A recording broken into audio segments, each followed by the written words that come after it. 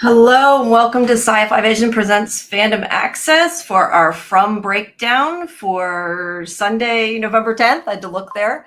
Tonight, I'm going to be joined again by Julie, Deep Dives, and also David is joining me from the Squawking Dead. Julie should be along in a few minutes, but we can get started a bit until she gets here. If anybody has any comments or any questions, please post them in the chat. And I will put them live up on the screen so we can interact with you. And if you want to, I'm copying the link right now. If you want to join our panel, because I didn't copy the link. She can't type and do things at the same time. Yeah, I do too many things at once. Hey, Julie. Hi, how's it going? Good. Thanks for coming. This is David. He's going to join us tonight. Hey. Hi, nice to meet you. Nice to meet you too, Julie. I'm happy to be here. Thanks for inviting me. Sure. Both of you. Or, well, one of you. But then I'm happy to meet you. So there we are. Thanks for coming. And I see we have PM and Dieter already in the chat. Thanks for coming, guys. So I guess might as well start out. What did you guys think about the episode? Because this was definitely one of my favorites. Where do we start? Turning on my air conditioner while I'm talking. So. Can we all agree that in a 2-episode drought-ish situation that they suddenly flooded us with information that I'm like looking at my notes, I'm like, this is just an affront to my sensibilities. I kept telling everybody, just wait, you're gonna get answers. People didn't believe me. It's coming. I believed it. Other people didn't believe me. I heard showrunners telling us, promising us that we were going to get some answers, and I believed that they weren't lying. I believed it. And so did the cast too, by the way. Yeah. Little promo video. They're like, season 3 has the answers. I'm like, I'll believe it when I see it. Oh wait, I'm seeing it. Oh no. Yeah. It was still shocking. Like I didn't expect to get that much. Like that was. It was quite a bit. Dieter definitely liked this one better too. Yeah, episode 7, I think we kind of all agreed last week was a bit slow comparatively. Yeah, I really, really liked this one a lot. A lot happened, which is a good thing, I guess. Yeah. There's a lot to talk about.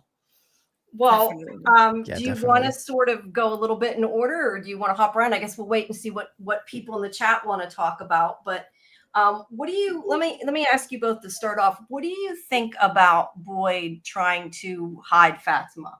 Because I feel like that him lying about what happened is kind of the worst idea, in my opinion. Yeah, it was not a smart idea. I expected it just because of the way that he'll protect his family at all costs, especially after the way he felt like he failed Abby. That whole "a man protects his family," Frank, that was really about him. Mm-hmm. So I expected him to do it, but it wasn't a smart move. But I expected it to, it was an emotional decision. Yeah, definitely. Yeah, I feel the exact same way.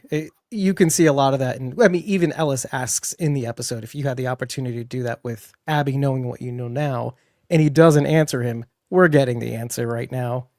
Yeah. Yep. Aren't we? Yeah. I think it's like a show don't tell.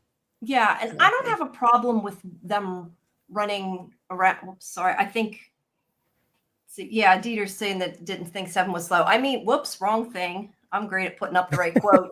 I meant last week. Yeah, last week was more character-based, not as much as this week anyway. Let's put it that way. But I don't have a problem with him and Ellis like hiding her and running away. What I think was the bad idea is letting them find the body and pretending that it didn't happen the way it did, because you just know it's going to go wrong.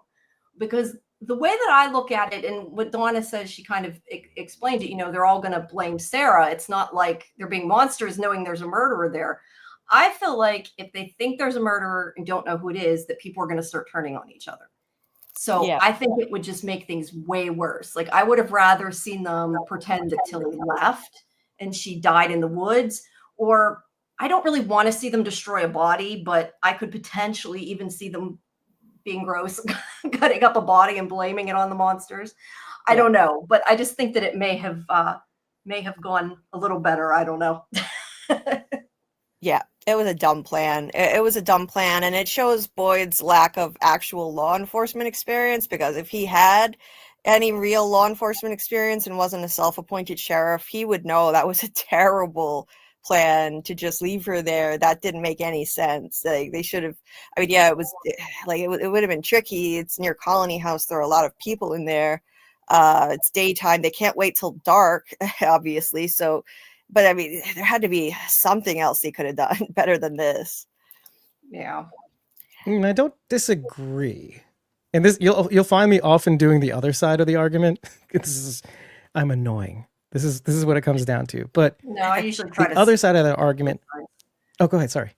No, I just said I agree. I usually try to see both sides of it when I'm discussing it. Go ahead.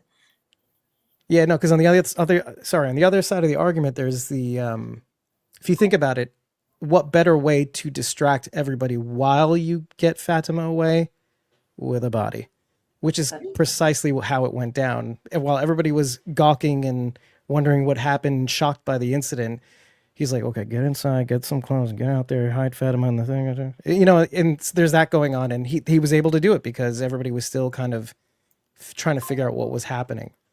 So Yeah. I kind of agree with you guys that if Boyd was a monster, yeah, he would totally tear Tilly's body apart from the inside out and make it look like a monster hit, but he's not.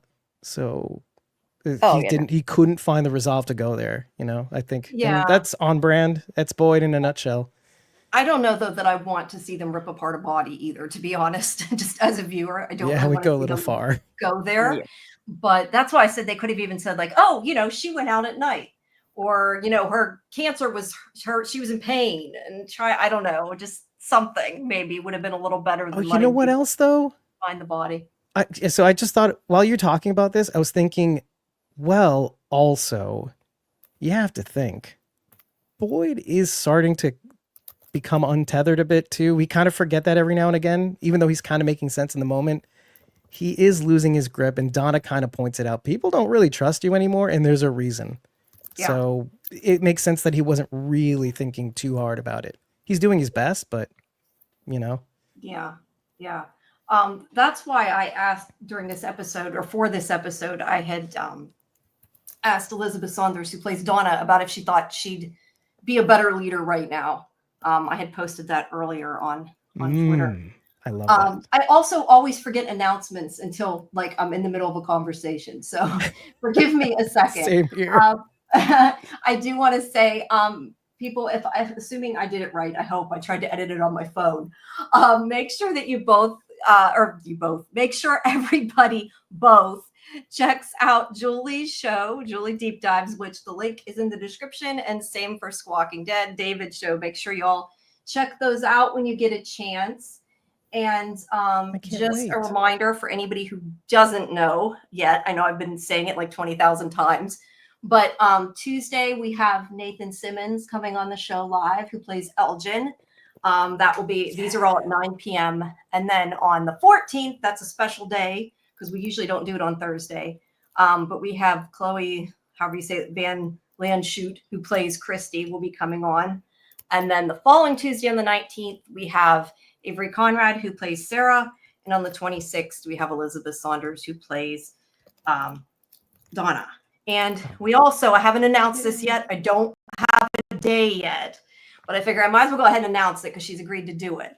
We're going to get Hannah on, who plays Julie. She's agreed to do it. So that's our other new live show that will be coming. And as soon as I know what day, I will let everybody know on socials. So where are your sound effects? There needs to be some hand clapping in the audience, in the chat. Let's put some hands together. Nobody, we can't hear them. I never even thought to add sound effects. That's a good idea. I'm gonna have to do that. All right, we have a bunch of things in the chat. Let's see. I'm getting behind here. Fletcher said they liked the episode, but waited 2 years to know the story, and Victor's telling it you fall asleep. I'm not sure if he means he fell asleep. I hope you didn't fall asleep, Fletcher. I don't know. I think you did mean that. Maybe, I don't know. But then again, maybe he's a different time zone too. Dieter says, what do you think Happens to the about the best of scene us. with Julie? Her soul seemed going somewhere, but she also switched in different timelines, and Martin knew Julie. I think that it's something different than what happened with Boyd. That's my opinion. I feel like it's some kind of astral projection or dream walking or something where Boyd seemed to like literally go there with the torch.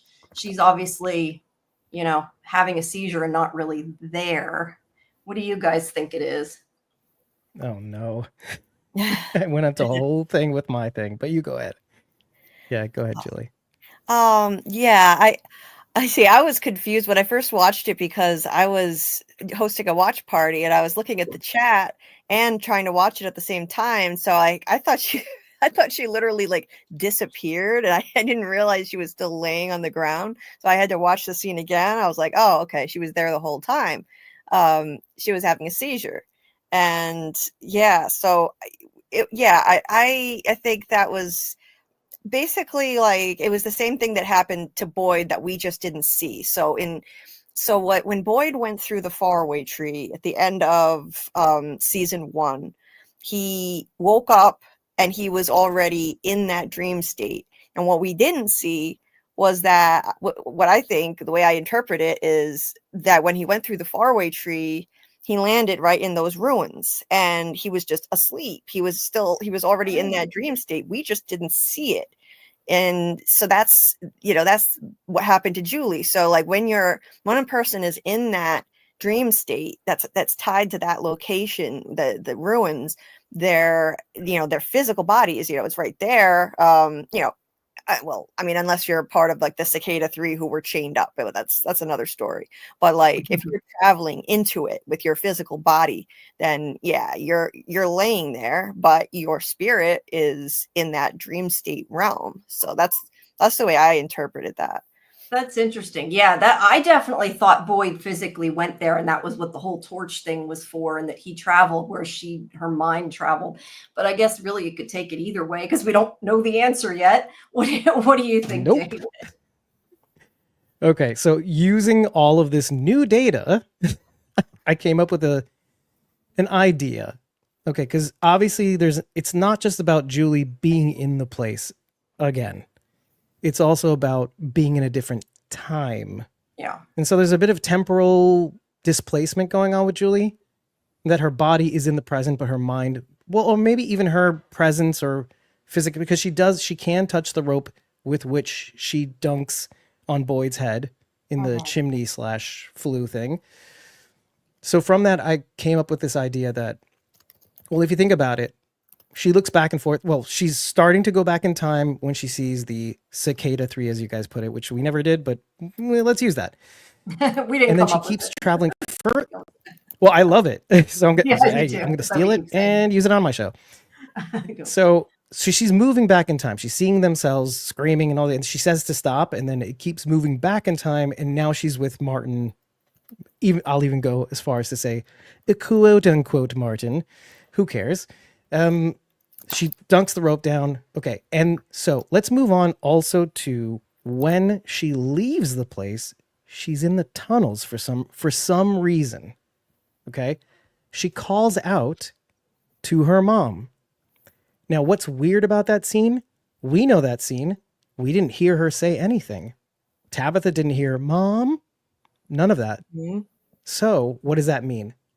Well, that means she can interact with Martin, and I use quote unquote Martin for a reason, because what if he's just another one of the fake people that we see, or ghosts we'll even call them, like Father Fauchery, fake Father Fauchery, Father Fauchery, Fom the bartender, fake Tom, Fabby Stevens, fake Abby Stevens.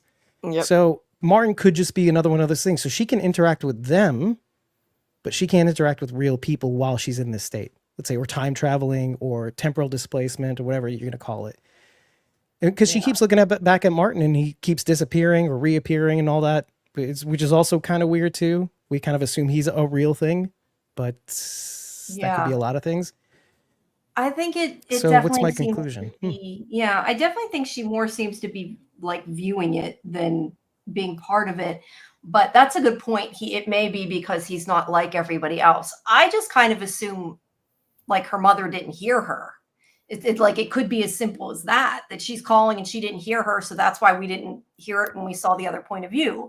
Because we also didn't hear when Boyd's down there hear Martin talking to somebody else. I don't think, did we? We just heard him talk to Boyd. So it's kind of hard to tell if it really happened or what's going on. And if it did really happen, can she even change things? Because there's always the idea of maybe she always did that. It wasn't so much that she traveled and changed the past type of thing, if that makes sense what I'm saying. Like she was always always fated to do it, and it wasn't really changing anything. So yeah, I don't know. Well, isn't that the same as Tabitha? Yeah, kind of. I just was really happy to get an answer to that, because I thought all along that it was probably just a dumb mistake they made. And it annoyed me because I've been asking since then, who threw the rope? And I've been one of those people. And I was glad to get an answer. It's so funny. Even if it didn't make 100%, sense, I was glad it had an answer. But yeah, there's definitely multiple timelines that are going on concurrently, or that she's accessing concurrently, moving through. So yeah. Yeah. Well, yeah. There's that time travel theory, by the way, of like how what even if you go back into time, it was always meant to happen. It's similar to Tabitha always meaning to come to this place. Everything's predetermined, really. There's no determinism. So Julie going back in time was merely the will of this place, or the will of reality, is that she was always meant to go back. She was always meant to throw down the rope, which is a scary thought. Yeah. Really, if you think about it. Yeah. But I like how it came together. I like how they did it. Like just filming wise, how they put it together. Yeah. Yeah, it was smart. Yeah. It was smart. Like I didn't really like I was okay with not getting that particular answer ever personally, because I was okay with it because I just assumed, okay, it's a dream state, so it doesn't have to make sense. No one threw the rope. That's what I thought. I just figured the rope just appeared because it was a dream state. But it was really cool how they did it. I liked that. I think if it's a closed loop kind of time travel, that's like the neatest form of time travel storyline. So she was always meant to do it, and so like it's not like she went back and changed anything. Now, if we want to go down the road of, okay, is someone going to have to go back in time and try to stop, let's say, the original sacrifice of the kids, if that's what happened, if they were sacrificed? Well, that could be a problem, actually. Like that, I don't know how that, like, if you can actually change that, because if that's what kickstarted all of this, and let's just say, for example, like what I think is true, that's what started all this. It started a whole chain of reincarnation of souls over and over again, trying to break the cycle. If that's what started all this, then if you go back and change the original event, let's say that they were reincarnated and then they had all the different past lives of these people, had families, they would all just cease to exist. Like they would, like all of those like lives as they're born again, they would all cease to exist. Their families would all cease to exist. So that would become a problem if reincarnation is true, which I personally subscribe to, but I don't know. So I don't know how they're going to play this. Like, is this what saving the children means? Is that you have to go back in time and stop a sacrifice? That's the interesting thing for me. I don't know, but it definitely could be a paradox, some of what's going on. But I think as long as they do it well and it makes most sense, I'll be happy with it. I know sometimes time travel, they can really screw up on things. So I will wait to see how it goes. Yeah, I'm actually. Peter, I want to add one more element, though. Oh, sorry, you were going to say something. No, go for it. I was just going to add one little. Well, a little salt and pepper was one. My co-host Bridget, aka Punky Brewster, she said one thing, and it surprised the hell out of me. When Julie comes in and sees Martin goes, "Oh, Julie," and she said, "For some reason, I had Randall vibes." You're here, Julie, and I don't know why, but lately I've been trying to go feelings over facts on this show, because the more we go into facts, the more crazy it makes me. But if I get the feeling that, oh, Jade feels like Tabitha's brother, for example, that was one of my feelings. Well, why can't Bridget think, Oh, well, wait, she was just with Randall, and there was a sort of brother-sister relationship sort of situation brewing. So why not, when Bridget sees Julie and Martin associate?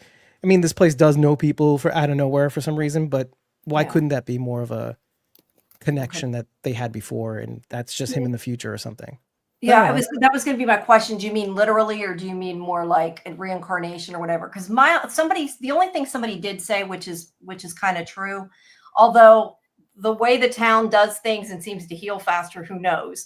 But he didn't seem to have True. a scarred face. I mean, it was covered with a beard, Well, but I don't know. right, That's my right. only Oh, that's a good question. point. I also Well, I don't mean, think if he we're has playing those with time, tattoos though, either, but yeah, it could be totally. right? Sometime, or it could be someone, who's basically Randall, but not Randall. Like I said, it could be a reincarnated, version of Randall. Who knows? Well, if Julie can So time travel, then why not Randall? yeah, that's a good See? point. That's a good point. It could have been even from before he got hurt. So Dieter was annoyed at Jasper, and Fletcher's also asking. I assume he means he's asking about me. I assume because we had talked about before. Was I disappointed with Jasper? I think it would have been cool to hear Jasper talk, and I know we've had this discussion. I would have liked to have seen Scott McCord play Jasper, but can I say I was disappointed? That's a hard question for me to answer because I've known for months that it wasn't. So that's kind of really something hard. That's one of those ones I don't know how to answer that. I would have liked to have seen it be Jasper, yes. But it doesn't bother me that it wasn't because I like the way they did it. It was kind of a cool twist, and I was definitely surprised. Mm-hmm. I know, laughed. Julie, you I wanted laughed to out loud see because Jasper. I wanted to see him talk. I was very disappointed, but I wish I had stuck with and I'm mad at myself for I just should have stuck with my original prediction. I said, there's no way he's going to talk. He's never going to talk. And then I thought, well, wait a minute. Okay. I could see okay, this isn't that kind of show. This isn't the show for a haunted dummy trope. It doesn't seem to fit.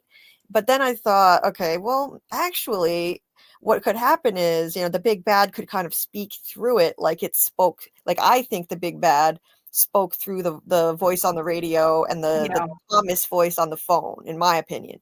So I thought, okay, this big bad could just kind of make it talk and make it move like it collapsed the Matthews house. So I just thought it would be a fun moment if it just said something snarky and creepy, just like one time. I never thought he was going to tell any answers.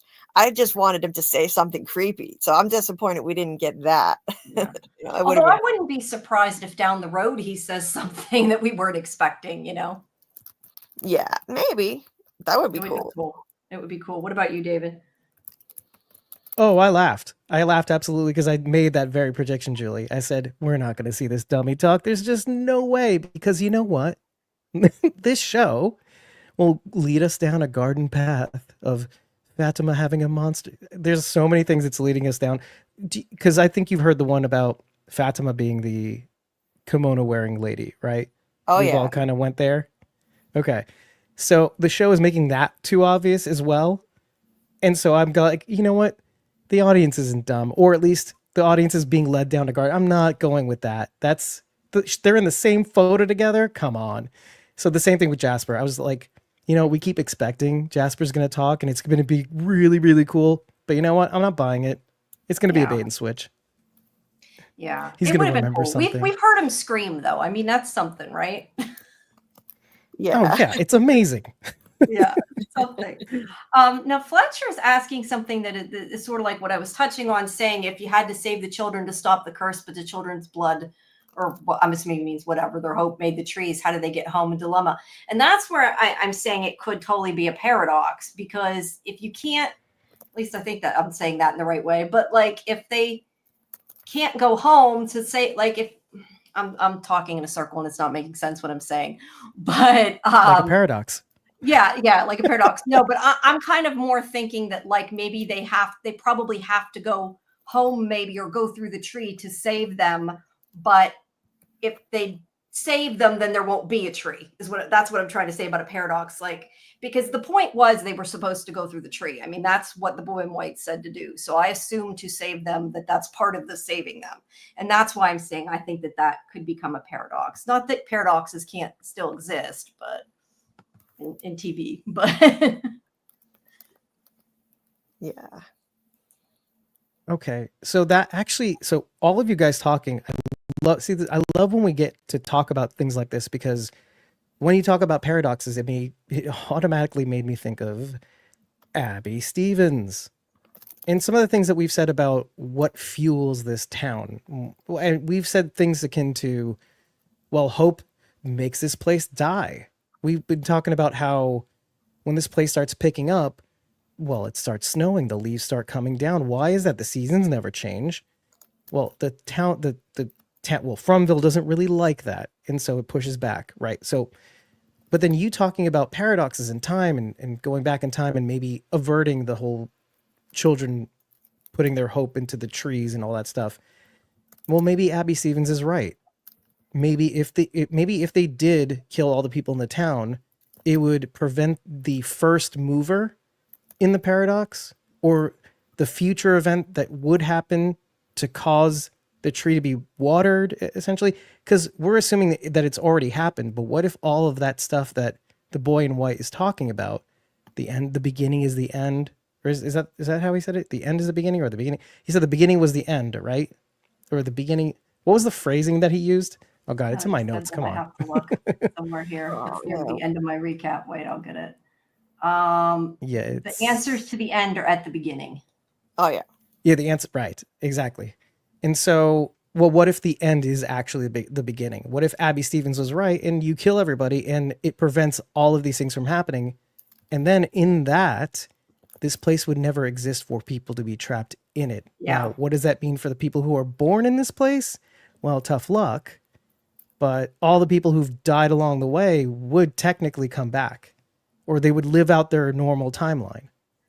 Yeah, and that depends too. You say live out their normal timeline. It could also be more of like a splitting of a timeline too, like a parallel, like more like a parallel universe type thing. Like, well, they never went there, so that version of them keeps going, but this one doesn't, or whatever. That's interesting. Yeah. Yeah. That was like our first season 1 recap. That was the theory that I came out with. Oh yeah, there's a version of them out in the real world living their lives, and the version that's in here that is in the stressful place that, well, when they get here, their lives start improving. They start talking to each other. They no longer want a divorce, things like that. So, but we were deeply proven wrong when the bus rolled into town. Yeah. So, yeah. But this could explain that. Yeah. Yeah, definitely. Let's see. How does that explain the Tabitha? Oh, he's asking something that Fletcher said. So I guess that wasn't directed at us. Oh, by the way, I wanted to mention this one thing. If you really want to get a good idea of I think it's like a time paradox situation, there's a show on Netflix called Bodies. I don't know if everybody's watched it. Yeah, I've seen it. It does a really great job. Yeah. Yeah, that's a good show. I like that. But yeah, I was just thinking, I also watch Doctor Who. I'm like, yeah, well, partying all the time. You want wibbly wobbly. Exactly. Yeah, it could go a lot of different ways. Oh, let's see. Dieter wishes Jolie took a torch. She could use it in the caves. Yeah, well, she had her lighter, so I think that's a good point. She did have a lighter. So maybe that was maybe the lighter was like equal to a torch, Let's see. Yeah. Fletcher says Julie's time travel introduces a very difficult plot to the story. Hope it doesn't go the same way Dark went. It could get messy. I think any time travel could get messy. And I love Dark too, although I never seen the very end because I'm an idiot. I was watching it and then I quit watching it. And I'm one of those people where I don't want to just start unless I rewatch the whole thing. And I never had time. So I saw all but like the last, I think 2 episodes or something. Oh, what's so odd about you bringing that up? Wow. I think Netflix reminded me of the anniversary when I watched Dark. And I got to tell you, I absolutely cried at the end. No shame. It was such an emotional journey. Yeah. I'm sure I'll be bawling then. I cry at everything. Mm. That's why when I cried something, I say don't go by me because I cried everything. I'm not the person you judge that by, but I do want to see the end of that. But yeah, I mean, time travel can be messy, but I think it can be done right. Like we usually reference 12 Monkeys. I think that's one that for the most part did a lot of the paradoxes in time travel pretty well, the series, without screwing it up too bad. Let's see. Yeah, I still have to watch that show. And I'm That's very shameful. It's good too. See, I can see time travel being used to go back to try to save the sacrificed children in a plot twist. Them going back is what actually causes all of it. Yeah. I could see that happening too. Maybe they create the town with what they do, you know? That Right. would be interesting. Yeah. Exactly. Right. Yep. And guys, if I'm going too fast through the chat too, just yell at me in the chat.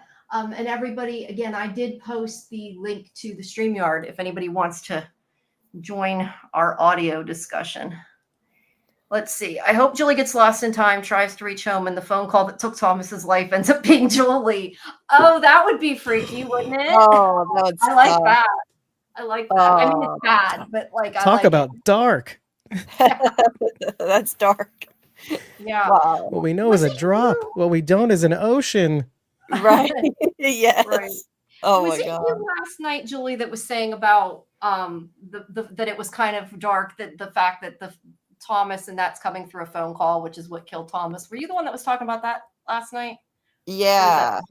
I couldn't remember. Yeah, I was talking about that. Yeah, that yeah, like the voice on the phone saying that it was Thomas. You know, this phone rings and this phone isn't even supposed to be able to ring. It says it's Thomas, and it was a phone call, the sound of a phone call that caused Thomas's death. So it's very dark. It makes it even more twisted doing that to Jim. Yeah. Yeah. Yeah, this place is a bunch of dicks. Really. Gotta say. That is not untrue. Let's be honest. Yeah. I mean, the jukebox and the celebration song when Kenny just found out about his mom. Yeah. Yup. The evil entity has a dark. I went into a whole thing about that. It was dickish, but there was also something beautiful about that song. Good times and bad times, celebrate. Yeah. No matter what comes. So there is a beauty behind that song that is not apparent in the immediate moment. Yeah, it was just the wrong tone for that moment. Yeah. Too soon. Yeah. Too soon. A little upbeat. Yeah.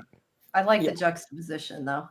And I do see we have some new people in the chat. Hello, welcome. I'm getting to your questions. I'm just slow here. We got a lot in the chat. They say something like this curse started with Christopher, but we saw the skull drinker and Miranda had more people before her. So is it just a new curse, but not the start?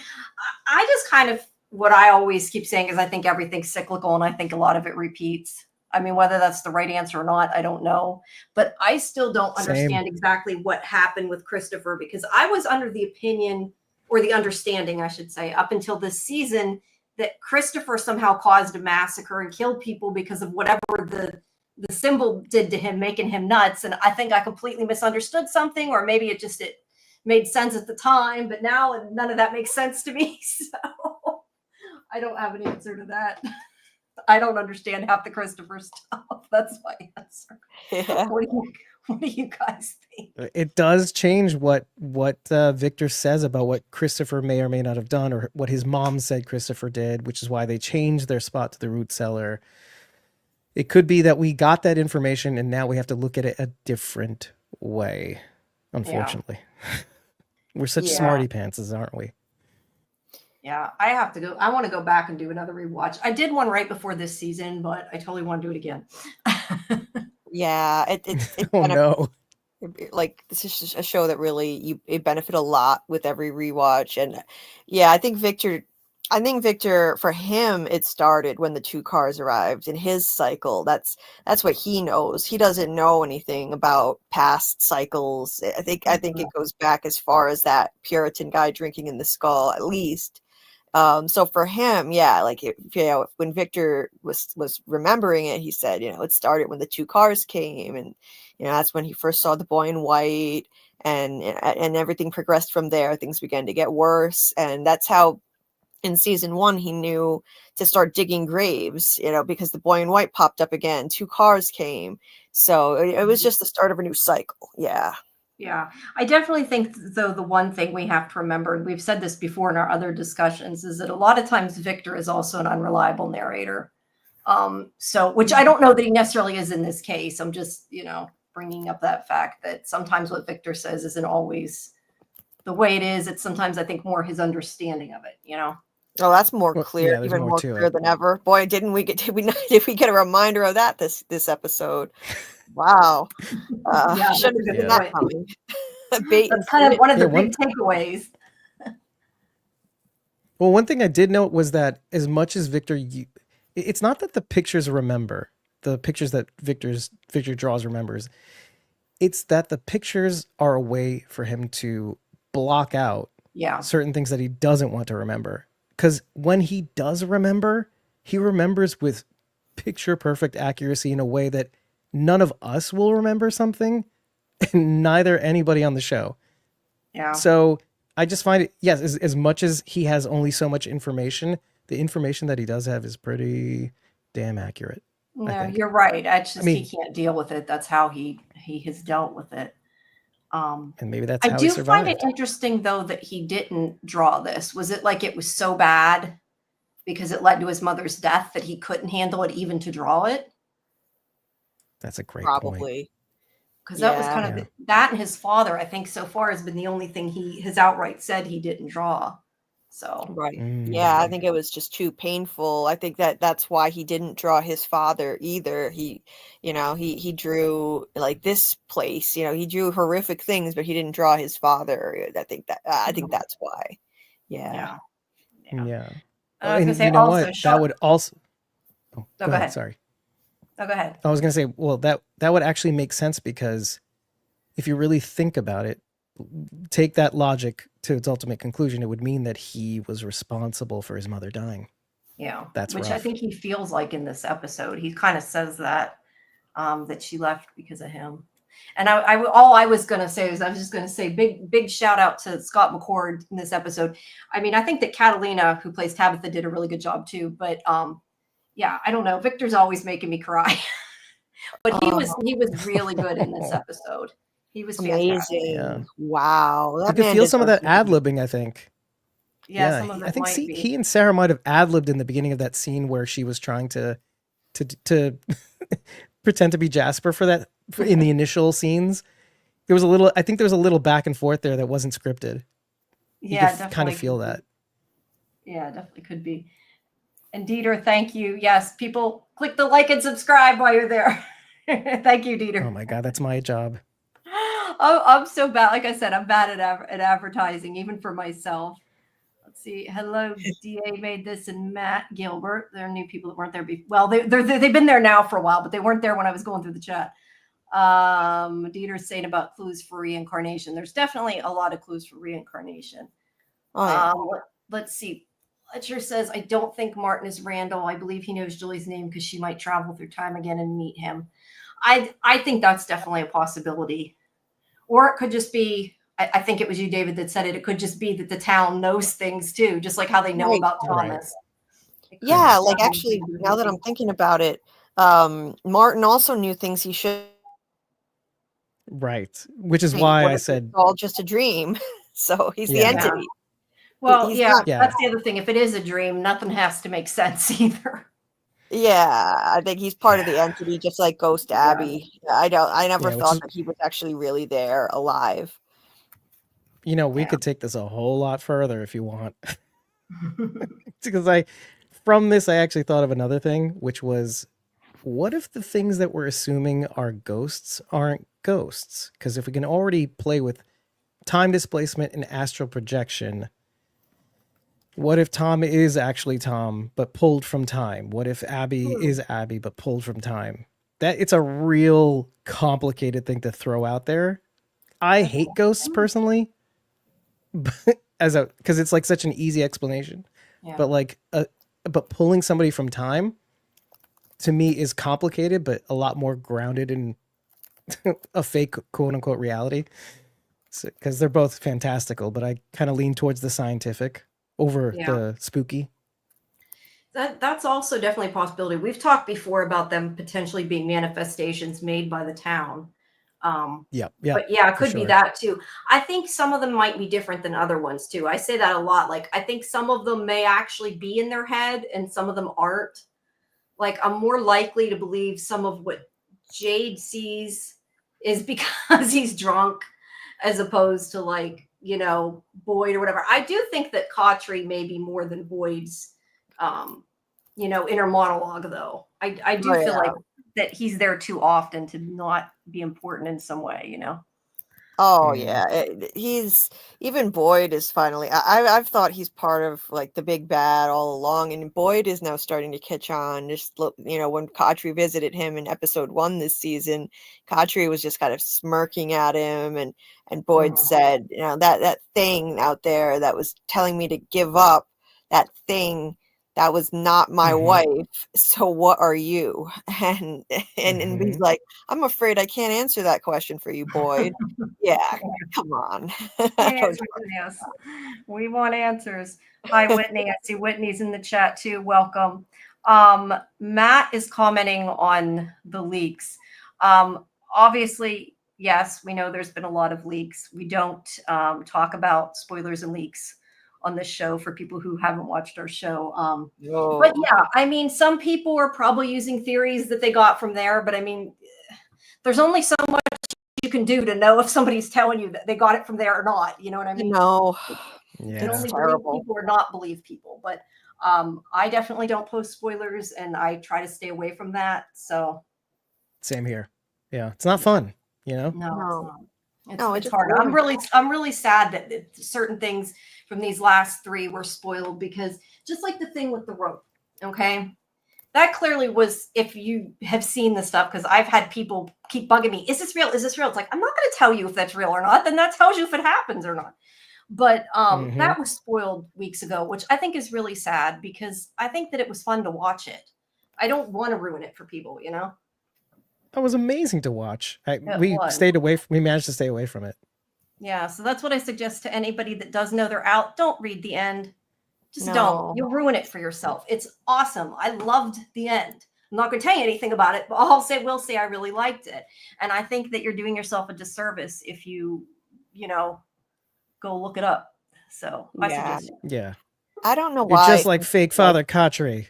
Yeah, don't be fake Cautry. Whitney's No. is on the stage. We're going to add her. Hey, Whitney. Hey, hello. Hi, Whitney. Hey, Fromily. Hey, Whitney. Hello. So yeah, I think you need some weed for this episode. This is crazy. We need some of Julie's or Fatima's weed. Yeah. I think whoever was writing this was on something. Right? Yeah.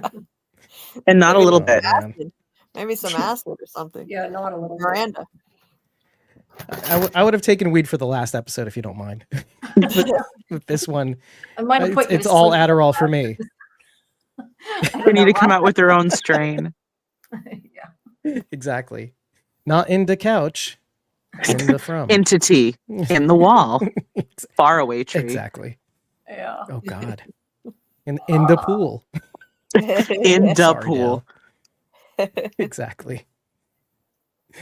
I'm thinking. I'm sorry. I'm reading what he's saying about the leaks and kind of not sure what he means about that, which makes it an accidental leak in itself. Yeah, I don't know. I just try to not read the leaks. I mean, some of them I've seen, like I said, because I've had people ask me if they were true or not, and I won't tell them. So then they quit asking me. So that's Right. kind of the way my experience has been. I just don't answer people anymore. Did they ever figure out who was responsible behind the leaks? You know, I don't know. I don't think they have, but I have a feeling from because I was kind of curious. I was trying to see who did it. I have a feeling from some of the stuff that was written that it may not have been, and I hope it's not, but it may not have been pressed, because it seems like they got certain things, but not other things. So it may have been somebody related, that was connected to the show in some way. I don't know. But I was wondering, because it just goes to show how MGM handles things, and then how Amazon does, because Amazon just had a huge leak for one of their shows, and they got the guy in 24 hours, and he has to pay $100,000. He had to do a public apology. Had not heard Wow. that story. What Wow. country was this? So I don't know if you guys are well familiar with it, but there's like that animated cartoon Has Been Hotel. Have Yeah, not heard of it. that. Yeah, so all of a lot of season 2 got leaked on SoundCloud, storyboards, and people thought that maybe it was fans that were just doing fan art. So it got leaked, and it turns out it was a studio that was in charge of cleanup for a couple of the episodes. The guy got those episodes and started selling them for $100 a pop. Wow. Whoa. Yeah. But That's within why they 24 need to hours, be they found him. careful sometimes who they give it to. But I mean, that's why I don't think it was like, normal press. I mean, I keep seeing people saying nobody should get the episodes and all this. They can't not promote things. They can't not do the things the way they do, but Just be people careful. can not be assholes. That's my Yeah, be a decent human. And Yeah. be careful who you're giving them to. Like maybe exercise some discretion. Maybe they gave them to some people that just weren't trustworthy enough. Like, I don't know. I feel like they should just be careful. That's all. But obviously they need to. Like, it's just part of the industry. Yeah. Or maybe but I everybody think- gets something different. Like you all get clips with one thing that's different in each one. So if it gets leaked, you know who it came from. Yeah. I don't know. It's hard to tell, Well, but there is people that get it for reasons, like you said, they work on the show, they're editing this or that. I just knowing the fact that like press got all of it, I tend to think it wasn't press because some of the stuff that I've seen, it seemed like part of it was guessing, like based on what they had, and if they didn't have it all, it leads me to believe it wasn't press. But I don't know. I have no. Well, do you guys get screeners at all for anything? I do, but I need them for Okay, the yeah. interviews and to get the stuff ready. So I do so many interviews; it's kind of hard not to. But yeah. Oh yeah, no. What I was gonna say was we got screeners for the only season of The Ones Who Live, The Walking Dead, The Ones Who Live.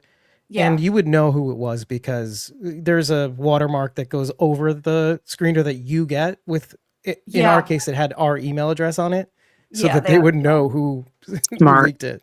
Yeah.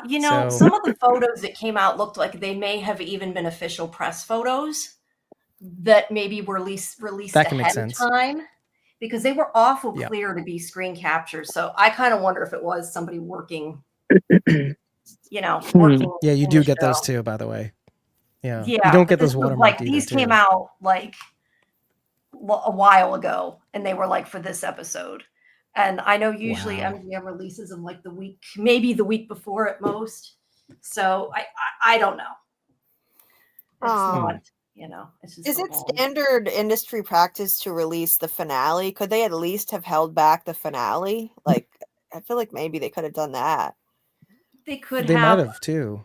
I mean, it depends what like their reasoning. Like to me, it makes it easier for me to do interviews because I can ask about the finale and hold the interview for the short answer to that. Like I've already done interviews and it's like the actors may only be available now as opposed to, 3 weeks from now. Right. You do them, you hold them. That's 100%. why they do it. And then sometimes it's for people to get their recaps ready. There are legitimate reasons for that. It's just they need to be careful, I guess. Yeah. Every studio has its own rules. Yeah, everything's different. But yeah, For do they sure. have to give the finale? Some don't. I've had ones where you get everything but the finale, so it sort of depends. Mm-hmm. I But- heard Yep. something crazy. I don't know if this is true, but I haven't seen it because I don't go looking. But I heard that the script, the whole script for the finale was leaked. I don't know if that's true. No. That can't I be heard right. something about that, but I didn't see it, so I don't know. But yeah, that definitely was not press if that's the case, because I have never gotten a script. Someone told me they read it. 20 and plus, maybe they whatever were it is, 20 plus responsible. years I've done this. I've never gotten a script sent to me. So Yeah, like I've seen that thankfully- happen actually. Yeah, I would By the never way. actually want to read it. Really? Wow. Well, yeah, usually what happens with scripts though is that the actors will get a version of the script that applies to them usually. And so if there was a full script, that would have had to have been discarded at the top. It could be a write or a rewrite. Yeah. But getting a full script would be extremely rare. You would at best get an actor's script, which only would have their parts and maybe some relevant parts to give it color. Yeah. But Yeah, it's very rare to get the whole thing. I don't know. I don't know if it was a whole script, but I did hear something about a script. But like I said, I've only heard because people have asked me things. I kind of try to stay for the most part away from it because I don't have any, just keep my a head reason to Yeah. be here. It's like, All I don't right. want to know. I just keep my head down. I don't want to know anything. Like, I just hear things like, yeah, someone tells me, and then they're responsible. They know I don't want to know. So, like, they're not going to Well, spoil. I think the problem is the people that are going around on groups and posting it in like comments, so people find it whether they want to or not, and that's just very uncool. That's terrible. It's rude they're doing that. All right. And Dieter's saying about the photos MGM releases. Yeah, I think MGM releases spoilers that I don't understand. Like they released the picture of the blood bag before the episode aired. I don't understand. I think that that's told too much. What? And I do want to talk about that when we get to that scene. But let's see what else we have in the chat. MGM. Just like AMC. Yeah. Well, AMC releases So photos early though. So yep. Okay, let's see. Dieter says, how did they make the trees? He says that the stories gave them hope and that they poured the hope. What does it say? That they poured the hope into the symbol, roots. The roots. Into the roots. It made the symbol. The which roots that made the symbol. And that symbol made the tree. The tree. Yeah. Did you guys have a thought about what the tree was? Because I might tell you. I don't know. Have you ever thought that maybe, because the first place that Jade sees the symbol is the tree that Jim and he were climbing to put the first antenna trial up. And so that was the tallest tree that they could find, at least in the town, let's say. Yeah. Could that have been the tree? I mean, Sarah jumps in and says, a faraway tree, but Victor kind of just rolls right over it because, hey, dummy, I'm telling the story. And so, so it could be that very tree, though. Yeah, I mean, I kind of assumed that it's the tree that his mother tried to go through, that he like told his mother to go through or whatever. But we all thought I kind of wondered that too, because you're totally right. She says that. Like, is that they want us to assume that? Well, we didn't see the other side of the tree either. Yes, so, ooh, spooky. Okay, that was Whitney's comment. You're saying about burning the trees down. Yeah, burn it down. Burn it. Burn it all down. Start over. Agreed. Garrett. Hi, Garrett. Family says the time travel made it epic. I like 100%. They added the time travel. I know a lot of people aren't going to, but again, we don't know if it's actually time travel or something adjacent, time travel adjacent. But yes, I like that part of it. Are you guys glad they added that, or does it annoy you? I like it. I have two. Cool. I have two answers. I mean, it's tricky, but yeah, you go ahead. Yeah, as a watcher, I love it. It's amazing. Oh, keep adding more complicated stuff. As a person that breaks down this stuff on a podcast, come on. How many notes do I have to take? What does this mean? And so, yeah, that's why my notes are like, oh God, it's 5 pages at least. Oh my God. Have you looked at my I'm like shortening mine, trying to get them down that small. I write way too much. I always say that. I laugh about it. PM's here. Let me bring her to the stage too. Hello. Hey. Hi. Hi, guys. Good afternoon. It's good to meet you. Oh, nice to meet you. For you. It's nice for me. So I heard you guys were talking about the story that was told to the children, right? Mm-hmm. So I was thinking about this and I rewatched the episode and it's so cryptic, but I think the story was basically you're going to be sacrificed, right? But the story is you will be saved. Someone's going to come back and they're going to save you and everything's going to be okay. So while they were dying, they still very much had hope of salvation. It made the roots and it made the tree. The tree allows Tabitha and Jay to time travel, therefore allowing them to save the children. Oh, definitely digging that. Yeah, that's a more literal thing I hadn't thought about. I was kind of wondering what that means. I'm curious on that. And then we had last night, we had the discussion about the born in the dark. I think we went down the rabbit hole on that. Those are my two big things I want to know in that conversation, in that scene of what he said. Yeah, because I was thinking, if we remember Father Cottrey, one of Boyd's biggest problems was that he was very emotional about the fact that Father Cottrey died praying. And he said while he was dying, he had hope. He had hope that you would help him, and you didn't do anything. And it's very much correlating to the children, that as they were going through this horrible experience, somebody told them a story that gave them enough hope, that the hope created the ability to time travel. Yeah, definitely could be. I think maybe I love the theory, but I'm wondering if the person who gave them that story might have been the entity itself who already knew that these time portals or bubbles existed. I love that I too. think it said the people that love them, didn't it? Yeah. I have to look back, Yep. but I think it said that the people that loved them told them a story or something to that effect. Someone who loved them told Yeah, them. I thought it was someone. Yeah. Yeah, another someone. Right. So I would say that's not the entity just because of that statement.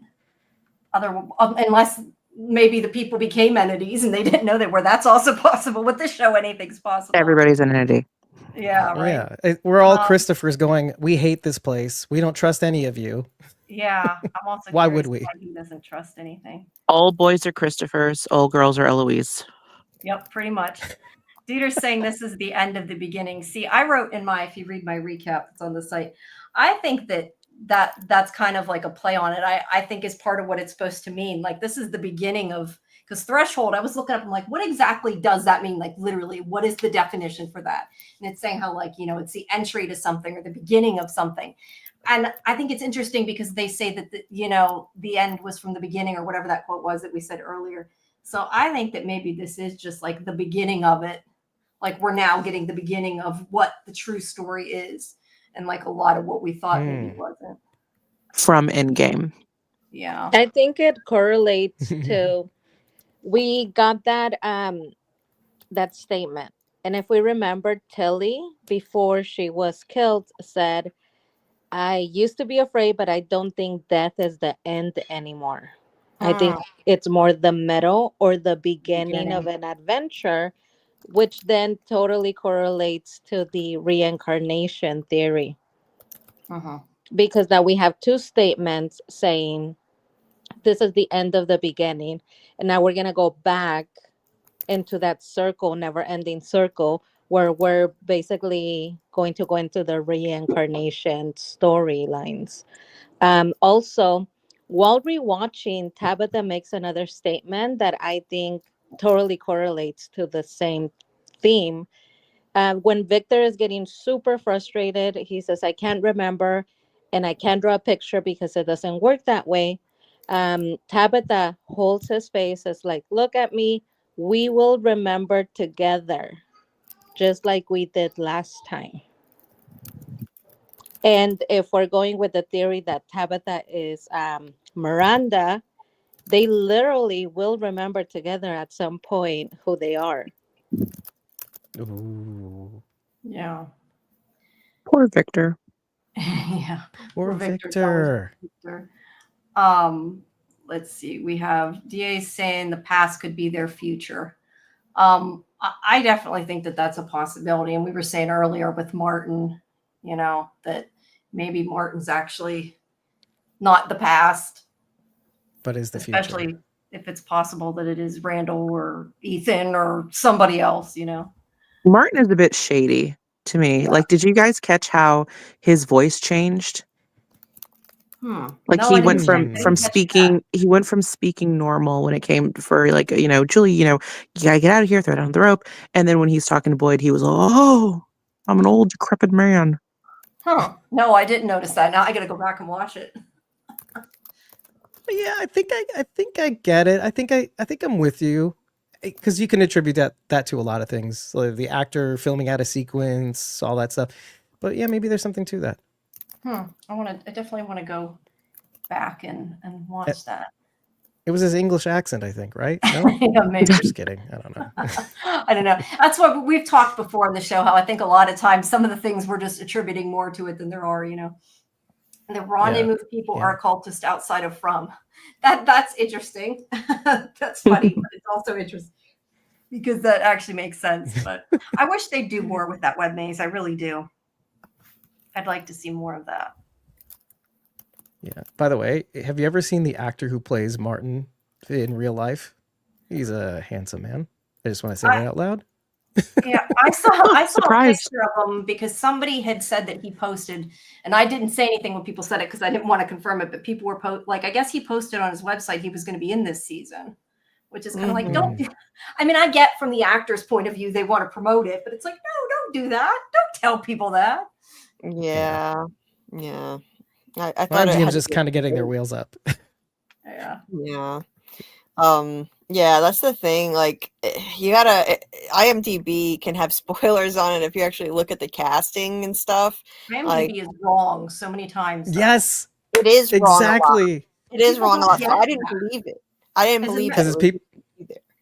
Yeah. it's people powered, so people are As a member a-holes. of the press, I can confirm it is wrong a lot of times. I don't mean from this necessarily, but when I'm trying to look up cast to find out, like for reasons that I need to know, a lot of times it's wrong. Just like I know somebody was saying, it said, I think that Tilly was in more episodes or something. And it's like, well, we know she's dead. Could she be in again? I guess she could be. She could be a ghost. We don't know. She's the perfect ghost. It's hard to tell. Like just because it says somebody's in doesn't necessarily mean they're going to be in or not going to be in, I don't trust it a lot of times because it's often wrong. Me neither.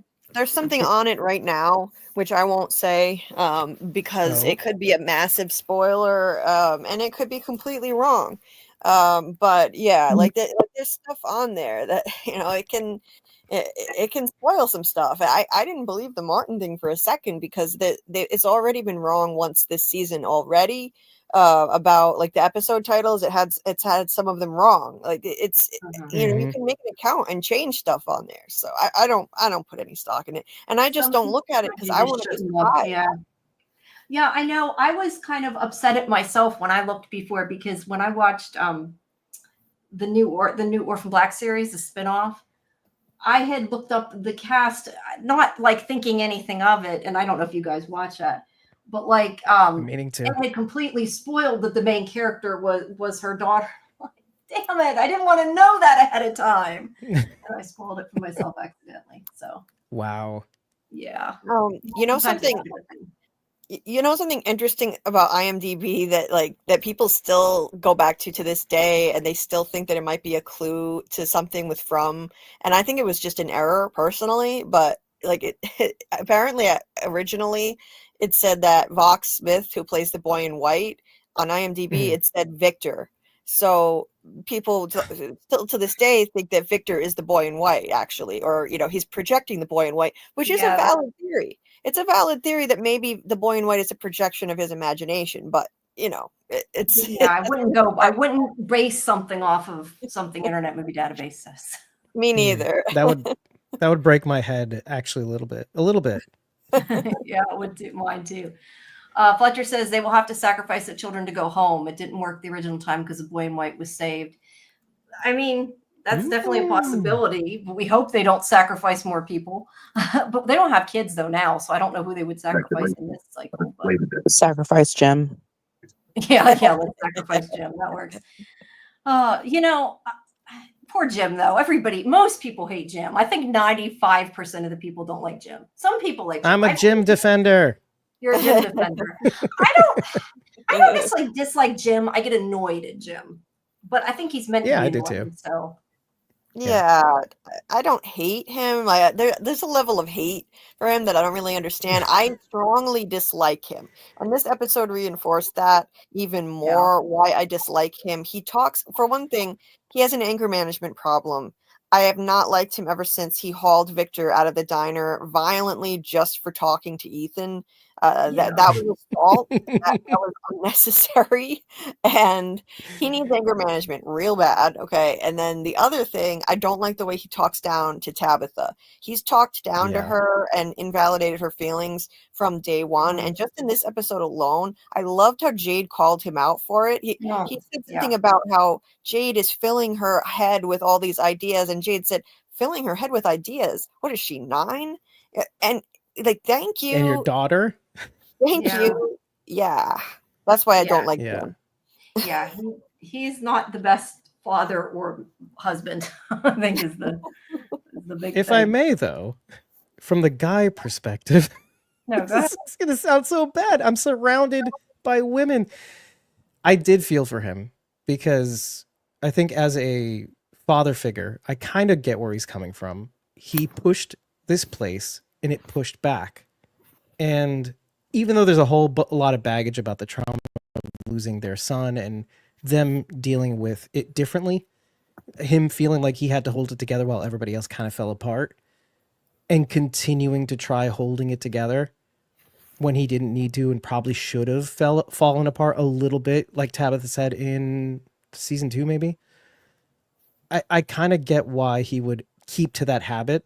And I loved that Henry being in this episode gives him a chance to, quote unquote, renew his vows and maybe start over. Be the best father that you need to be now that you know this information, now that I'm here and I am a cautionary tale. I have a lot of sympathy for Jim because he is just afraid like everybody else in this show. And I felt that. I really did feel that.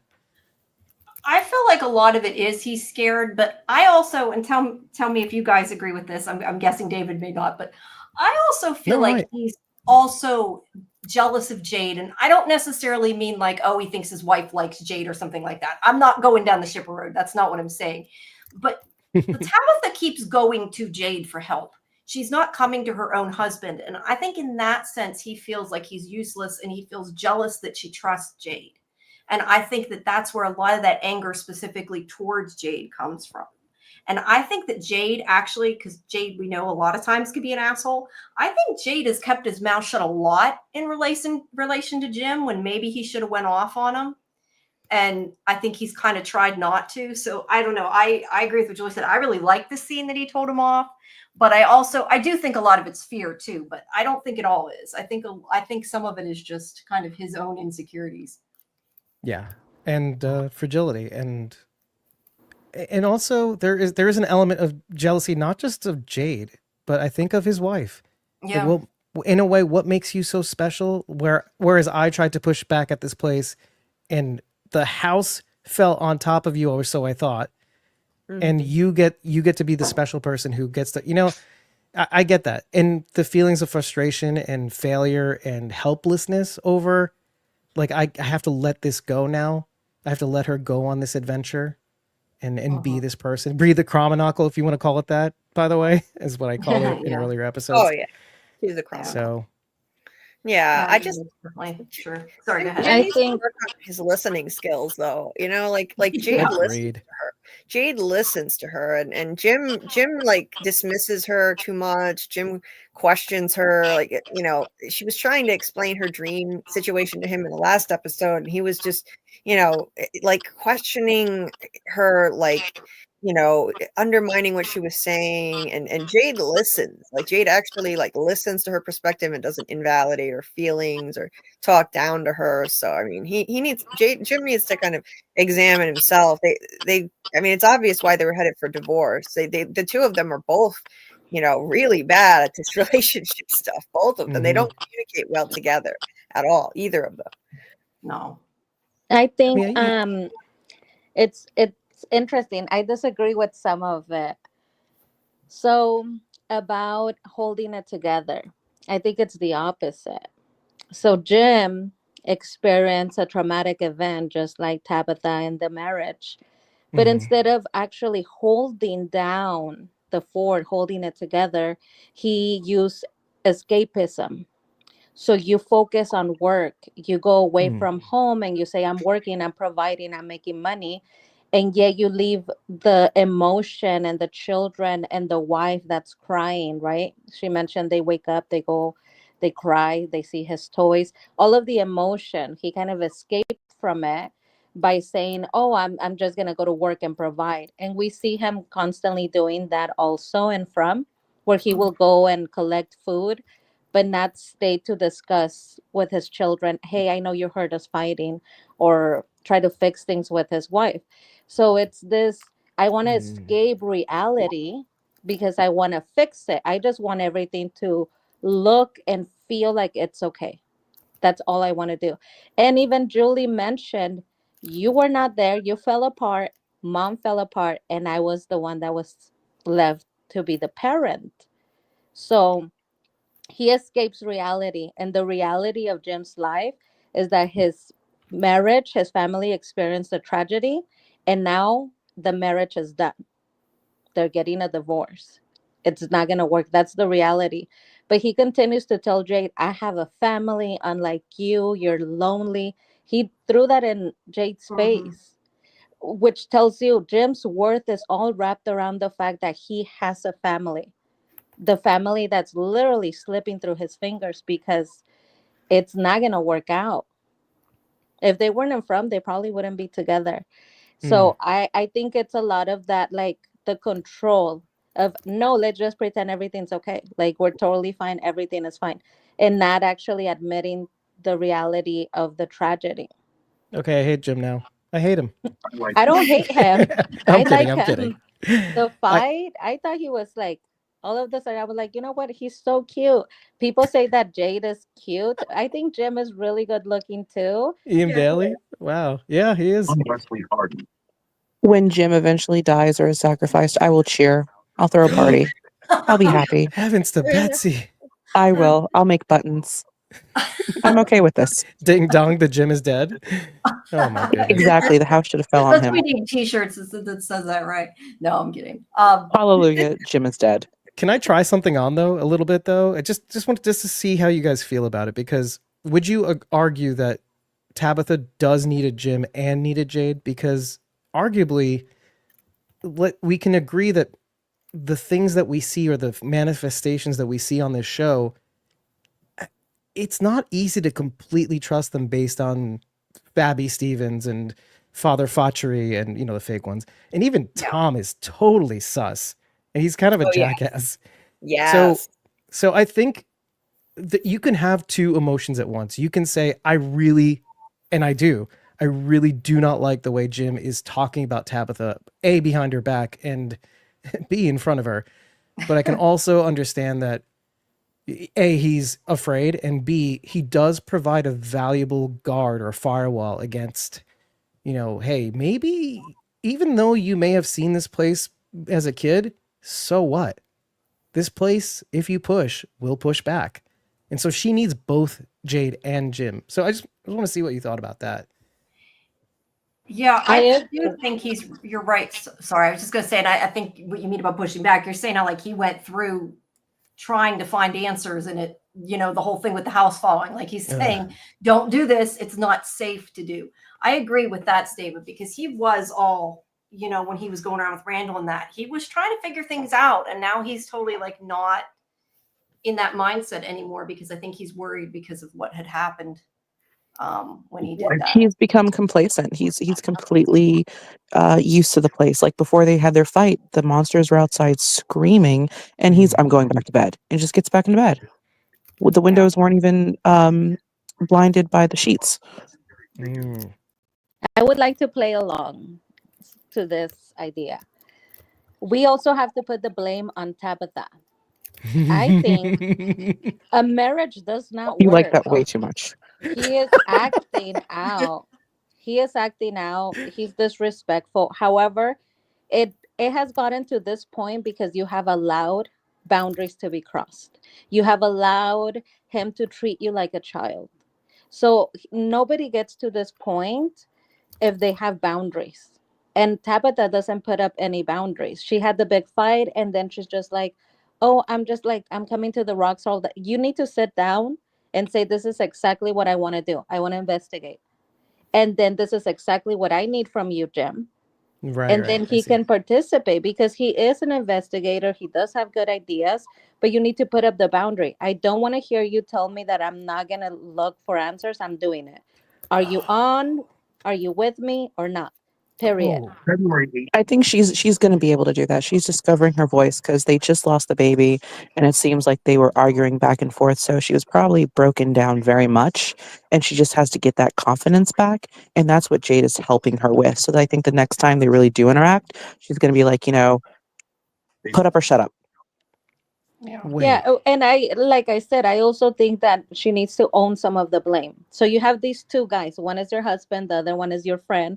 That you look for Jade. You go in like, hey Jade, let's do our investigation, whatever. You are the common factor. You know that your husband is problematic. You know how he is towards Jade.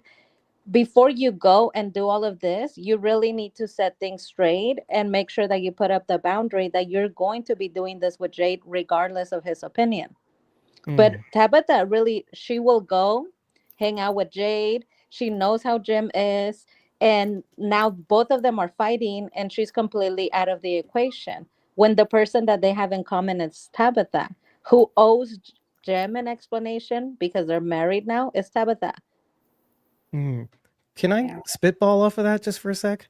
Because I love everything you're saying, but then I also recognize that this place doesn't like it when certain people get together because it can solve certain things that shouldn't be solved. Like, okay, for example, when Sarah and Victor were with Jasper and Henry rolls into town, it's like it's as though the place did this Rube Goldberg-esque machine to make it possible to interrupt what Sarah and Victor were trying to do, right? Because they were just about to talk to Jasper, right, or try to get Jasper, and Henry steps in and everything stops. And so, Correct. And you t- could point to Christy and Kenny, and then Marielle rolls up. exactly. So, taking what you just said, wouldn't it be interesting because we are all now divided? I mean, most people do not like Jim. Some people do not like how far Tabitha's gone. We, the audience, have been divided, Mhm. but we're not seeing the obvious power move in keeping Jim and Tabitha in good graces. Because if you really, really think about it, Jim is a good engineer, and Tabitha, inarguably, is special and has a connection to this place.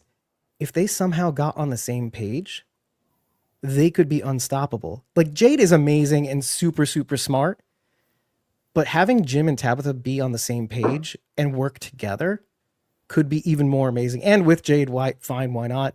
But I we're not looking at that, and we should be, I think.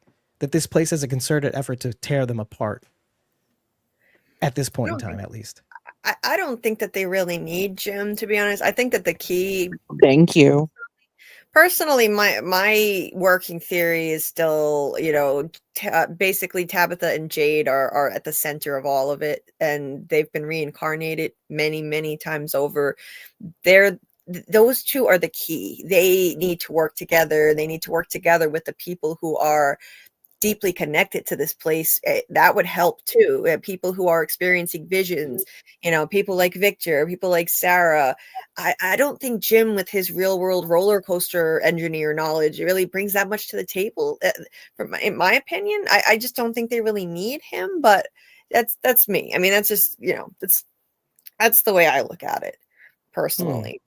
But I think, and we had said this on our Tuesday show, and although we kind of got this idea from Lost before, but that it might be that some people are important and needed, like how we think Tabitha was brought there because she was fated to be there, and some people may just be along for the ride. So Roller coaster ride? yeah, a roller coaster ride. Does he have a purpose? Does everybody have a purpose? I don't know. I think some of them don't, and some of them may have a purpose, and then once they serve that purpose, then the town gets rid of them. I don't know, but yeah. I mean, I think, like I said, I do think Jim is right in this to say, you shouldn't be going full throttle trying to find answers because I tried to do that and this happened. I totally think he's legit to say that. I just don't think that that's his only reasoning, and I think that he isn't being. Agreed. I still think he isn't being a great father, a great husband with a lot Agreed. of what he does, and Yeah. he's not listening to her. That is a big. He's definitely not listening. I'll only add this to everything is that let's use the word useless. As useless as Jim is, and he's helpless, he's useless, he's watching everybody do things and get things done, and the best he can do is F off to work, as PM said. But equally, Henry rolls into town, and what is the first thing he says? There's a motel sign, but no motel. And he has this weird perspective on things that Jim could have, and he initially did. He was the one who started scribbling on the walls, and what happened? The house collapsed because he was asking too many questions. He had too much perspective on this town. So it's interesting. Like, we have lost faith in Jim just as much as the town has lost faith in Boyd, in a way. I just like to pay attention to things that people kind of lose sight on because of emotion. And so I let the story unfold. I try not to hold on to too many theories, but I do pay attention to certain things like this. Like, what does it want? And what does it definitely not want? And I think it definitely at this point does not want Jim and Tabitha to be on the same page. But I don't think that means anything in particular. I think it's just important to pay attention to. I would like to hear more about the radio thing, though. I wish they would go back to that. I feel like that voice on I don't mean Thomas's voice on the phone. I mean, like, your wife shouldn't be digging the hole or whatever the heck it says. That voice. I want to know more about that. And also, is that the same voice as the voice on the phone? I still keep thinking I want to compare voices of different people to see if they're all the same and all that. We mentioned that before. It was Thomas all along. Yeah, like Agatha all along. It was Thomas Exactly. all along. It was that creepy priest in the real world. Yeah, maybe. Matt saying like the Tangent Universe and Donnie Darko closed off the main flow of space-time. I'm guessing that this was back. We're so far behind on the chat. I think this was back to what we were saying about parallel universes, I'm guessing. Definitely. Yeah, we'll have to see where the show goes with that. If it's going to be, are we talking portals? Are we talking time bubbles? Are we, interdimensional stargates? Yeah. Stargate, And I love Donnie love Darko, it. by the way. Just going to say that. Yeah, That's one of my same. favorite movies.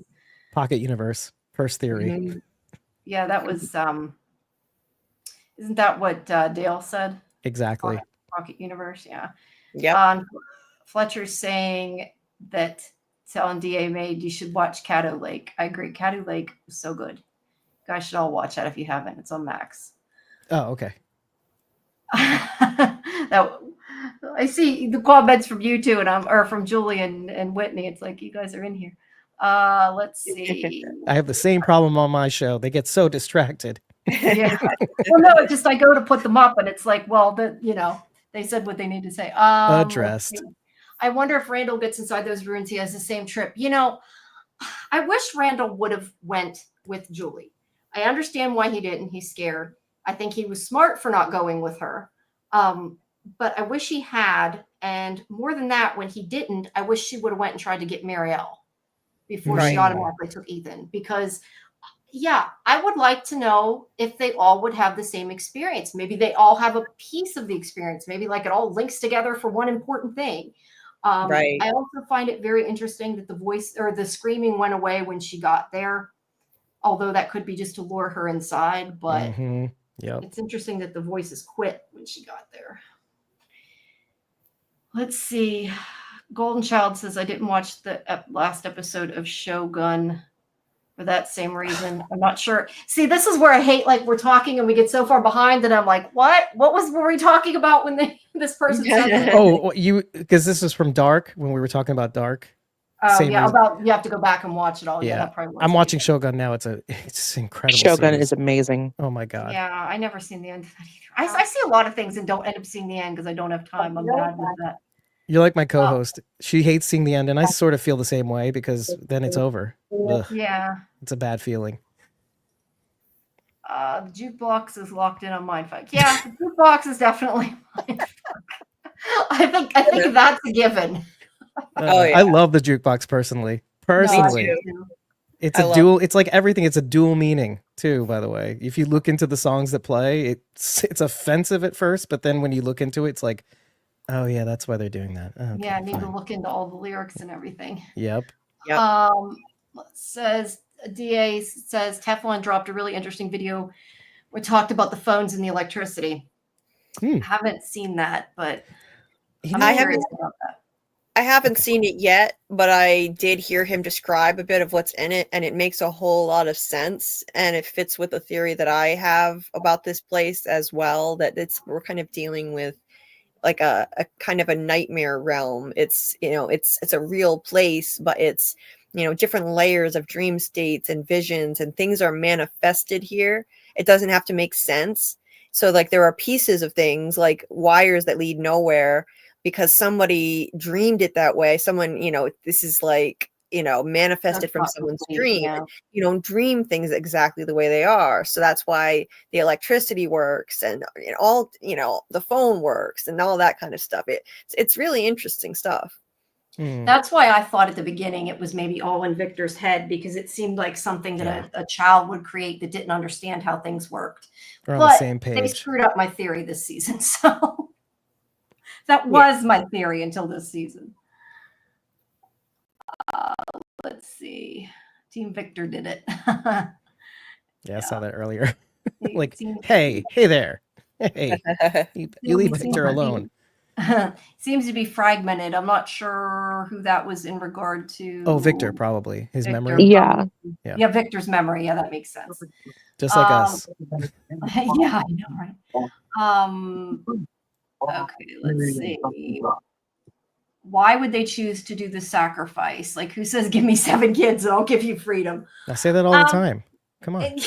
I say that every morning. Give me 7 kids, I'll give you coffee. I would love the blood of children today. Thank you. I prefer blood light. I like the hope, actually. I'll take the hope over the blood. Thanks. Yeah. Please now.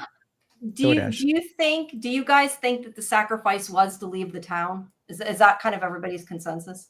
I think it was for a harvest. I believe that's what I said, like in one of the comments.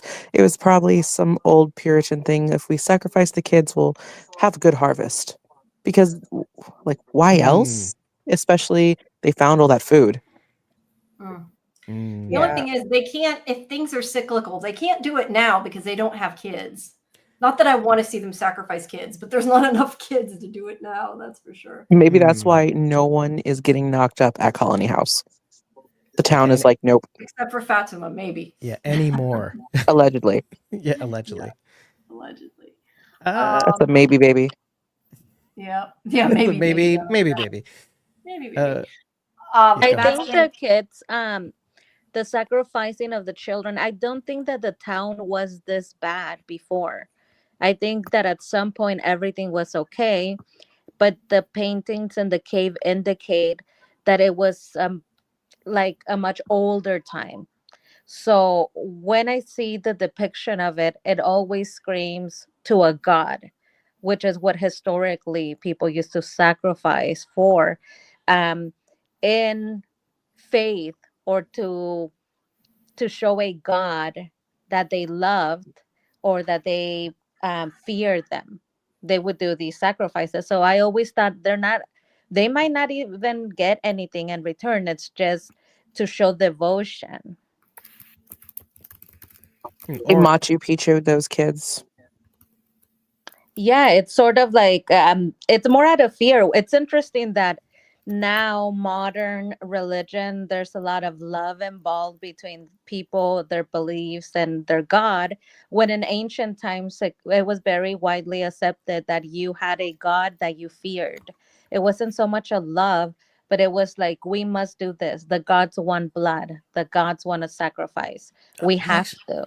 Yeah, we actually talked about this. I can't remember the context though.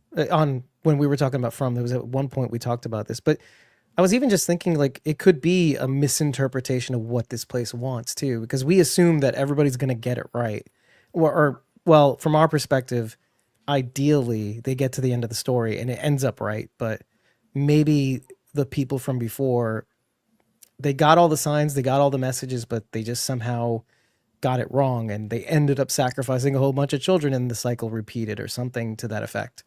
The people could get history it of wrong. Earth. Yeah, exactly. Well, kind of like everything, right? I I kind of think though that like they can maybe stop the cycle if they do what they're supposed to do and go to the tree. Like I kind of wonder if that's like the way to atone for it. They need to go through the tree and like tell what really happened, tell the real world what somebody did to these poor kids. Mm. And I was just going to add to what PM said. You say about they sacrifice, things for gods. They also though sacrifice people for demons too. So I think it can be the opposite side of that as well. Truly. Matt says that Victor's kind of an anomaly. He's the only one to exist across different cycles. Victor's an anomaly, I think, just because he's been there so long. He's you know what's all, you know? interesting? I'm talking about like goodness and like evil versus good, God versus a demon. What's interesting is that historically, a lot of the gods that people worship sound like demons. They don't necessarily sound like they are goodness. The line between good and bad is like not even relevant. For example, Perception. like they Yeah. had like the god of war, and you would pray to him to slaughter people. Is he good or bad? Could he be considered a demon? That you're praying to a demon to kill your rivals, right? Yeah. But he is considered a god to some. So I think that this is the interesting about From, and they did it in Lost, where the line between good and evil is depending on your point of view. Perspective. Sure. Yeah. Yeah, we Yeah. could be dealing with multiple gods. Even if we look at our own Christianity, one of the commandments is thou shalt not have any other gods before me. Didn't say I'm the only one, just don't look at the other ones. Don't look at that guy over there, the wizard behind the curtain. So Yeah. jealous. Such a jealous way to look at it. What a gem. A jealous god. Yeah, sure. Yeah, no, that does make sense. There is a lot of, I think, religious undertones as we're like, the more we're talking about it, you kind of see it, And Matt, I think this is in regards to the sacrificing and saying that it's in every major religion except maybe not Buddhism. I don't know, but I mean, you do hear about stuff like that in yeah. Being a religions of Jew old. here, not in this one. Yeah. There was a thing about not doing Kenny that. Didn't Kenny have a Buddhist altar in his house with his With mom and his dad's photo? Yes. Yeah. I say that Buddhist. I don't Yeah. know. I wasn't sure what religion it was, but yes, he has like a temple thing set up, memorial. But the Yep. Buddhists also have done self-sacrifice. There's actually a historical picture. It's terrifying. There's a Buddhist monk. He's in deep meditation, and he set himself on fire as a show of sacrifice. So even they did it. Yeah, that was a particular sect of Buddhism that I can't exactly. And there was also the sect of Buddhist monks who were. They believed in. They were kind of like a warring Buddhist. There were different sects of Buddhism that exhibited that, but that was in protest, if I'm not mistaken. The instance that you're talking about, self-immolation. Yeah, And but it is a sacrifice. That he was killing himself, and he was more than willing to give his life for this belief. Yeah. So it's interesting because, when you point it out, you kind of see it everywhere, even though we are very shocked by it now. It was everywhere. Yeah, Matt Gilbert points that out. Actually, he was protesting the Vietnam War. It was a Tibetan monk, wasn't it? Or no, it was probably Vietnamese monk. Yeah. It wasn't in service of like a god or of some sort. It was, it was in protest of that war. Yeah. But I think it still applies though, because if you think about it, the value you place on your life and what it means to sacrifice it, I guess it does kind of apply though. Oh. People are willing to do a lot of things when they believe in them, Yep, from all over I the think place. that's exactly the point, what you just said. People will do a lot of things, even some pretty horrible things like sacrificing 7 children, if they believe in something. It could be out of fear or out of love or faith or hope, which is something that they continuously explore and from. Yeah. I'm just wondering what was the deal? That is the question for me. Were they getting something in return? And what could be so important that you would give up your children? Well, can I say, I've had a theory in the back of my head that, especially when we heard that these children were born in the darkness, I think at a certain point, that town you could get out of. I think when those children were killed, we still don't know much about the monsters, but what if those were the children of the monsters, and because of what they did, that's what put up the barrier? Mm. Yeah, I do think it used to be a normal town at some point in time, rather than it like was created. I've kind of thought that from the beginning, but that was also because I thought Christopher's, massacre or whatever was going on in my head, I thought maybe started it. But I do think that it originally was a normal place. Something screwed up the town, and it does make it sound like in this episode when he says about about back to the beginning, does make me think that maybe these sacrifices are what started this whole time loop, people being stuck, whatever type of thing. Ugh, it is something to chew on. I mean, especially when you lift the title sequence, there was that in it, there was that picture of the skeleton on fire, and that is from a paper in Indiana, which we found out naturally, and then I went on Reddit and somebody else had the same idea to look up the paper. And so it could be a town that was lifted out of time or space. And talk about That would lost explain why all of those buildings are there from a certain time era. period. Exactly. Mhm. Yeah. Because we do get lost with the dates or the numbers that we assume are dates, but it could be a lot more recent than we think. And the motel was such trash, it just didn't make it. Yeah, maybe. There's stuff that's It is old, weird. though. Like the church looks way older than a lot of the other True. things, and then Colony House looks like it's from a different time period than the little houses in town. The Talisman Hut in the woods is very old. So Hmm. yeah, I don't know if it all came from the same time or not. That kind of muddies the waters a bit. It is kind of weird that certain things exist though and certain things don't. So Fletcher's saying he's glad that Victor mentioned Eloise and she was good at hiding. Yeah, I think that there's a good chance that Eloise maybe isn't dead. I don't know how you guys feel on that, but Oh man. I mean, I don't Oh, she's think alive. it's Tabitha or anything like some people, but I do think there's a chance she's alive. I went the exact opposite way. I did, because she was really good at hiding and he never really could find her. Oh, so maybe he never found her body. That's Well, a possibility. I was just thinking though that she could have died. Okay, let's just remember one thing, that Victor does often draw things that he means to forget, right? Mhm. He blocks it out. And he completely blocked out Eloise until he found the drawing finally of her. Why would he want to do that? Well, what if Eloise had died early on into their journey into this town, and she is just like the boy in white? They play hide and go seek. His mom doesn't know any better. Or she sees her too, even though she is dead.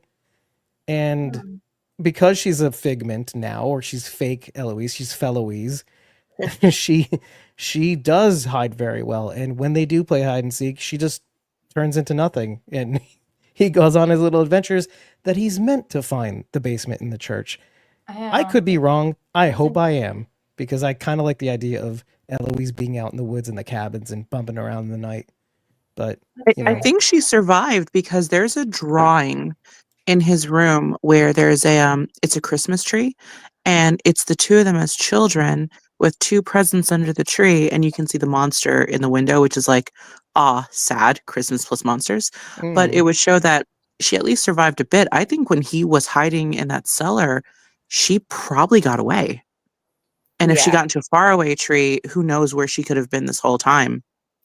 Well, I think the implication is definitely she was at least alive until that point. But I do like David's idea, though, that maybe that's not the case. Maybe she was one of these fake ghosts, whatever you want to call them, apparitions.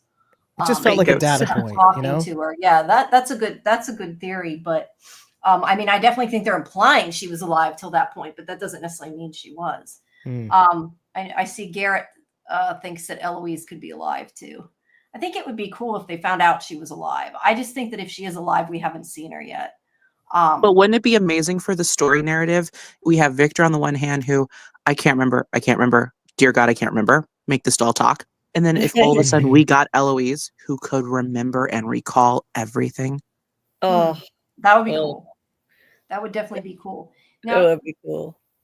Dieter wants to know about Victor drawing a spider in a snow globe. I've seen were those in the opening credits, or are they just in his room? Because I've definitely seen the I've pictures. definitely seen it too. The drawings. Yeah, it's not in the credits, the one with the spider coming down and the big raindrops, but that one was prominently featured in season 1. Like the Matthews were looking through the papers on the table, and yeah, that was one. That was a Well, unless you Yeah. forgot, I Abby. think the snow globe is more interesting than the spider, just because like they're stuck. Like it would be interesting maybe if they were in a snow globe. I don't know that that's the case, but it's an interesting idea.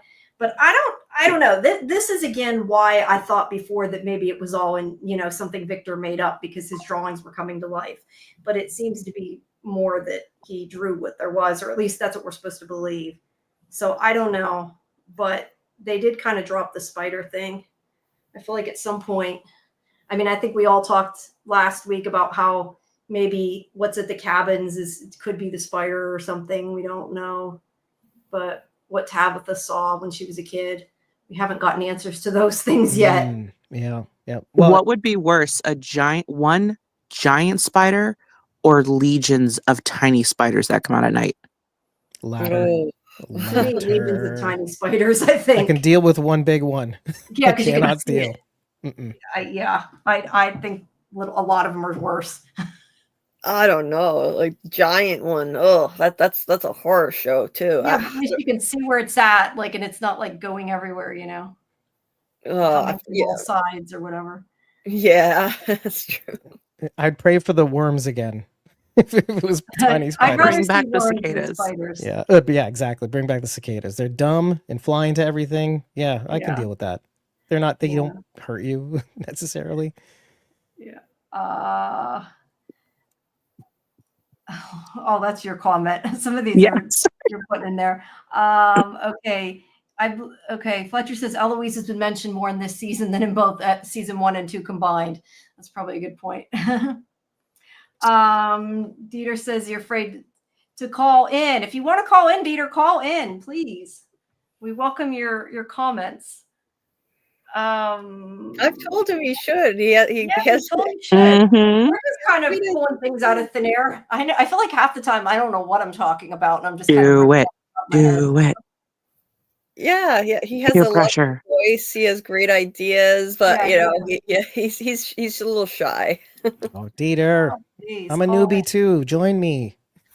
One of us. None of us, yeah. The way Sarah said, what was it like that day? She looked like she was having a moment. I'm thinking she connected to Victor. Could she be Eloise? I don't know. I think there's a possibility a lot of people could be Eloise, but I don't know. I don't know about Sarah. I think she was just trying to help him, but I guess it's possible. The dog is Eloise. Who knows? I will counterpoint though, because Victor's talking to Tabitha, and every now and again he looks at Sarah just out of nowhere, and I keep thinking, is he thinking, what is this woman doing here still? What get out of here. Sometimes I got that feeling, but Like then he's she chimes in ignoring and it's all different. Yeah. Just a little funny thing I saw. Garrett says they acknowledge their I'm not sure what this was in reference to. I think we've gone too far back in the chat again. Maybe the children?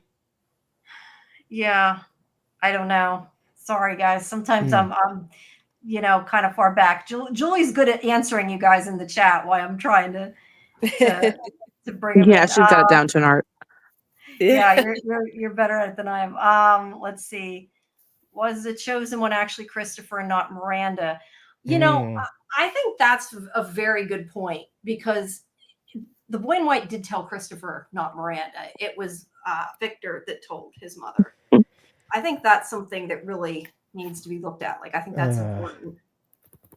I mean, I don't know the answer, but I think it's important. I groan only because this place has a way of, we meant for you to hear that, Victor, and for your mother, the chosen one, to go with. So whether indirectly or directly, I think that it was ultimately meant to happen this way. Well, Miranda also had the visions from way before too, but I want to know though why Christopher would not listen to the boy in white. Why he's saying he's lying. I think that's also something I don't know. I want to know.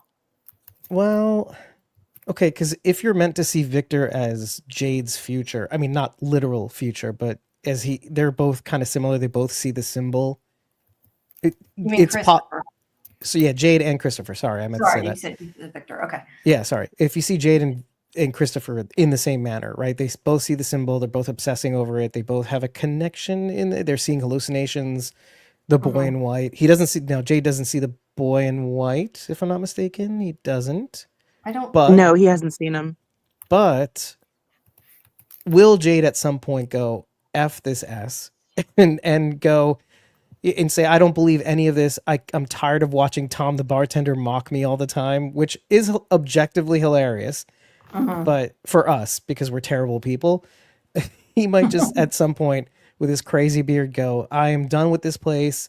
And then they'll kill him, obviously, because that's this place. So yeah, I am curious to see how that goes. And well, of course, Christopher and Tabitha, Miranda and Tabitha obviously have a similar, again, repeating storylines. And so does that mean that Jade is the Christopher for Tabitha? Maybe they just happen to be working together. Yeah.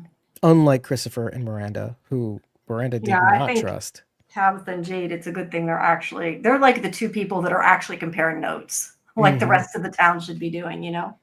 And they're the two people that need to be comparing notes the most, though. So that encourages me. I think that those are the two that really hold the key to all of it. Yeah. Let's see. Matt's saying that the big bad reminds him of Buffy. I haven't seen Buffy, so I can't comment on that. I intend to at some point in my life, but still haven't gotten that Oh, my far. co-host is a big Buffy nerd. And we It's did required watching as a human. debatable. They said that about the X-Files, and I said, no, I will not. I'm not Certain ready to do episodes. that. Best Certain show episodes. ever. X-Files is my jam, man. That's my favorite ever. I hear you. I hear Did you ever watch the banned X-Files episode? The what? The band. There's a banned X-Files episode, and I will not give it away, but it has to do with incestuous hillbillies, and they could not show it on network TV, but you can see it Yeah. on YouTube. Great. Now I want to watch Yeah, I X-Files. didn't know you meant home. Yeah, they cut that scene out. Although I think since then they've put it back in sometimes because now things on TV are a lot worse. Than they Yeah. used to be. But yeah, home was creepy as hell. That was a creepy. Wow. But yes. Okay, Yeah, I'm that was rethinking this home. idea. Whoa, it is like storming here. I can hear it outside my window. His visions are more important and more detailed than Tabitha, only really seeing the children. I assume he means Jade. Yes, I think Jade should listen to his own visions more. Mm-hmm. I really do. I think he's starting to. I'll say that Yeah. much. Yeah, Right? Because when he realized that Tabitha her presence was predetermined, or that maybe everything is predetermined, I don't think it breaks him, but I think he stops being Mr. Smarty Pants and really starts listening to this place and into the physics of this place. Kind of Christy says something to this effect in the second season, I think. The Great Ball of Fire, that the physics here may not make sense at first, but if you lean into it, you will understand. If you stop being afraid of it, it can make sense. Well, there needs to be some kind of discernment, because if you just leave yourself open, everything can walk in. Mm. I agree. Yeah. Well, again, why you need a gym. I'm kidding. Nope. Nobody nope. Honey bunches of nopes. I love it. She's gonna just keep saying nope. Fletcher says that Jade's the one apparently has seen his previous roles, not Tabitha, and I see Jade getting scared of getting inside the tree because of Dale. I definitely think he'd be afraid to get in the tree because of Dale. So Fletcher's saying that the different people he's seeing is his previous incarnations, I guess, is what that amounts to. I think that's definitely possible. Yeah, roles repeating at the very least, but maybe reincarnations. Yeah. Yeah, I know. I don't know. I think more and more it seems like it could be reincarnation. I do think that makes sense. I know, Julie, you seem to think so too at this point. Oh yeah. A month ago, I mentioned it in a video as a possibility, but I wasn't married to that theory yet. But now over the last couple of weeks, I'm completely sold on it now. Yeah. Yeah, I think it makes a lot of sense. I will say one thing. I am not married to anything I say. I'm just I know. merely paying attention. That's right. Be a bachelor My theory. theories change constantly. Garrett's saying these numbers are scores or records. That's an interesting one. I haven't heard that one before. Oh, We know okay. 1864 and a talisman takes you to Martin, but not Hal. So the other numbers definitely take you somewhere. Yeah, I think to me that's the biggest thing about the puzzle. My question is, do the numbers, we don't know if they're dates, but whatever they are they influencing where they travel? Or was it just completely random that Boyd went there and it has nothing to do with that? Because Maybe if it's had the written on the number in paper his from that pocket. time. Oh, I'm sorry. What'd you say? Sorry, go I ahead. said maybe. So if Boyd had to have the torch from Martin's cell to light it to get back there, if those pieces of paper are each handwritten from a piece of paper from that time, that could be your ticket to get to that time, because you would technically have something from there. From Like you mean like it could work like an item? It's not specifically what's written on it, but it's like the paper itself. Is that what you're saying? Kind of? Yeah. So like if you, how do I say it? Like if you are going into, if you want to go to the kitchen, you have to have an item from the kitchen in order to get into the kitchen. Oh, like the torch in the dungeon. Yeah, so you would need the Mhm. torch from the dungeon to get back to the dungeon. So if you were going to, 1862, you would need something from there, which I guess could be a piece of paper. Hmm. Yeah, but maybe it's like two pieces. Maybe like you need an item and the number. Yeah. That's really interesting. I hadn't thought about that. Julie, I have a question for you. This has nothing to do with that, but I'm just curious. StreamYard wise, is there a reason why like the people's names disappeared on my screen that you know of and how you get them back? I'm just curious. when you take out the chat message, it comes back. Oh, is that why? Okay. Yeah, that's I all just it is. wondered because they all disappeared. Okay. Never mind. You'll see. There you Yeah, go. I see that now. Yeah. Yeah. I actually had a theory about the numbers that, again, no, I'm not married to anything, but I one of the things was, okay, you can go with the dip switch theory, which is basically, and this is where Jim would come in very handy because he's an engineer, mechanical Oh engineer. my God. Sorry, I mentioned that on the side, but anyway, but yeah, these numbers could be, and since they are the same numbers on both trees, when you flip certain dip switches in electronics or in circuitry, certain pathways go into different areas, let's say, right? You flip one switch, the light goes brown, and if you flip another dip switch, it doesn't turn on at all. But these numbers could just represent different, I mean, if we're talking about trees and sometimes circuitry and leaves look like circuitry, etc. There is something to say about, well, if you alter the circuitry, it'll take you somewhere else, or it won't work at all, or you'll end up in a pool. So there's Or more than one piece to it. Not Yeah. to, like, have to do two different. That's interesting. But when you said dip switch, I thought at first you said Jim was a dipshit. Exactly. Well, no, that holds true too. No, I'm kidding. I thought that's what you said. I did, and then I'm like, Yeah. oh wait, that's not what he said. That's Well, funny. there is a reason why I thought that, because one of the things was, okay, so the first set of numbers from the original tree that Boyd finds, the numbers are written out, right? 18, the letters spelled out 1864. And so again, when we first see it, we associate with dates, okay, obviously. But then it doesn't make sense because of the actual numbers, and that the way that they're written down via Arabic numerals is they don't make sense, because 2654, that doesn't make sense. Unless but then- it's the future, which Yeah, but we then when don't- I read the actual written numbers down, they could just be two sets of numbers together. So 18 and 64. So 1860, like these are two separate numbers together. But then I thought, I don't know, have you guys talked about the theory that when one person enters the town, somebody has to die? You guys talked about that? I don't think Yeah. we have. We Okay. mentioned We have replacements. on this Yeah. show. Yeah. Exactly. So what if, and I know that some of the numbers repeat, and those could be something like spaces, let's say, if we're talking about phrases, like this is a code of some kind. But what if some of the numbers that don't repeat represent individuals in this town? Since there is a finite set of numbers and there's a finite set of people, So right, each that person is being assigned a number. basically, yeah. And if you're number 1 and you've been there the longest, 1 will not repeat. But if you're number 2 and you keep being replaced, you'll get 2s again and again and again. Yeah, and since themes do repeat on the show and people are sort of archetypes of a type of character, like you could draw a line between Boyd and Acosta. Well, are Boyd's days numbered or Acosta's days numbered? I'm not saying this or that, but it would be interesting if each number did represent a person in this town. They could be interchangeable, let's say. I don't really know. But it could be there's something to that, maybe. Well, Again, let we me don't ask know. you, if that's the case, how are you like connecting that with their traveling between the trees or whatever? Then yeah. It I'm probably not sure. does. It probably does go back to Christopher refusing to go through the tree. The pulling down of a number made it so that Tabitha can go through the tree and end up in the lighthouse. This is where it gets kind of iffy. Like, what makes it possible for Tabitha to go through the tree at the time? Because a number was pulled down just before she did go through the tree, I think it was. But So you think she's one of those numbers? I see. maybe, yeah. And that made it possible for her to travel. And again, this place makes it so that certain things have to happen for their desired outcome. Like Victor listening in on Christopher's conversation. That was meant to happen so that it would receive the outcome it desired, right? So certain numbers had to be pulled down from one of the bottle trees at the very least for Tabitha to make it through the tree okay and not in a pool.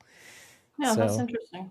yeah. Although we know other people have traveled through the tree and been safe, they just haven't ended up at the lighthouse. Or a random faraway tree that's not meant to go from A to B. Yeah, that's the other question is, are the faraway trees different? Is it only because we've had this discussion before that we thought that like the faraway trees were random, at least Victor thought it was, but yet he seemed adamant that that bottle tree took you specifically to the lighthouse, but that's clearly not always the case.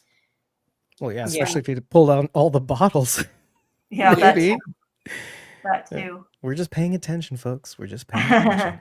Yeah, I never believed that I think that Victor got that information, from the boy in white, but it's faulty information. Like, I don't think that the destinations are random at all. I think some entity is controlling where those trees are going, whether it's the big bad or it's the boy in white, but some entity is controlling it. I mean, Boyd winds up in the dungeon where he gets the worms. Like, Sarah gets sent back to the safety of the town.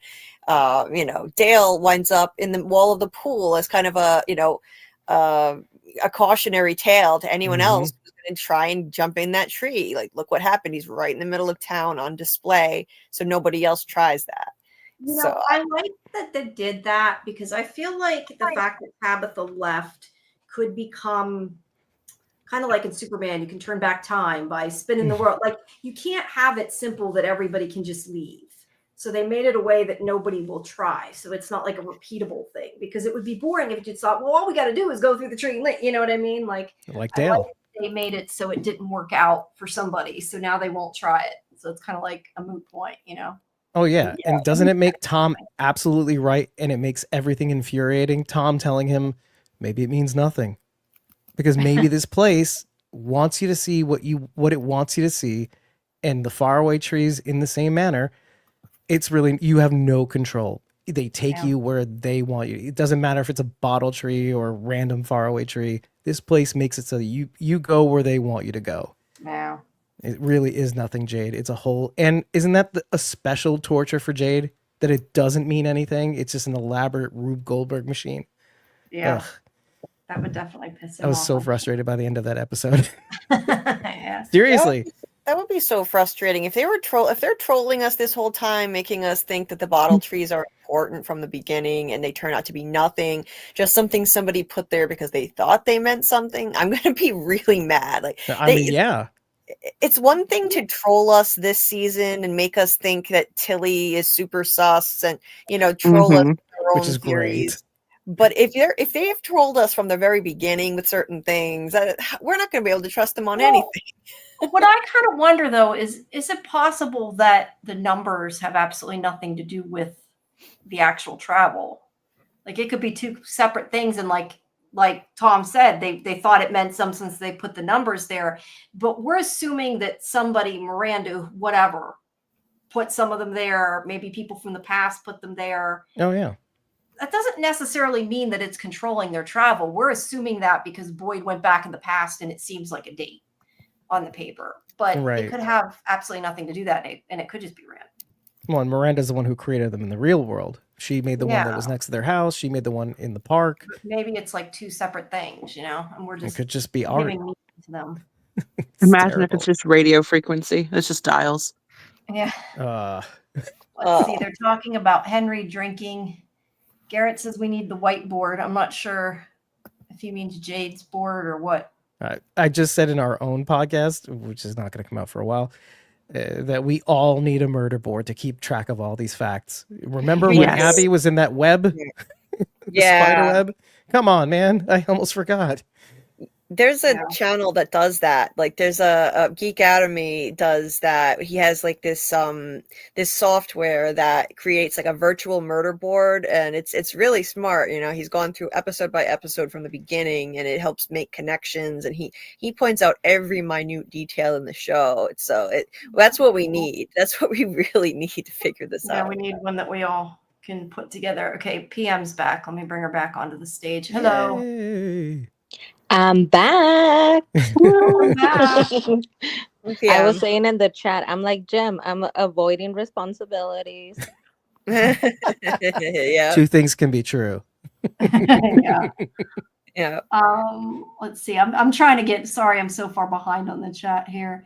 I still think that the numbers are music, like they're going to correspond to music notes. I don't like. I think that theory makes a lot of sense. So that's what I'm going with. Like, And the violin. Oh, yeah, I know absolutely nothing about music. Probably less than I should know since I took lessons growing up. But I know nothing about music. I don't know a lot about it.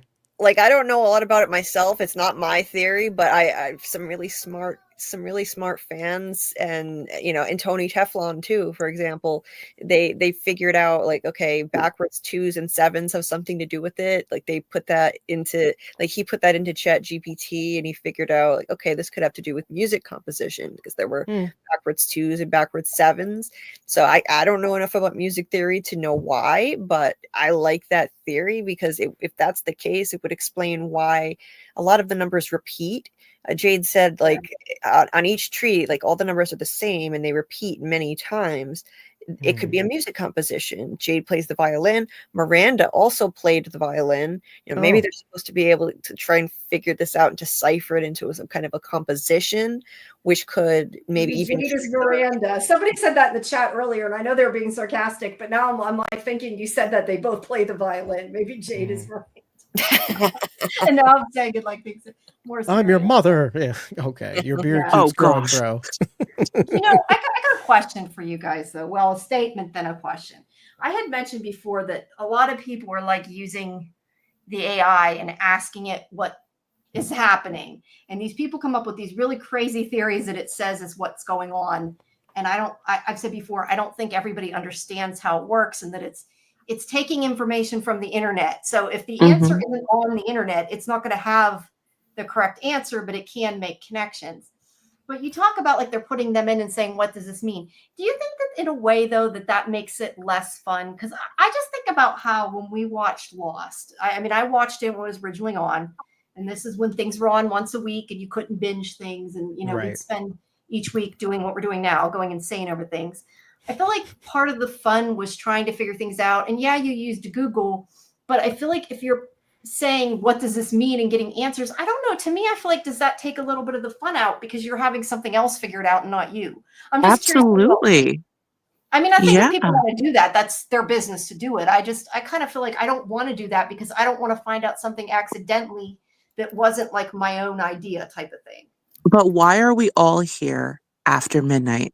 Because it's about the journey. Like it'd be like, do we want answers? 100% yes. But it's the theory crafting and the journey and the camaraderie. That's what makes it so fun. And I really hope we're not entering into a new generation of things where everyone is so used to just going on YouTube, going on Reddit, getting the answers right away. Thanks. And we lose that spark when it comes to these shows. Mm-hmm. That's why I don't listen to a lot of the theories that like the different shows like this, because I feel like I don't want to be influenced and take somebody's theory and then it ends up your own, like not necessarily even intentionally, but like you kind of end up taking pieces from everywhere. And it's like, I want to come up with my own ideas. Yeah, I 100% agree with that. Because otherwise I'd probably be spending 24/7 watching these things and going crazy and having less of a life than I do right now.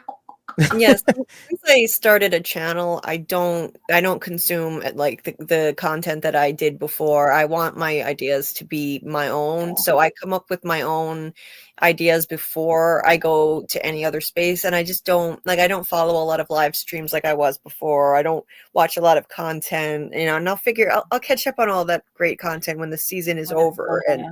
But for now, I just want my ideas to be my own.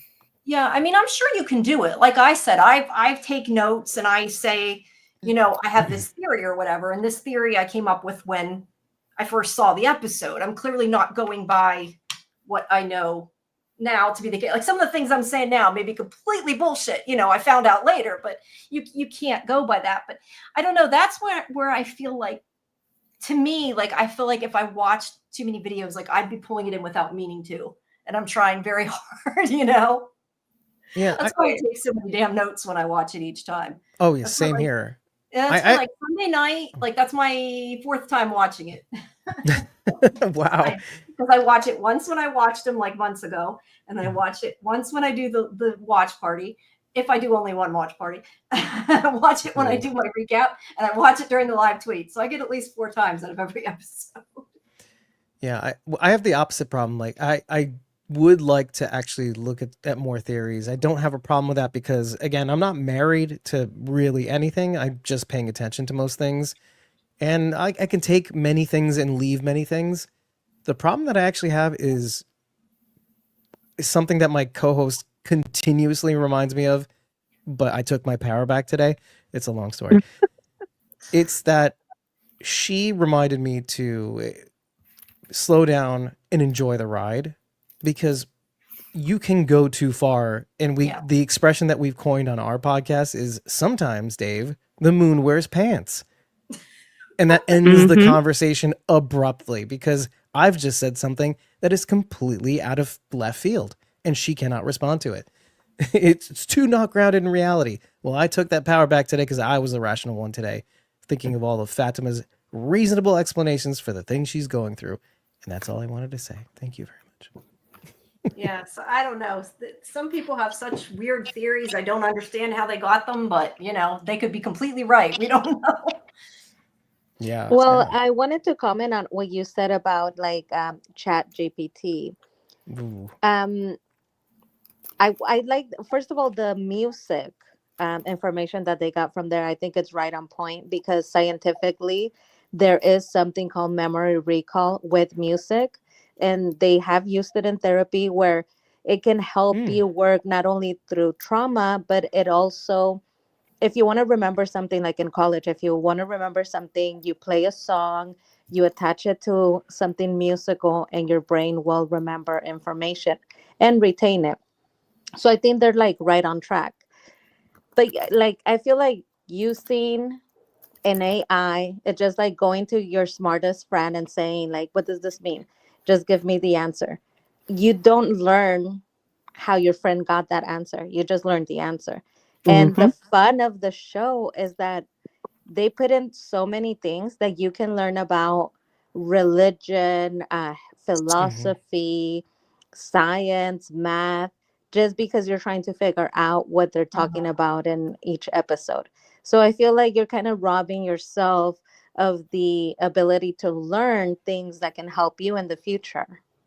Yeah, like I think the research is good, but that's not research.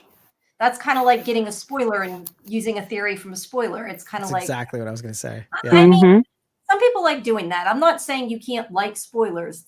That's fine. As long as you don't post them in my chat. You can like spoilers all you want. But I don't know. Just to me, it would take the fun out of it, because I actually thought about doing that one day. I was reading, somebody said it tells you all this, and I'm like, no, I don't want to do that, because I feel like that's kind of like the same thing as like me asking a writer or something, doing an interview and finding out the answer from them. Like, I don't want that, that would kind of defeat the whole purpose. I also think there's an opposite problem too, because it could just be wrong. And that's okay. Actually, I would love that for that to be the case, because I think as far as this show goes, and you can say the same thing about Lost to a certain extent, at least with From, so many of the theories that have been said already have proven to not be the case, which is a mark of how well written and constructed the show has been. So even that AI trick, it's not either it's not always going to work or it really isn't working at all. I think too, a lot of this, and I know sometimes writers say this, but I do feel like with this show that they really did have a lot of this mapped out beforehand, because I don't think that they could have made things connect the way they did if they put them on the fly. Because I pray to God. I mean, I'm sure there's some things that they've come up with, you know, like when they start writing the season, but I feel like some of the things they have to have planned in advance. Like the thing with the rope, is it necessarily important to the story? I don't know. But I do feel like when they wrote that scene, they probably had this already, the idea that it was going to be Julie, because they couldn't have, like the whole story wouldn't have made sense unless that part was figured out ahead of time, or at least pretty far in advance. Yeah. No, I think you're on the money with that, because I think there have to be many things that have to hit. But there are certain things that I think they can get rid of. And a few of those things, let's just say these out loud. The kimono wearing lady, stop going, ooh. Okay, that's one of them. The other one is Sarah constantly screaming in pain. That was another thing they finally got rid of because, well, the audience didn't like it that much. Yeah, it's good when they somewhat listen to the audience, but I don't want them changing the story based on what people say. I like the idea of them trolling us sometimes because that's funny and they put references in. But like, I hope that they had a lot of the ideas beforehand. I mean, I'm not naive enough to think that they've written everything, but they need to at least have like big story points already mapped out from before. Because that was part of the problem with Lost, I think, is that they sort of had the very last scene written. And I think a lot of it they sort of wrote as they went. And it kind of didn't always go, you know. I hate having this thought. The only thought is that maybe they are paying attention and they are doing a bit of a course correction and trying to make it so that it does make sense. Like for example, I think they do have this series largely mapped out. But I think they can afford to do a couple of course corrections if they feel the audience is on the money in any way, which I absolutely would love. I think your audience should not know what's coming. Yeah. And yes, the fun is trying to figure it out. Too much. Yeah, exactly. There's something I would like to add to your list of things that they should get rid of. And it's this Polaroid camera. So with a never-ending film. Yes. It takes a picture. It's just sitting there. Like, come on, we know what's controlling the camera, so the camera no longer is interesting. Like, stop it with the pictures. Just show up. We assume that this lady, kimono lady, is telling him all of these things. We don't need the camera. I don't know. It became cheesy this time around. Well, I don't think it's something that they're probably going to continue with after this season. I mean, I could be wrong, but I think it's just temporary. I agree. Storytelling device, and then did that. But I love that you said it.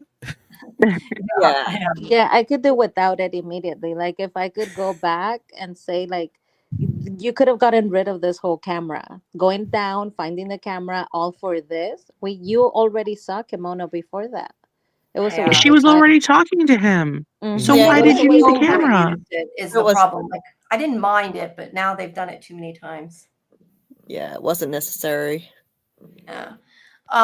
So Jay Slake, welcome Jay Slake. I was gonna say some of these comments though, we're like over an hour behind chats. So apologies. Probably some of these people who said this aren't even here anymore.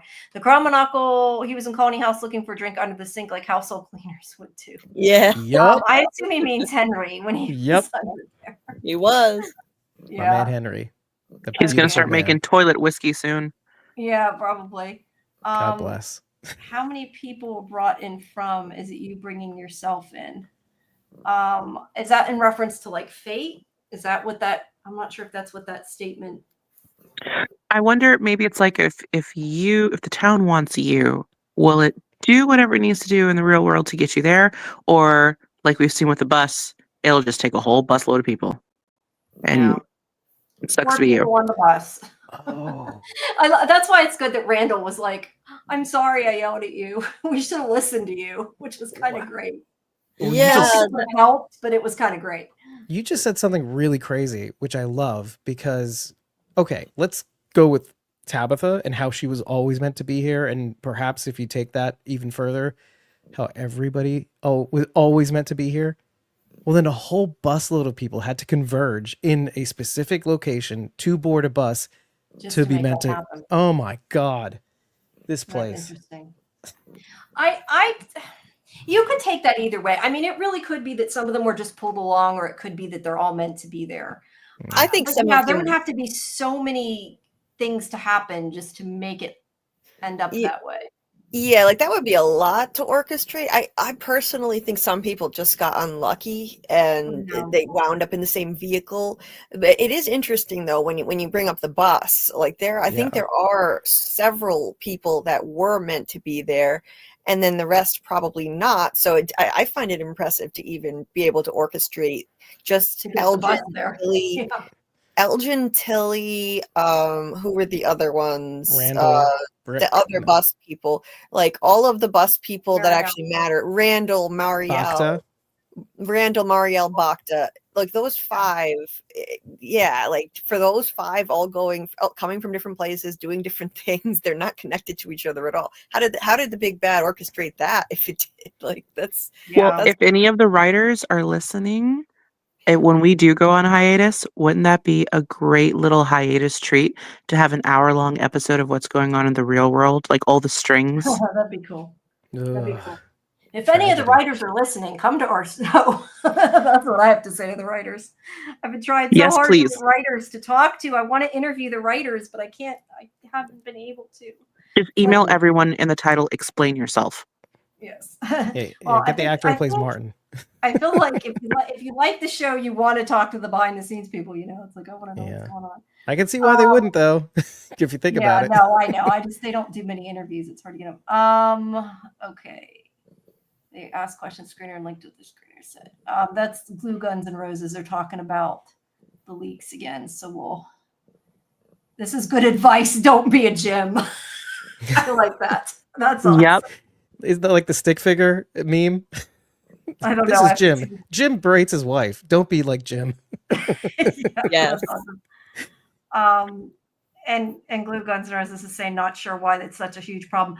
I think part of the problem, just without getting too much back into the leaks again, I think part of the problem is that there's so many huge fans of this show. I think other shows, people don't necessarily care enough to try to find the information.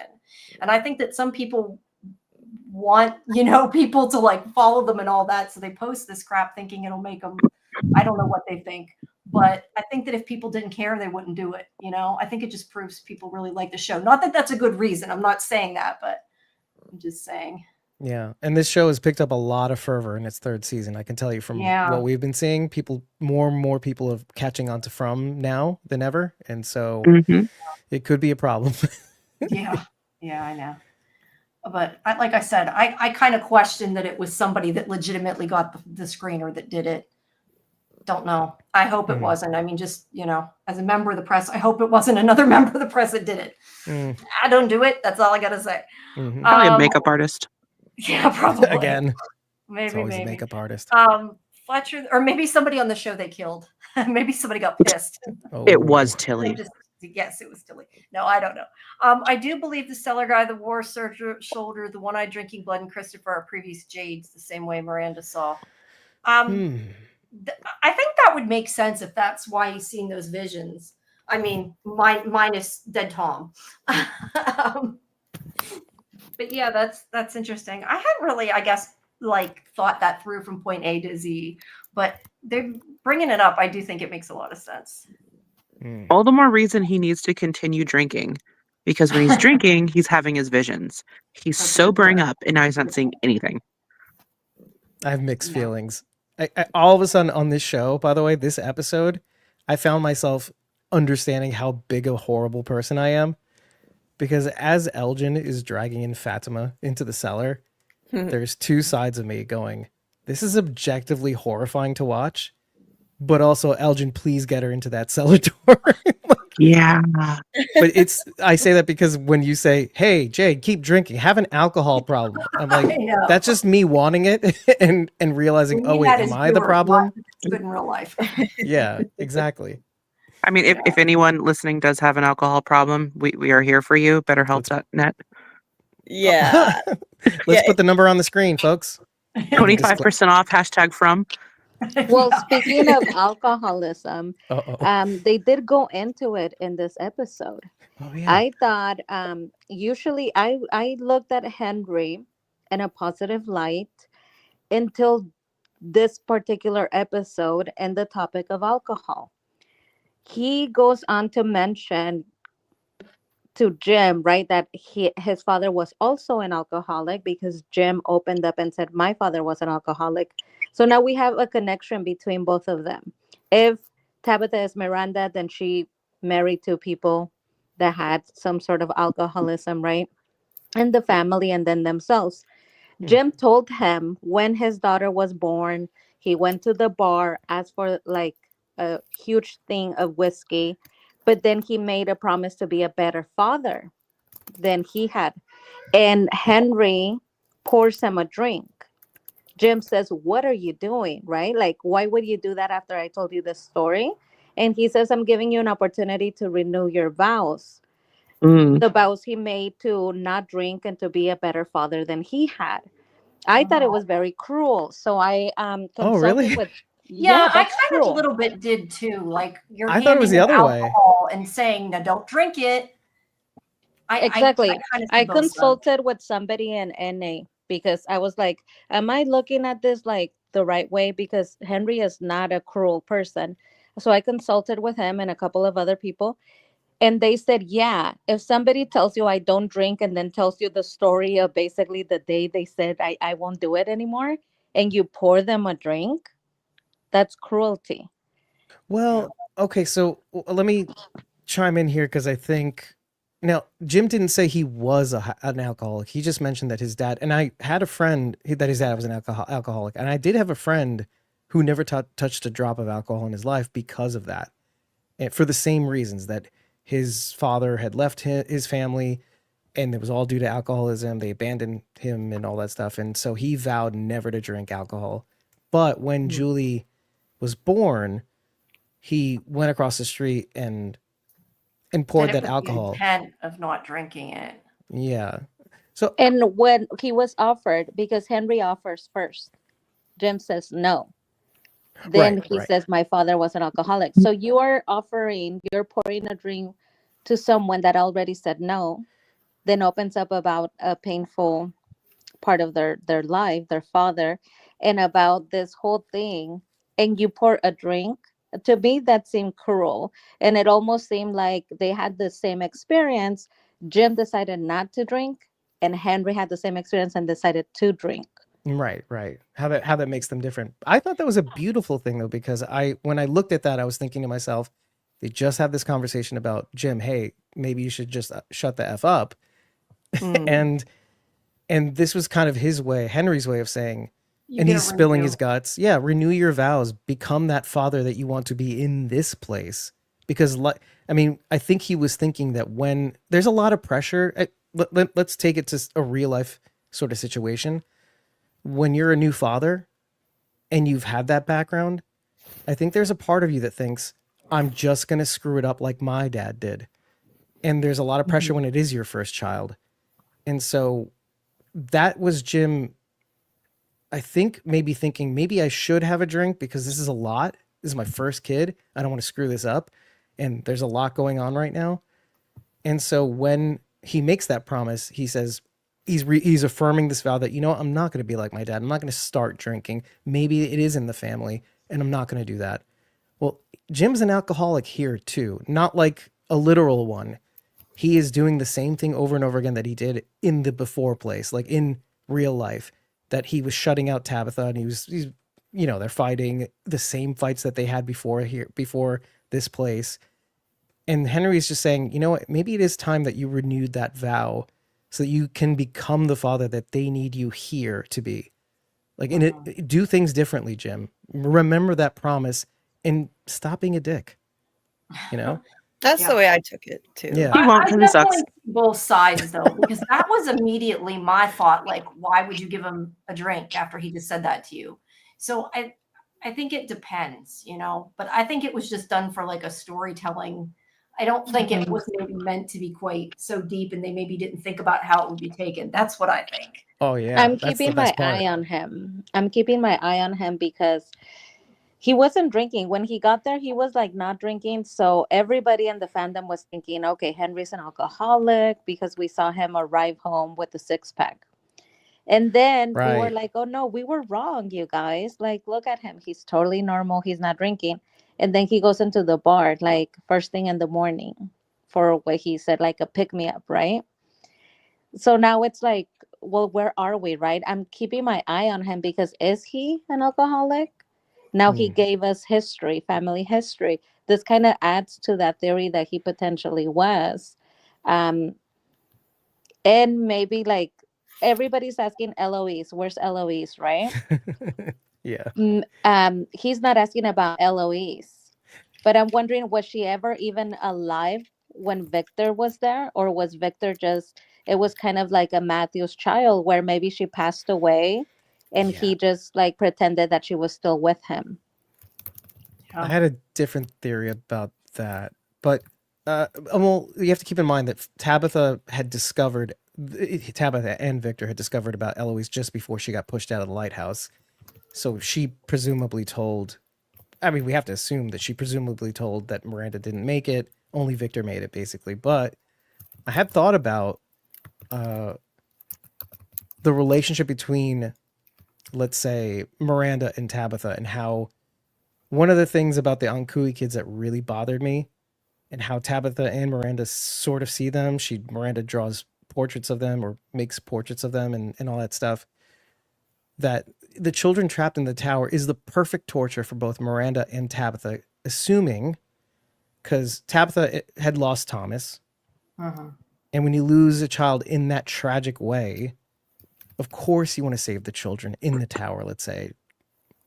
So what if Miranda, and there is a bit of symmetry between Miranda and Henry and Jim and Tabitha.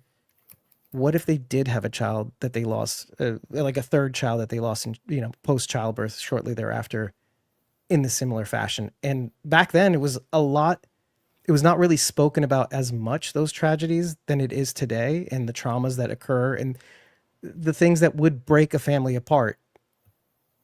Much in the way it is breaking Jim and Tabitha apart again. And so maybe that was another reason for Miranda to run off, but B, a reason for her to construct this theory that she has to save these children from the tower. That they're having similar tragedies that are reliving themselves in the Matthews, let's say. So yeah, it's natural for her to want to save children from a tower. It's just like I'm attributing it to a red herring. That like the Ankui kids are meant to torture Miranda and Tabitha. That's interesting. Yeah. Interesting. And I'm trying to catch up with the chat. I'm not trying to ignore people. I'm like, word out. I blame me. It's fine. No, That's it's like okay. I don't want people Jim's to fault. I'm watching the chat. I'm watching the chat too. I've been answering them and I've been responding to them too. So I got you. Yeah. Whitney, it's Jim's fault. It's just Jim's fault. And you know what? I love that you like love him so much and that he's beloved, because then I know he's gonna die, because we're supposed to like lose 3 beloved people, right? Like Tianchen, right? No, what? Keep on Aw. loving him. I know, Yeah. really. Grow and Thrive says that Christopher was drawing the symbol before the children were sacrificed. I kind of assumed that the children were sacrificed a long, long, long time ago, as Or in the opposed future. to after, Christopher and Tabitha came, or not Christopher and Tabitha, Christopher and Miranda. Mhm. What about you guys? Don't you think that, or I don't want to put words in people's mouths, but Well, I started to wonder if maybe it wasn't such a long time ago that they were a sacrifice. I'm starting to think that since the boy in white, we hear, he told stories and somebody who loved them told a story. What if he presented himself as a child like he is now and got them to go through a faraway tree to where those slabs are? ooh, Hmm. And he was the one who led killed the them. children there, you mean? Yeah. That's interesting. That's interesting. Maybe. But I definitely thought that the children were killed before Christopher ever came, because I thought the point was they're trying to get. Well, no, but I guess if they're trying to save, see, I assume, and maybe I'm wrong, but when they say they have to save the children, I more feel it's like they're saying correct what happened a long time ago. Like I said, maybe the point is to go through the tree and tell the world what happened. Like, I think the actual whatever happened like a long time ago. But I guess you could take it more literal that they were telling Christopher to save the children that were still alive. So I guess it could be taken either way. I just never heard it taken that way before, I guess. I hadn't really thought about it that way before. Yeah, no, I think that it was a sacrifice that started this whole thing a long time before that. But I think in every cycle that it's possible that someone in Christopher's role was thinking that a child sacrifice might be they're driven to the point of madness until they think a child sacrifice might be necessary to escape. Yeah. When in reality, what they don't realize is that child sacrifice probably started the whole thing, and that's my It's opinion. making it worse. Yeah.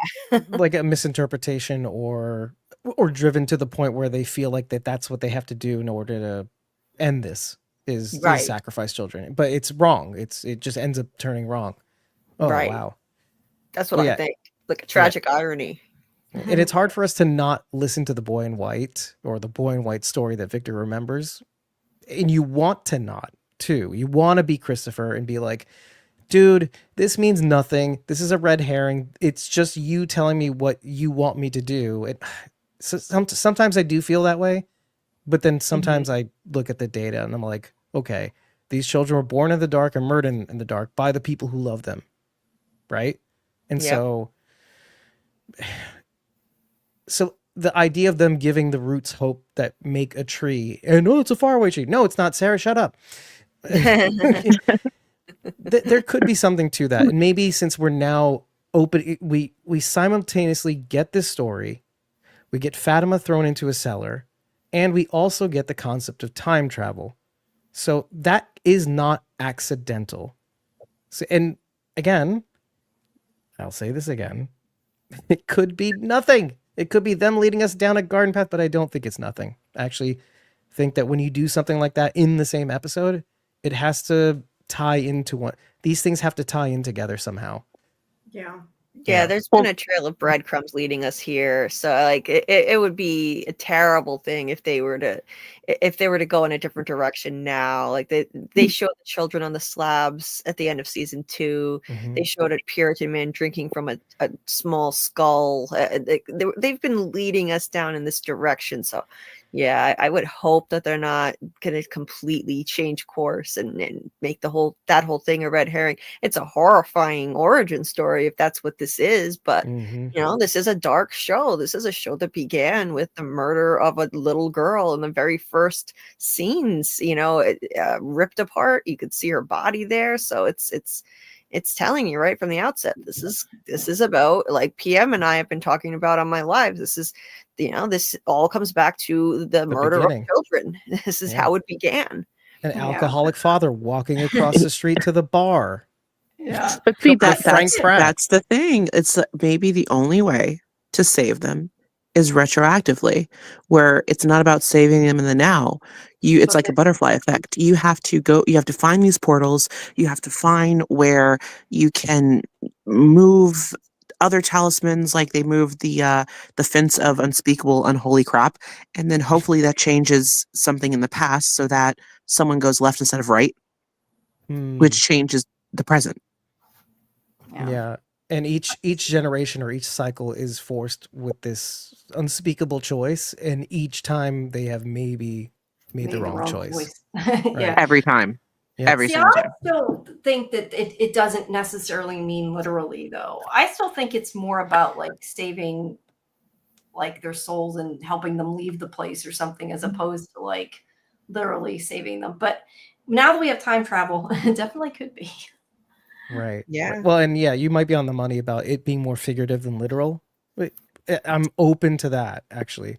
I'd rather it be that, actually. Yeah.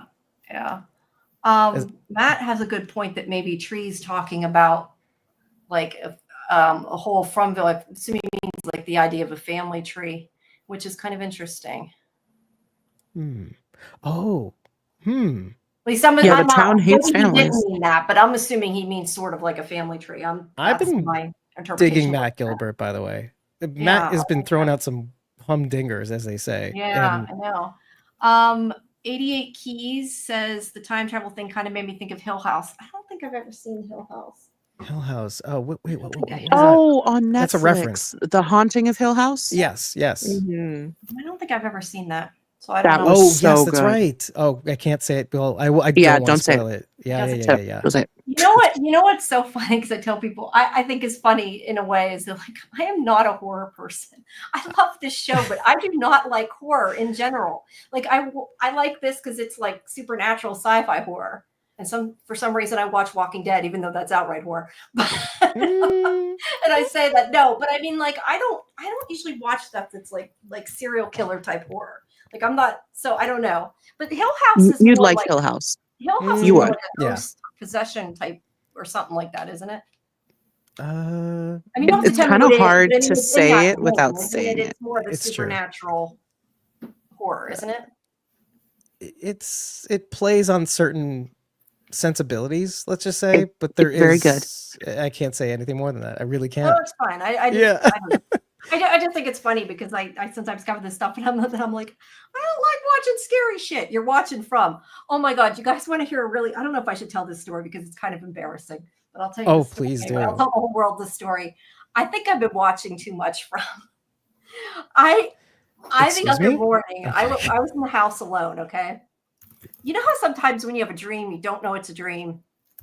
I think Yes. it's been too many scary things watching or whatever. Mm. I thought, and I did not know like it was a dream. I almost screamed because I thought that somebody broke in the house. I thought somebody climbed in bed behind me, stuck their arm around me, and it was completely, I don't know what made me think it. I must have been having a nightmare. And I almost screamed because I thought it was so real. And I laid there and I'm like, it's a dream. It's a dream before I screamed out loud. And then I realized it was. I think the person wasn't even human, though. That's why I think it came from. I think it was like a creature or something. Maybe it was a ghost. I would never Maybe. shame you. That is terrifying. It is Was it one of the terrifying, 'cause I laugh monsters? about it now. But yeah, I was all alone in the house. And I honestly, I was in that moment where you're not awake and you really think it's real. The And you're sleep not all paralysis the way sort of awake. situation. Yeah. Yeah. It was the hag. The kimono lady. Yeah, it person? was Oh cool. no, Oh so, my- no. So we have this saying down south, like with the sleep paralysis. When Oh. you're like kind of half awake and half asleep, they say, "Oh, the hag is riding you."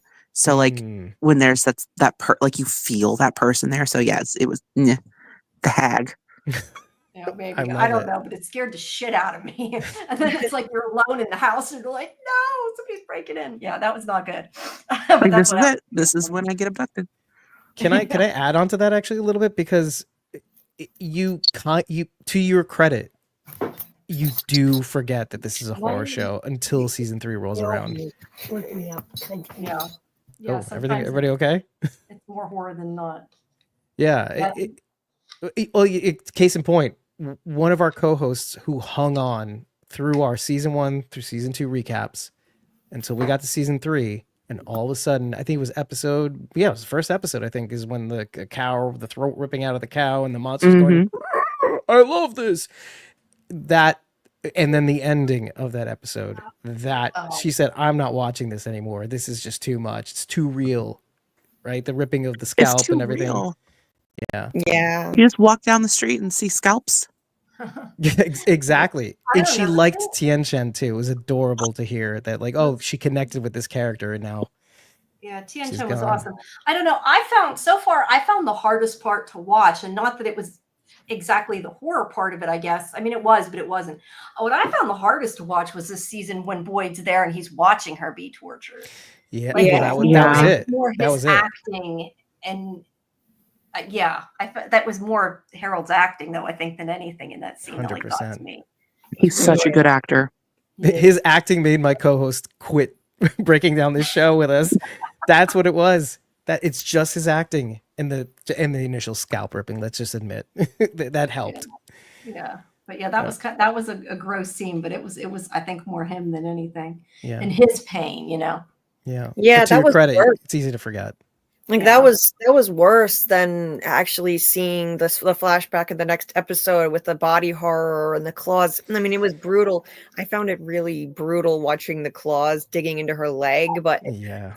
seeing Boyd's face though, that his reactions, that was actually worse than the body horror. Ugh, Really. Yeah. Yeah. No, Yeah. you're Whoever totally right. directed that was a genius. Yeah. Agreed. Yeah. The boarding on that was in the shots. Oh, Mm-hmm.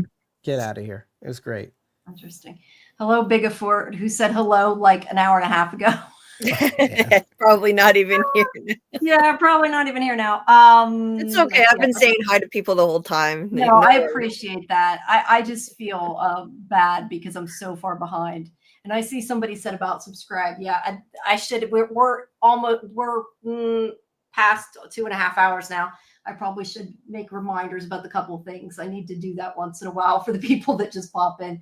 Make sure that everybody checks out the description of this live to check out Julie's stream and the Squawking Dead stream, and make sure you guys check them out and like and subscribe to all of us.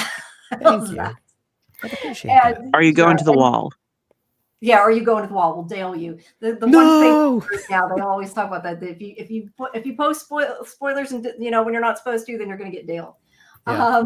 So make sure that you check that stuff out. And also, if you look in Sci-Fivision's channel, I hope that I have them all marked now. I'm pretty sure I do, so I don't have to keep repeating the dates and annoying people every time I say the dates of the people coming. But starting, it should be under our.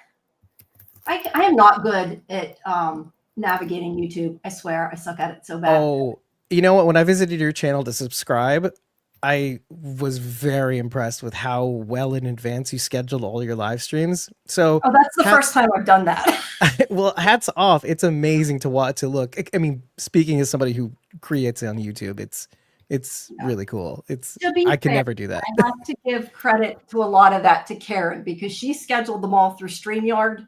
So I edited them and, kind of messed around with it, but she originally scheduled it. But I have if you look under the community post, I just found out like a couple weeks ago that you could make community posts. I didn't know that. I only started using myself. Yeah, but it has, I did not put up about Chloe yet. I need to do that. I thought I did. At the time, I think I didn't have the graphic. But it has this. Yeah. Sorry. It's a nice it has this, I hear somebody talking. Did you say something? Yeah, I was just saying it's a nice tool to have. It's really cool. Oh, yeah. It's helpful. But anyway, if people go there, you can see all the live shows we have coming up with our special guests, Nathan Simmons, Avery Conrad, Elizabeth Saunders. And then the next one that's Chloe Van Landshoot that isn't listed there. I'll get it listed there. But it's always on our social media. And like I said, Hannah, who plays Julie, she is coming as well. I think maybe Friday, but I'm not 100% sure. We don't have a confirmation on date yet, but she has agreed to come. So everybody can check that out, and check out all the old interviews too that are there. And you can always, of course, restream our live shows too that have some of the interviews. So there is that. All right, let's see. What's this? Miranda made the trees before she entered from, but how could she have made the older notes in cursive if Victor found her body, unless she went back in time to go backward? See, these are all good questions. I love how when you do this and you see the things in the chat, you're like, I didn't think of that before, Wow. I hope the writers thought of it. I had previously said, okay, there is a drawing of Victor's with 3 women in a patch of flowers with a dark figure in the background. So if we're to assume that there is a Miranda and then there's a Tabitha, it's not to say that there may have been another woman before Miranda. Interesting. But yeah, I don't know that Miranda made all of the notes. I tend to think that she made the newer ones, and maybe she made them because of a vision she saw of the older ones. Who knows? Right? I mean, it could be. I've thought of that before, though. I have thought of that maybe Miranda did get out, time traveled, did all kinds of things, time traveled back, and then died. You wouldn't even know that she had ever left. Like, it's possible. Like, she actually could have left and then just gone back in time. And it Wait, would have who's Tabitha or Miranda? Sorry, I Miranda. missed part of that. Miranda. Yes, Miranda. Miranda and Tabitha's bogus journey. yeah. So she would just keep time traveling to the same tree and just saying, "Oh, I'm in this time. Write it down. Put it in a bottle. This time wait now." a sec. You're right, because if we're starting to play with time and it's almost imperceptible, right? You go, let's use the dungeon as an example. You go in, you suddenly find yourself some other time. You can easily come back really quickly to your own time and see that Mhm. bottle or that As note long that as you don't end left. up like Dale. Well, yeah. And that gets back to our conversation we had last week about the body in in this, what I'm calling it a cell. It's not really a cell. The room that Fatima, that Elgin's putting her in, that body we were talking about, it definitely looks like it's dressed like Jade. Okay. And that's kind of the thing about if they're time traveling, like they could be alive and dead at the same time, you know? Yeah. Yeah, the notable 50s garb, 50s, 60s-esque garb, right? The shirt looked kind of a button-down 60s-esque thing. The beard, the crazy hair, Jade hair. Yeah. Oh my God. We had on our regular show on Tuesday, we had this conversation. Karen was telling us that the body had a beard and none of us noticed that but her. I definitely did not notice that until she said that. And then I went back and looked. She was right. Yeah, and I think it looks like Martin because he has like that beard, Damn. and his hair is like it has gray in it. Yeah. I think that's how Julie was in bed, but she was also in the dungeon. I think he physically was locked in there and mentally in the dungeon, and so his body died before he could ever Convulsing. be rescued mentally. Hmm. That's That interesting. is interesting, actually. Yeah, definitely. Martin makes sense too. Oh, I see we have somebody in the private chat and I didn't even think that. Oh, you're talking. Okay, never mind. Yes, I appreciate you answering them, Julie. Yeah, that's interesting because it definitely could be Martin. I have assumed it was Jade, but Yeah, Fletcher's echoing it too. It's yeah, Martin. It's his physical body. yeah. I wonder though, like if we get we do have the confirmation of time travel. What are the rules going to be? Is it going to be where you cannot run into yourself because then the universe will collapse? She sort of Or did, though. well, that's what because when Martin said like you have to, hey, get out of here. You have to run. Yeah, like you have to get out of here. Yeah, would that completely mess up everything? Yeah, who's going to Maybe. be back soon, right? Yeah, They'll who's be gonna back be back? soon. Yeah, he said they'll be back soon. And he told Boyd, you got to get out of here before the music stops. Yeah. Oh. Interesting. I don't know. Everything about that place is weird and confuses me and makes me think of all kinds of things. I will spare you the theory I had of the worms as a result of watching this episode. Because again, this place wants you to see what it wants you to see when it wants you to see it. And so Time worms. What if the worms weren't worms? I'll leave it there because it's crazy pants. And What do you mean? Okay. Oh yeah, I'm not going there. I like you guys too much to expose you to that one because it has to do with it, the movie, and when Boyd kills the From monster, it's exactly like I forget what the character on it. He goes, "This is battery acid, you creep," and he sprays the battery, the asthma medication on the it monster. Yeah. And that's what Boyd essentially did to the monster. He showed no fear, and that's how it died. The worms weren't power of worms at all. imagination. Exactly. He willed it, and that's what happened. He hoped that would happen, and that's what ended up happening. He showed no fear. He took the sustenance the fear monsters wanted, and away from them. I don't think that's outlandish at all, actually. I think that there's actually I think there are grounds for an argument for that kind of thing in the show. For example, in season 2, Randall was on the bus yelling at the monsters saying, "I'm not afraid of you." And they all just turned around in tandem and walked away. And that always made me think, like, if you're not afraid, does that help? And then this season, Randall seems extremely shaken up by what he went through. And he's out of the 3 people from that cicada trance, Randall is doing the worst out of the 3. He's the only one who's actually experiencing like imaginary cicada attacks. And the person who's doing the best is Marielle. She says that sometimes she thinks that she can still feel the cicadas inside her, but she tells herself it's just fear, and fear can only break me if I let it. Let it. Nice. Right? Yeah. Well, Yeah. Yeah. Possible. Julie, first I want to say, I hope Boo is doing okay. Hi to Boo, the kitty cat. Mm. But if this whole show ends with the power of friendship, I'm blowing up my TV. No, I hope it's not just that. I Well- do. I'm just saying there's merit in that. There is merit in that. Yeah. I think it's more than just if it's that like too. we all just have to believe. Rainbows and unicorns, right? But there is something to that, because when you watch it's easy to forget that Fatima, cause one of the things that I extrapolated from because I always keep going to the rational when it comes to Fatima, because everybody's too afraid that she or the demon baby is a thing, and they keep forgetting that there's completely rational explanations to whatever Fatima's going through.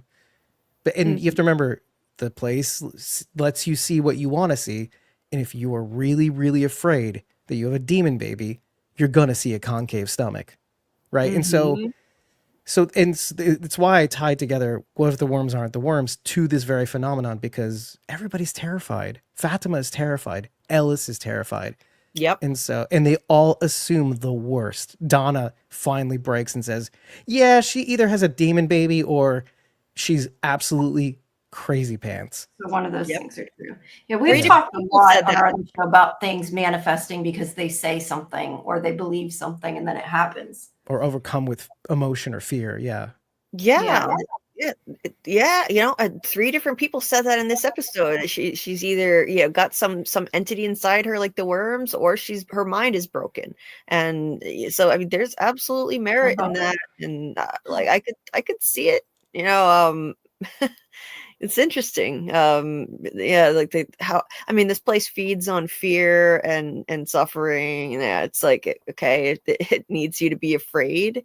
And Ellis was saying that he had nightmares about the baby being born with fangs and claws. He's full of dread. Fatima's full of dread, with not an ounce of joy when she tells Donna she's pregnant. It's just nothing but dread. So could be manifesting something. She's anemic and has placental abruption, which is why she needs the blood. Just gonna say that and move on. Well, I said before, there are people that crave blood like for real too, because they're missing something in their diet in their body or something. So it isn't like that hasn't happened in real life. Not that they usually go and drink human blood. I'm just saying. Yeah, and she has That ain't like a pica. thing. It's completely rational.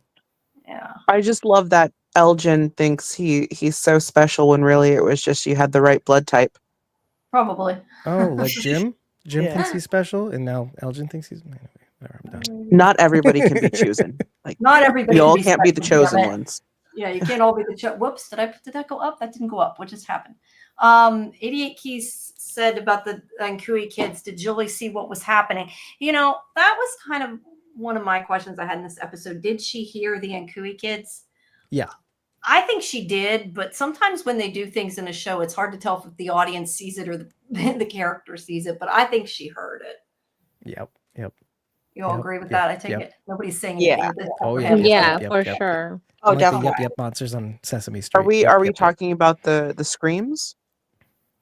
No, well, Well, they were I screaming. assume she means when Julie heard her mother and Victor that the kids started singing "Cooey," and I think she heard it too. That's what I. Oh, okay. Yeah, because I was attributing the screaming to like the kids, because we're hearing like one version where the boy in white's like, oh, they took it like champs. They sat on the slabs. I thought maybe the screaming was the kids. Oh, Like, I assume the realistically. screaming is the Cicada 3 screaming. Like she hears themselves Like, screaming. I think That's it how I blends. Yeah, too. And when she gets out of it, she comes out of it. You hear Ankui. They start screaming Ankui. Then it blends into the screams. And Yep. Ethan himself goes, Julie! Like, it kind of goes right into the other. And Yeah. so it's a Wow. cacophony. Yeah. It's beautifully filmed in that respect, by the It way. really It is. just flows really well into each other. Oh yeah. Garrett She's says going- this is the end of the middle. We will learn either the true beginning or we move into the actual ending of the ending. It's somewhere in there. Sounds like some We'll of the do it riddles together. episode. Yeah. Let's see. Glue guns and resistance. I think the time travel is more like overlapping timelines. Like okay, see again, I haven't seen Hill House, so I can't comment on that. But like the We'll leave it breakneck there, rate glue as guns. well. Yeah, That's it. yeah. Okay, let's see. Okay, let's see. Fletcher. I think Martin is the corpse in the cellar. His physical body. That's what we were just talking about. His spirit or soul is what's in the dungeon, like we saw Julie. Yeah. I want to talk more about the whole time travel thing yet, but I'm trying to get through these chat things. Yeah, let's do that. That's what I'm trying to. Okay. Let's see. Martin is performing for them. He knew who Julie was, and he was foggy when Boyd got there. Yeah. I don't know. I don't know whether I think he really knew Julie or he's just like, An entity, the right. town and saying it. The It figure. isn't even real. Yeah, I think he's an entity. Yeah. I don't know that I think he's more likely an entity than a person, or he's at least someone that's working with the entity. Oh, I just had a dumb thought. I hate this. Okay. What's that? What if Martin is somebody we will meet? And Yeah, time no, travel I is a thought of that thing. too. And we're Oh. not going to recognize him when we see him at first, but he'll end up growing a beard just like Jade. Oh, that would be great. Oh my god. What a mind F, and I'd love it. I would love wonder though. I kind of wonder though, like if I feel like if they've told us his name, that whoever he is might actually have to have that name, like as opposed to it's somebody we know and is just using the name Martin, So I feel like otherwise it's too confusing. True. But yeah, it could just be somebody we haven't met yet. If it's time travel, it's hard to know. Golden Child said their hopes into the roots that became the tree in the road. When people get trapped, they created Fromville Dimension where everyone is getting drawn into because of the connection with the Ankui kids' hope. Oh, so that's looking at that the other way rather than the tree is the Great. way out. The tree pulls people in. That's Just- really interesting. That's great, Golden Child. Oh, I love That is that. cool. Yeah, maybe they're pulling more people in like Miranda because they want to get out and they need their help. That is really interesting. This year's Arbor Day is going to be amazing. Oh no. Okay, let's see.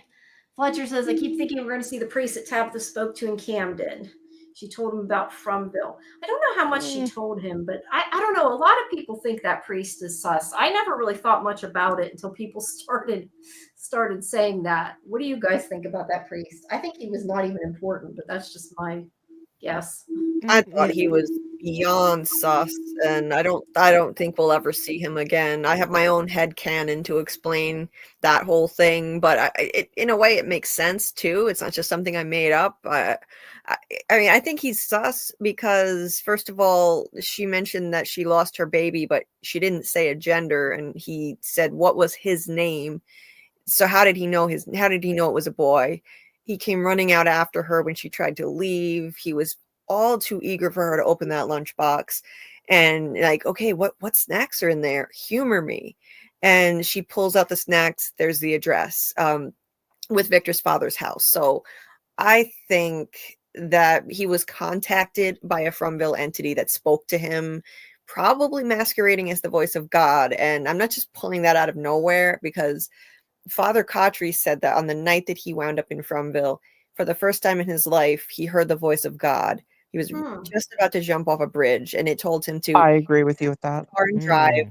So 2 the hours voice of later, God could be the boy in Fromville. white or the entity, or that's interesting too. Okay. So I think that some entity reached out and fed this priest information that Tabitha would be coming, so that she would be pointed in the direction where she needed to go, which is Henry's house. That's Do you think maybe that means that priest could end up in Fromville later? Because I think about like Miranda seeing the boy in white, or Tabitha seeing the boy in white outside of Fromville, and that like maybe he's going to be somebody that'll show up there later. It's possible. Yeah. I would. Yeah, I don't think the entity is omnipresent at all. Like Julie was saying, he needs to get his information from somewhere, and I think the reason he wanted the lunchbox open was to get that address. Yeah. Go ahead. Sorry. No, I was just he doesn't have. It's not like we're looking at an entity that is all knowing and all powerful. Like there's obviously some limits. Well, yeah, Yeah. and we have to also remember that Tabitha being here is kind of a predetermined thing. So if that's the case, the Rube Goldberg machine of the situations that need to occur, I always refer because it's so elaborate and Right. yet isn't the elaborate and all the statistical probability that leads to what amounts to a miracle. Isn't that kind of what's happening here? Situations that need to occur, sequences of events that need to occur for certain situations to take It place. seemed random, but Which is why I'm not sus over the priest. It's just another one of those elaborate things that happen to line up and work.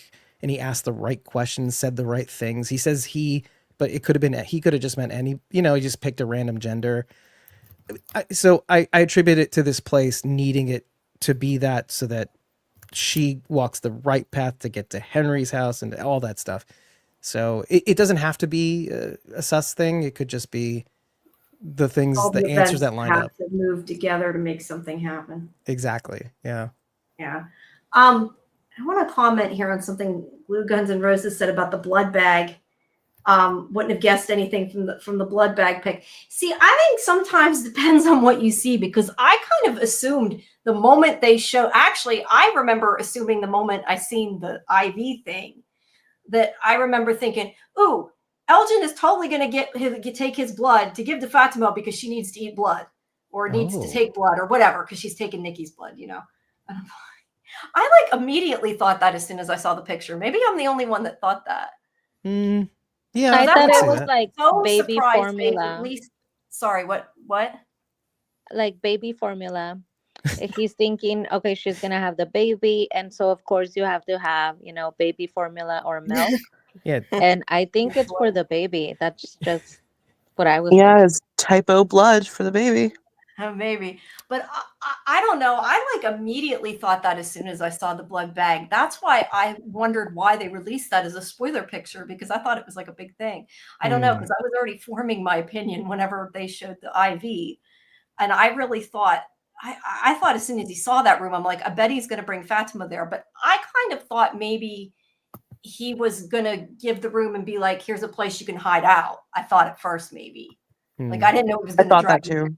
Well, I never saw the picture, but I'll say this much. When I said placental abruption, and let's say she does have anemia, she would need the blood because when placental abruption occurs, blood transfusions are common. So it's very possible that that's all it is. I hate myself for saying that because we're all in the spooky, but I have to kind of go there because that could just all be all that what that is. So I interesting. question though if that's the case, that she feels the need to eat the blood though. Well, no, Because that's what I having mean. a transfusion isn't the same thing as eating blood. Right. And I don't think it's eating the blood either. I think she needs it to survive or for the baby to survive or whatever it is. But yeah, I think she is pregnant, but it could be an ectopic pregnancy as well. which would need a transvaginal ultrasound. It's something that we said. Yeah. Yeah, to- it could to be on her detect. kidney for all we know. It could be a PUL, by the way, too, which is a pregnancy of unknown location, which, again, people jump to the spooky, but these are perfectly rational explanations to what Fatima's going through. I hope it's not irrational though. I feel like if But- it's something really rational, that's boring in this show. That's We that's have why I keep holding Kimono on to it. Lady, though. We have Kimono Lady being constantly attached to her, telling Elgin that there is a baby, but it's not hers. So even if I it's hate like that. a completely normal pregnancy, it's like, why is this Kimono Lady so attached to this normal baby that has nothing to do with her? I feel like there has to be a payoff. If Yeah. they were to do like, oh, she just gives birth to a totally normal baby, what is Kimono gonna do with the normal baby? Is she gonna kill the normal baby, or how is it her baby? They literally said there's a baby, it's not hers. Yeah, we read I a couple. think it's the monsters. I think it's it's one of their kids, or like I had said in a few lives before, like maybe everybody wants to get out, but the only way out is through a human body. Yeah, I was thinking that too until the ultrasound. Unless there's something wrong with the machine and it's just messing with them and not showing them. I mean, it's possible. Like maybe the ultrasound is just, it's it's not showing them what's actually there. But if the ultrasound did work effectively, then maybe it's some other kind of entity that's not a human baby. That's what I'm thinking at this point. Yeah. I just don't know Still why they didn't give her like a fresh pregnancy test off of the ambulance. That's a good point. After they Like did a the yes, no. ultrasound, if she was so definite about she's still pregnant, they should have given her a pregnancy test. Yeah, those would have been on the ambulance because like all Yeah. females, you go to the doctor, you sneeze, pregnancy test. Oh yeah, Like, absolutely. Well, then there's the other theory, which is that my co-host had said, well, what if it was she refers to as in the show as hysterical pregnancy, but it occurs psychologically when you definitely think you have a baby and you really don't. But you can still produce the HCG hormone that does show up on the pregnancy test, which is why it's like, okay, at this point, these tests are not going to be reliable. And so let's do the ultrasound. Then they automatically go spooky and don't do it. Well, they may not have a transvaginal ultrasound too. So there's that, So again, doesn't have to be spooky, but we love it that way.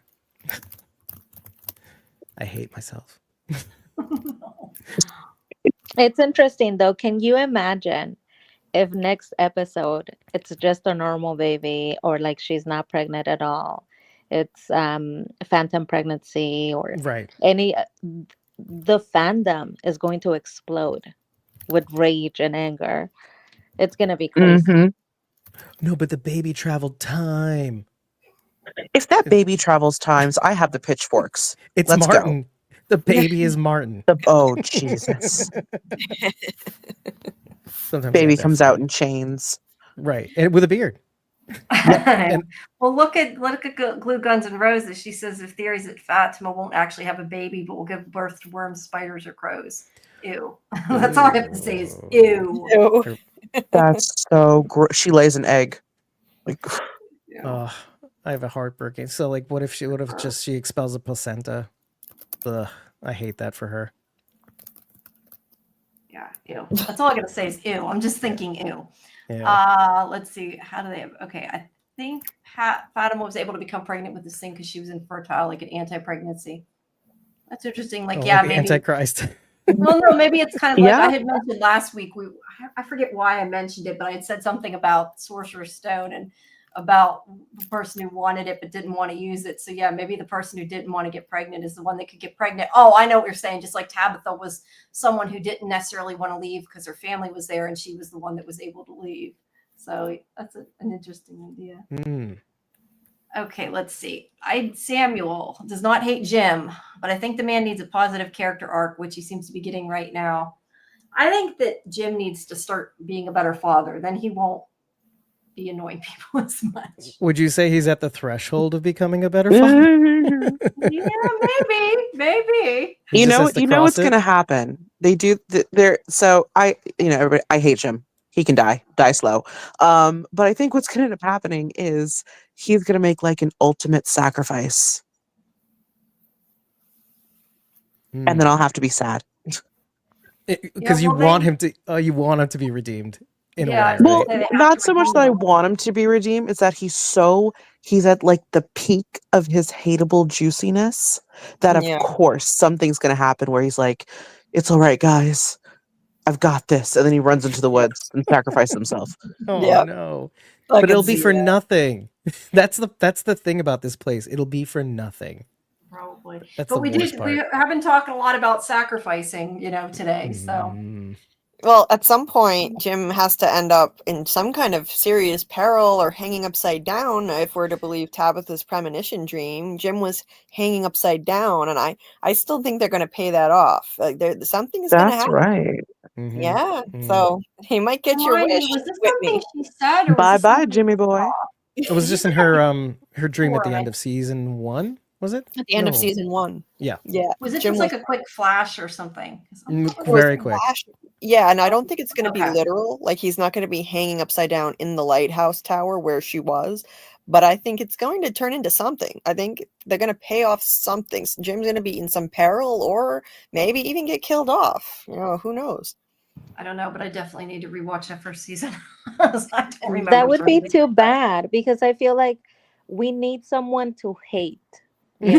We need someone to bring the drama. I really love that he's fighting with Jade. He's fighting with Tabitha. If we only have likable characters and we don't have this drama brewing, I mean, I don't know. It's just going to be like really depressing. Well, guys, we still have Acosta.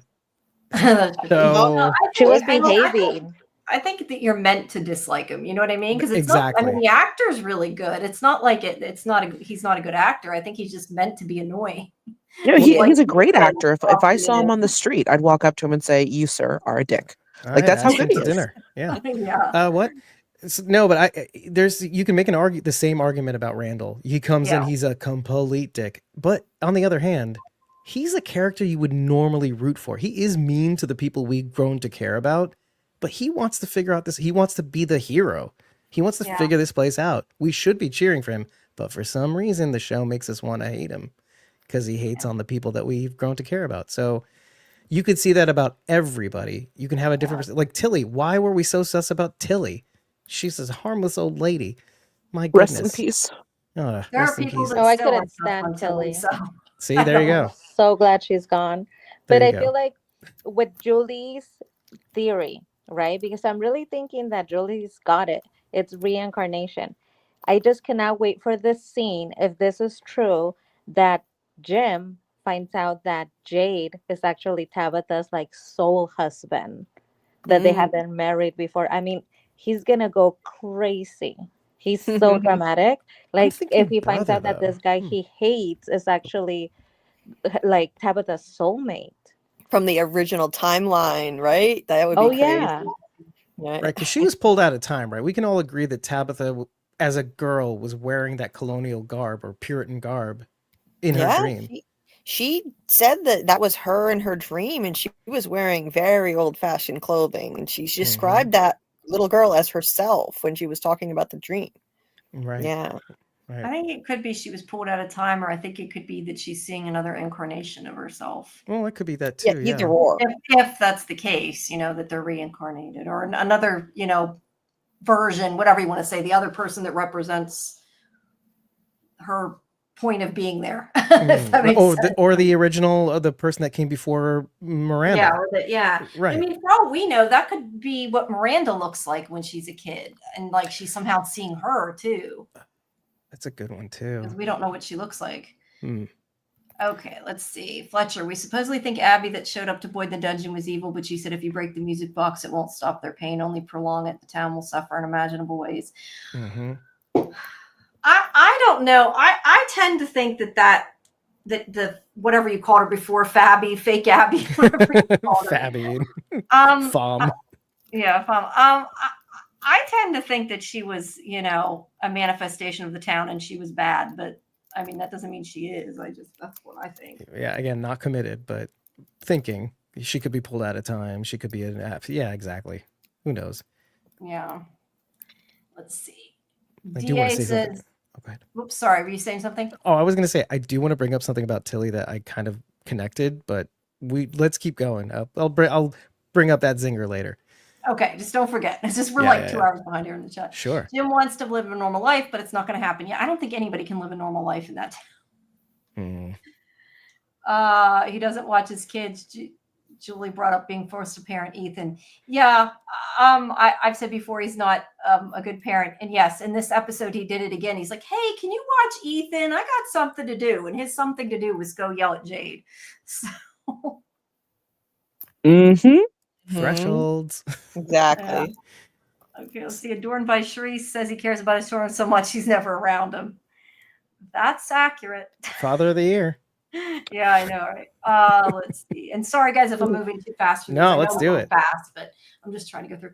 On their level of commitment visually on the show, mutate baby or worms, which is grosser, more jarring. I think having worms is worse than having a mutated baby. No, the most jarring yeah. thing would be an actual baby. I think. No, I think the most jarring thing would be a spider. That would be okay. bad. I don't I want was to saying see for the a bunch of fandom. spiders. Legions of spiders. Yeah, Oh. I agreed. No. Scarlett can want spiders all she wants. All she ever says she wants a spider. I don't want to see the damn spiders. Let's see. He doesn't care Julie spends the night. Okay. Let's see. He cares Tabitha's talking to Jade, but doesn't care that Julie spends the night with Randall or gets stoned with Elgin. That's a good point. But did he know she spent the night there with Rand? I mean, she spent the night at the clinic. I don't know that she spent the night with Randall. I think No. Christy and Marielle were there too, but I guess that's a good point. Well, he was yeah, it was in completely different rooms. Yeah. the issue though was that the issue that a lot of us had was that he just he was out there at the cabins, and like it wasn't really his fault. Actually, it wasn't him, it was Tabitha that took Ethan and just like went out in the woods instead of just waiting for Jim to come back, which he was coming right back anyway. It was like Yeah, she they didn't could have went the next day. Yeah, so at that, she left Julie to her own devices, and Julie was creeped out being in the house alone. So she goes and she winds up cruising around town with a 30-year-old man. Well, her parents have no idea what she's doing. So once again, parents of the year. Yeah. I mean, she could do worse. Wow, that jarred me. I love it. Oh, okay. Let's see. Jade listens and validates Tabitha. Jim needs to listen to like Henry said. Yes. Yes. Yes, queen. Yes. That- That's all I have that to say. part. That yes. Preach. Yeah. Okay. Let's see. Matt says Jim is overcompensating by being paternal in all the wrong ways. Yeah, I think he's trying to control his wife rather than his kids, which is the biggest problem. Yep. You shouldn't control any of them. Just be a parent. Guide. Yeah. Nudge. Yeah. Right. Dieter says, weird that Boyd could enter that dungeon, Julie, and maybe the two can enter because they're cursed. I don't know. I'll go back to what I said at the beginning. And I know, Julie, you think something, but I still think Boyd literally went into the dungeon and Julie didn't. I still think it's two different things. I think she was in the dungeon because when she was holding Ethan's hand, she went in, he did not. I think it's because she still has a bit of the curse or the cicadas within her as well. And that would be something from the dungeon to allow her to go back in. Very interesting. Yeah, I definitely think it's because of the cicadas that she was able to go in. I'm just saying that I still think that Boyd literally went into the dungeon where Julie went in through her mind or whatever. But I do like Julie's idea that it could just be we didn't see Boyd have a seizure or pass out or whatever, which is also interesting. Oh, not what but I we thought, but that's did. also interesting. You just, oh, wow. Okay, so we kind of did, though, because whenever he sees the ballerina in the music box, we kind of did sort of mention this on our podcast, but in real life, he collapses, his nose bleeds, and Kenny picks him up from the floor. So, okay. So maybe it's not a seizure, but it's similar. And yeah, worms could be worms, but maybe worms aren't worms. So, so there is an argument there. Okay. Yeah. And funny how, and we mentioned this also, funny how the ballerina comes out of the root cellar in one of the final visions. I think it was either that or the church. I can't remember which, but she does come out of the root cellar. We kind of throw it away because it's weird as it is, but here we are. Yeah. I think, And I just want to remind Boyd- everybody, if you're getting the heebie-jeebies from the worms, pumpkin is a natural dewormer. Eat some pumpkin. You'll be fine. What about pumpkin seeds? Is that valid? I like pumpkin seeds. with Boyd, I think we're forgetting it's really the boy in white's doing. He ended up in the dungeon because he went through the tree, and that's when the boy in white actually spoke, and we heard him for the first time saying, "Yeah, you guys like made this place angry. Go into the tree." So I think he didn't really have a choice. He didn't have to do anything extra. The boy in white wanted him to. Oh, and he was bitten by spiders too. Mhm. So there's just that too. Okay. Yeah, I forgot about the spider bites. I know. We're That's forgetting something about a lot of things. Kind of just gloss over. That's why some things I think will come back around. At least I hope they come back around at some point. Interesting.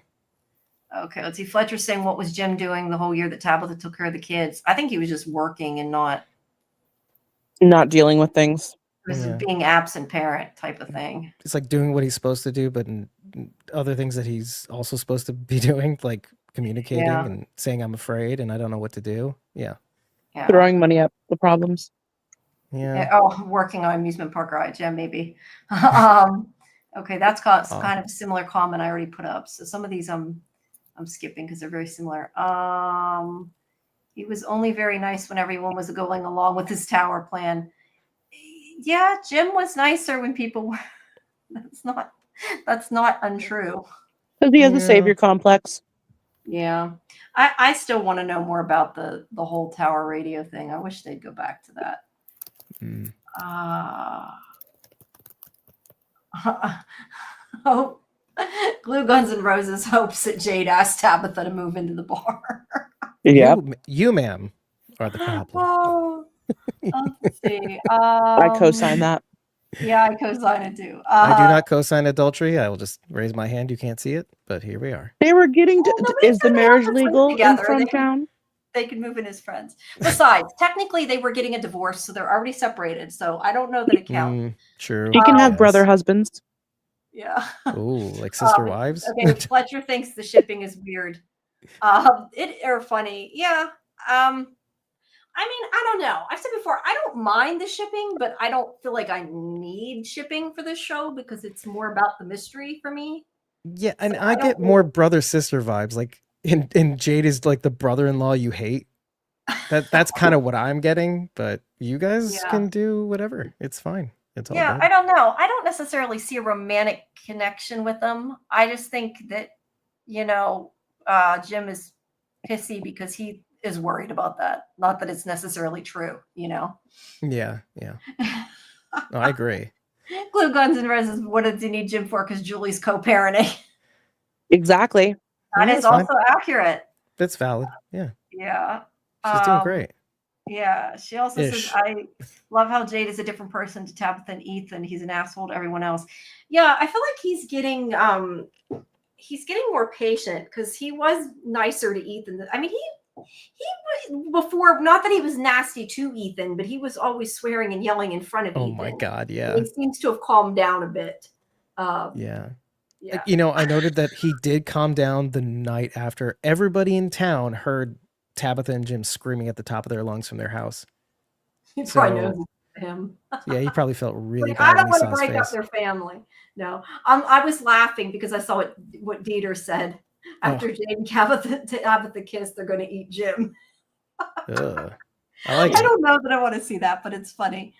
It's Dieter's the definitely man. funny. Okay, let's see. Garrett says, how does Tabitha travel as a little girl? Was she abducted from to the real world? I think it depends if it's a dream or it was real or it was a memory or what. There's an argument to be had that she could be one of those children that will end up. I don't know. I'm reaching. It's fine. That's okay. Reach for the stars. Okay. No way. Talking about, like I said, they're separated. Let's see. Fletcher, Victor confirmed it was Christopher was a chosen one and not Miranda, so Tabitha isn't a chosen one. And then that's where we said earlier, but maybe that was the whole plan, was for Victor to tell her. So I don't know. Yeah, maybe they're both chosen ones. Oof. Don't know. Hello, Diz guy. See, some of these are from like 2 hours ago. Oh, no. I felt bad. I'm trying to get there. Okay, more about. I don't want to skip people, but some of these are just comments like about Jim and adorned by Sharice doesn't need romance either. And Dieter says a little bit of romance is fine, even in such a terrible place. People seek support and could fall in love. But yeah, I don't know. Like I said, at least with me, I kind of could take it or leave it, Yeah, I Oh, agree. Papa Socks was here. I hope if you're still here, hi, Papa Socks. He comes to a lot of our shows, but we're so far behind in chats. But hello. 6 hours. Here we come. Somebody blowing on a bottle. It sounds like somebody's at the bottle tree blowing on bottles. What I is think that? it's Whitney's end. I'm just seeing the little lines on the thing. Oh, I don't know. But that's what it sounds like to me. Do you believe Donna could take her own life? She's been looking pretty bad this season. She looks beyond broken. I hope it doesn't come to that. Fletcher. Oh, I Yeah, hope man. not. I hope not. Yeah.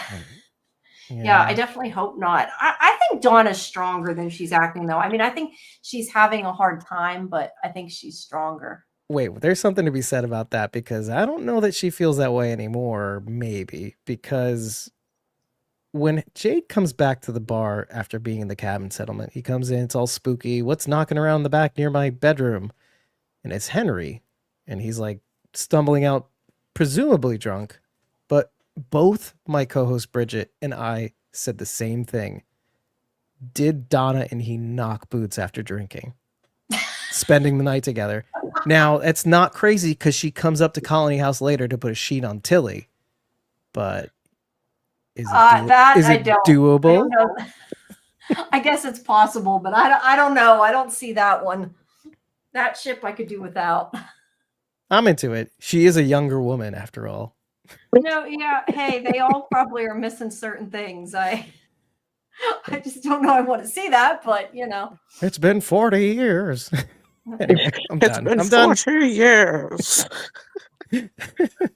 She has been there a while. I'm curious how long some of these people have been there because we don't really know except for Victor. Well, she did just lose Dale. That was her other F buddy. So, I don't know. Grieving. Who has the time? You make time. You make Yeah, I time. was going to say, they probably Between the make monsters and the foraging. I'm and the married. spiders. We make time. Sorry. What the heck? I'm reading some of these things in the chat and laughing instead of putting them up because some of them are just okay. Fletcher misses season 1 Jim. Him and Jade working together would work. I agree. Yeah, I think Jim was a lot more tolerable in season 1. I keep saying that, but Love that buddy cop drama between the two. yeah. Riggs No, and- I enjoyed that. I would like to see more of that. Oh, let's see. Glue Guns and Roses said, I get your theory on Tabitha. It makes sense, but I don't understand Jade. I think there are parallels to people. Henry equals Jim, but I don't see Jade being reincarnated. I don't know if it's so much reincarnation or just that they all have, like, some of them serve like similar purposes. Yeah, I'm more in the themes repeat, archetypes repeat sort of situation. Like Acosta replacing Boyd possibly as the sheriff. That's a theme that repeats. There's a replacement theory too. Oof. If Boyd was gone and she was in charge, I'm walking into the woods. Everyone would, no one would watch anymore. The show would just get canceled immediately. Yeah, that'd be it. Yeah, I don't know. I mean, I think it could go either way, but there's definitely, and I say this all the time, there's definitely a cyclical nature to everything on this show. Sure. Yeah. There's no show without Harold, though. Boyd is the show. Well, he can become something else, though. You know what I mean? Like he was once the sheriff, but he can become something different for this place, for these people. I don't want it to be Acosta and the ghost cop. And it's just Ghost Boyd every now and then. Yeah, no. I don't like to say about a show that like they won't kill the main character just because they're like the show. It's true, but like it kind of sometimes makes it hard though, because if you don't think people are in danger, then it's not as gripping, not as real, I guess. But you know what I mean? Like you want to think everybody's in danger. But I kind of agree with that statement. I don't think they'd get rid of him because I think he drives the show and I think he's super important. Sorry. Sorry, You go ahead. I think they do a good job in this case of justifying the plot armor in the context of the show. I think it makes sense if it's a psychological game in terms of breaking people, and you know it's not just about murdering everybody. I think if this place wanted to do that, I think it could do that at any time, just murder everybody. It's about slowly breaking them, and he's their Mr. Fish and Loaves. He's the one they rely on the most, so they slowly break him. They slowly break everyone else, so they won't kill him. So I actually think they do a really great job of justifying the plot armor that Harold has, you know, within the context. Yeah, I agree. You just don't want it to be like we're saying he's there and stays just because of who he is, you know? No, it's not like that at all. But, yeah, psychologically speaking, the audience would revolt. But if you could paint it in such a way, because Donna makes it very clear, the town is definitely not on his side anymore. And I can see why. And these writers are smart enough. I'm not going to give them too much credit, but they could be smart enough to justify getting rid of him on the show. Or at least slipping him through time in some manner too. He wouldn't be off the show. He would just be in a different realm, let's say, of existence or timeline, parallel, whatever it is. Well, hopefully he goes to a different parallel time where the town actually appreciates him, because who else is doing anything? You know, to be fair though, Boyd is kind of being a shitty leader right now. I mean, I love Boyd, don't get me wrong, but like he's putting his family above the town. And that's why I think like right now that Donna would be doing a better job, just because he shouldn't be putting what happened with Maxima above everybody else. That as No, looking I at it as a town leader. disagree. Oh, But Donna no. doesn't want the responsibility. No, And she she's doesn't. not doing anything. Donna is the biggest, like, all she does is complain. She doesn't ever take any responsibility.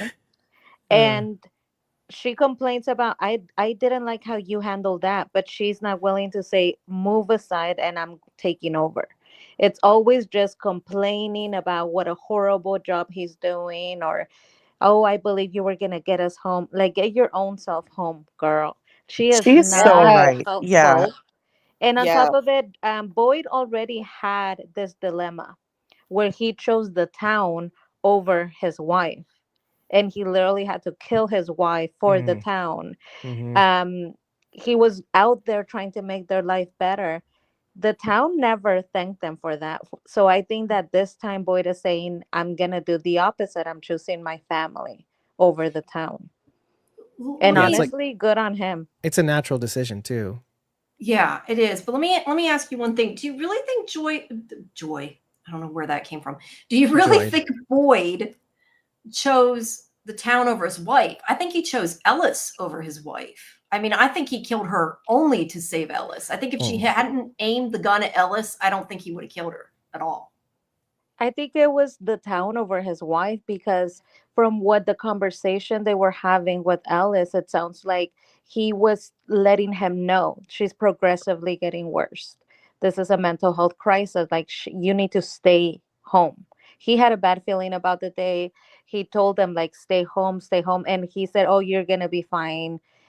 He went out to look for, I think he didn't specify, but he went out into the woods, right? That was And he when got the he came town out, planned. everything had fallen apart. Yeah, I got So the I animals. think it starts, it starts with that decision of, like, mom needs you. She needs you. And he said no. Yeah, Jim. It's the Okay, same I thing. Yeah, I Does- see. does what you're anyone saying there. I remember thought you meant when Boyd's- she killed her. Does anyone remember Boyd's wife's name? Abby. Oh, Abby, Fabby. Ready? I mean, Abby. No, I couldn't remember because we were trying to figure out who was the owner of the antipsychotic pills. Okay, that's what I was gonna get to. Yeah. You're so great because the pill bottles say M. Thompson, right? Yeah. And so, what is Tilly short for? Matilda. Hilda. Mhm. See. I kind of, and this is where again, I think sometimes people put too much stock into things. I think, in my opinion, that it's more likely that, like, that was the name of, like, a writer, or like it's somebody who works behind the scenes and they just stuck it there more as like a And the show made him crazy. shout out. Yeah, and to make us go crazy. I don't, because I feel like if there was an M. Thompson there, and even if it was Tilly, if she's dead, like, how does that help us? Like, does it really matter at this point? Well, I feel better about her leaving the show. No, but I'm kidding. No, I did a little bit, but like, oh, maybe she is psychotic. PM obviously hated Tilly, so. But we were so stuck on the name Tilly that we forgot that is short for Matilda. Could be. Yeah. I feel like, and I could be completely wrong. It might come up later. I just felt like it wasn't really Well, relevant. and Marielle is her last name is starts with an S. I have to look that up, but yeah. It's also wasn't- possible that they could be somebody's maiden name or something too. I was thinking Miranda, but the pills are too new. Like Miranda's maiden name could have been How Thompson. about Elgin? I was thinking Elgin is so weird. I never liked him. He was just off. And when he went in there, it turned out that he was looking for the blood bag. But I thought he's probably looking for his medication, because he's realizing I haven't taken my meds and I'm seeing Kimono Lady again.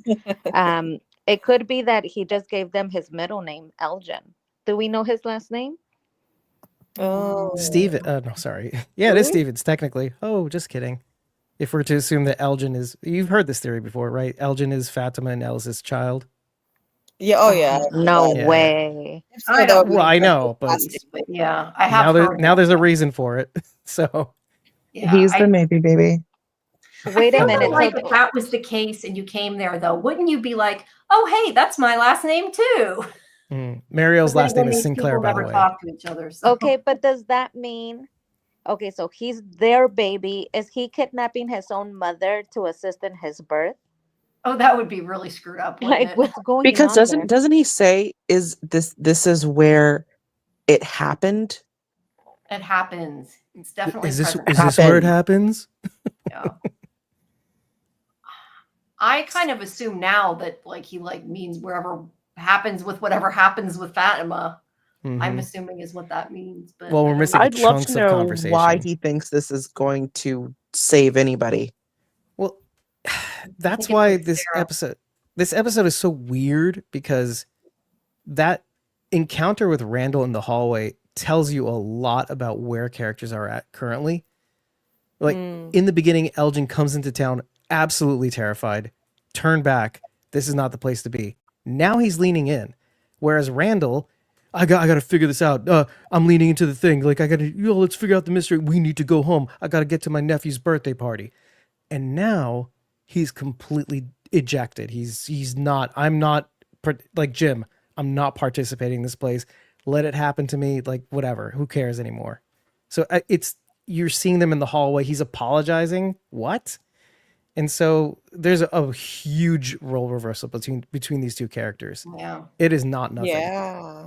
Do you think it's because of what happened to Randall? Because I feel like And what Elgin. happened definitely changed Randall with him being attacked. But I also kind of feel like maybe he's starting to see that if he doesn't act like such an asshole, that people react differently. Like how Mariel's being nice to him and Julie's being nice to him. Maybe he's starting to see that, if I'm not like that, people won't treat me like that type of thing. I mean, I don't know. That's just my wonder. Yeah. Yeah. And I never thought that he was like, as much as, it's easy to hate a character like him, he has a terrible attitude and he's nasty to people for seemingly no reason. He probably has a chip on his shoulder for reasons we don't even know. We don't know his backstory really. We do know that his first instinct in a crisis is to run to the rescue and help, do heroic things. So he can't be all bad. Like he had to have goodness in him from the beginning. I mean, I hated the way he bullied Elgin on that bus. I hated him. And then, Julie came running out and needed help for her dad as the house was starting to cave in. And he was the first one to volunteer. And these people were strangers to him. Yep. So, That's, he's the hero of the story in a different perspective. Yeah. I mean, same with Jim. Just kidding. No. Well, there was different. There was a moment where we did think that, though, when he was doing the radio stuff. He was very useful, but here we are. But then it just goes to show he's the type where if I try and I fail, I'm not going to try again. I will not go out of my comfort zone. I will settle. But isn't that all of us, though? And that's the thing about all these characters, that maybe sometimes we try and then we get broken down so hard that we don't try again. And I could tell you I've been there. I think that's kind of Kenny's point to Acosta in the last episode too. It's kind of like we've asked these questions so much that it gets to a point that people are just kind of like giving up questioning it, Henry brings it up in this episode too. Don't you think a lot of smarter people than you figured out this? They thought about this all the time. And what makes you so special? I'm smarter. Yeah, I like that. Okay, what? It's that confidence in Jay that we all love. I know me and Susie on the chat, we go back and forth fighting like, who does Jay belong to? Well, I can answer that. He's mine. He belongs to me. He's my favorite character. Yeah. Totally. I just want the cowboy monster and I'll be happy. Yeah, I just said I like Jade. He's my favorite character, but if you guys are going to fight, I'll take Randall. I'm okay with that. Hey, I like it. Oh, wow. Papa Socks brings up an interesting point, and this is kind of like when you go with time passing on a show, that he says it's unrealistic to expect in 4 days to all those things happen. Tabitha returns, monsters attack, there's no food, new arrivals, and people want Jim, Tabitha, and the kids to stay in one place because nothing would get solved. That, I mean, that's not untrue. There's certain things I think that you have to kind of suspend your disbelief with a television show and just get over, because otherwise you can't enjoy it. So some of that I kind of get, because I have this conversation a lot of times with my co-host on the other show about like when somebody dies, like people on a show tend to get over death pretty fast. But I feel like if you watched a show and you watched people grieve somebody for like years on the show all the time, like it would get like you don't want to see it anymore. But it's not realistic. People move on that fast, but they do it. Just like we complain all the time about, well, this though we really complain a lot about though in Walking Dead, how they always find each other, even though they're like across the country, they can find each other the next day. Like Or, Star in Trek. another country. There's certain things I think that you have to kind of just accept. That's the way I look at it. Well, and there is an answer, at least with regards to this series, is that, well, it's explained in the show that when two different vehicles come into town at the same time, things accelerate. And we do kind of see that. It's the beginning of a calamity. It accelerates this. It puts something into motion. I think Victor kind of says this. It happened one time before 40 years ago. And then the whole town died. That's a good impression. That sounded I do it lovely. all the time, and it annoys even me after a while. Talk. Why are you That's really stonewalling, Jasper? Can Oh you my say, God. telling you right now, I you know need you to can get talk. a toll I'm- line and charge people. So good. Get one of those the cameo things. Pretend you're him. And make money. Yes. It's a double cameo. Yeah. Do the puppet bit for us. He said Julie knows the line perfectly. What was his line to the puppet, Julie? His line to the it was I'm not scared of you. I I'm know not scared of talk." you. Yeah. See? That actually is really good. Thank you. My co-host did not like that very much after a little while because I did the whole when at the end of the episode, or I don't know when we were doing this, but I literally gave the speech that he gives to Tabitha about remembering the end, and I said it almost all in Victor's voice. And after a while, she's like, "Can you please stop? Because this is too much." No, let's throw money at it. That's amazing. No, it is good. But it probably depends what time of night it is too. Exactly. For me, it's like it's after 2 a.m. I'm in a weird mood at this point. So I would order all of my pizzas in that voice. Yes. hilarious. Great. I'd Let's like a half pie. Yeah, no, I'm done. I'm done. This guy says that Donna seems sus because she pops up every time someone's having an important conversation. It's like she's spying on Boyd.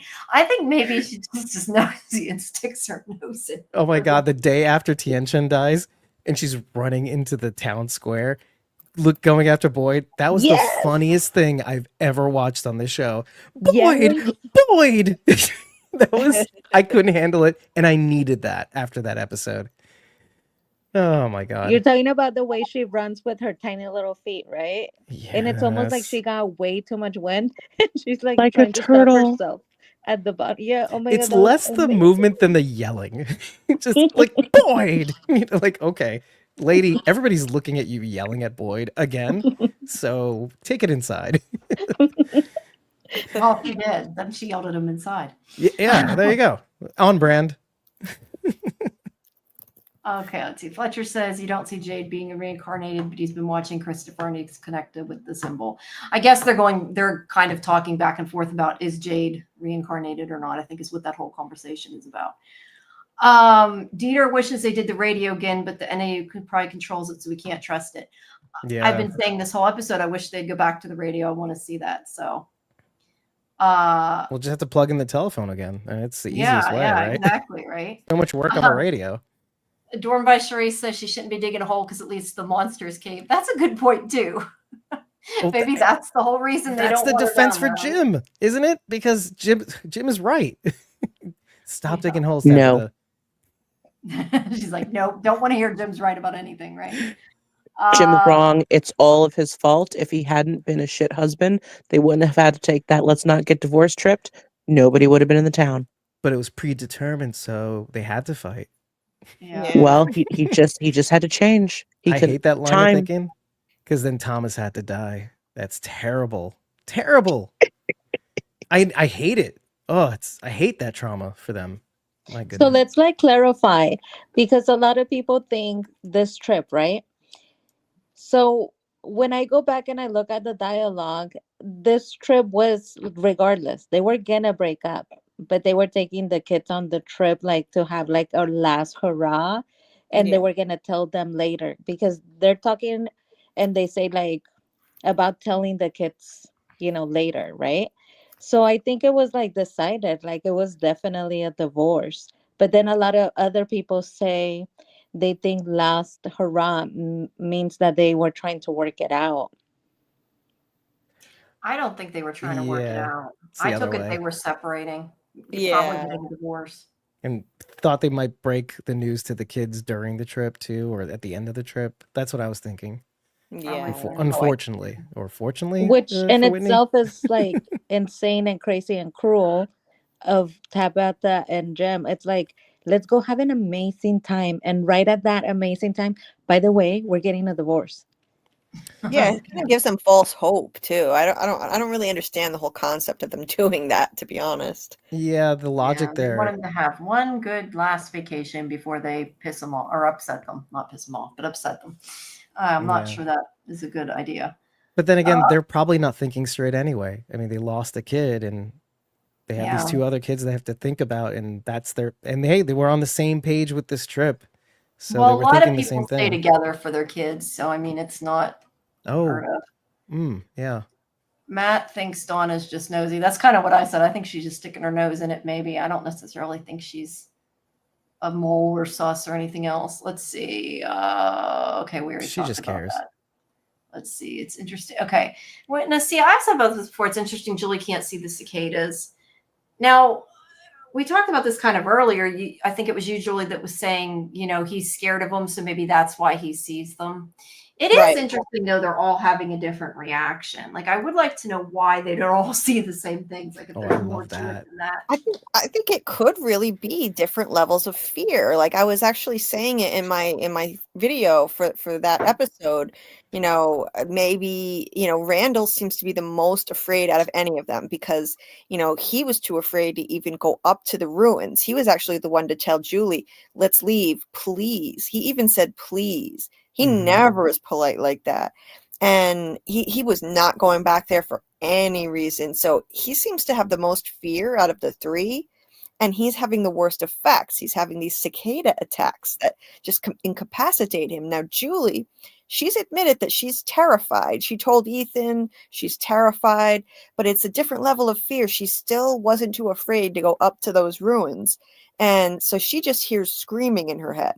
Now, Marielle says every once in a while she can feel the cicadas still under her skin, but she just tells herself it isn't real, that it's just fear, and fear can only break me if I let it. And she's doing like better than I've ever seen her do, like even before.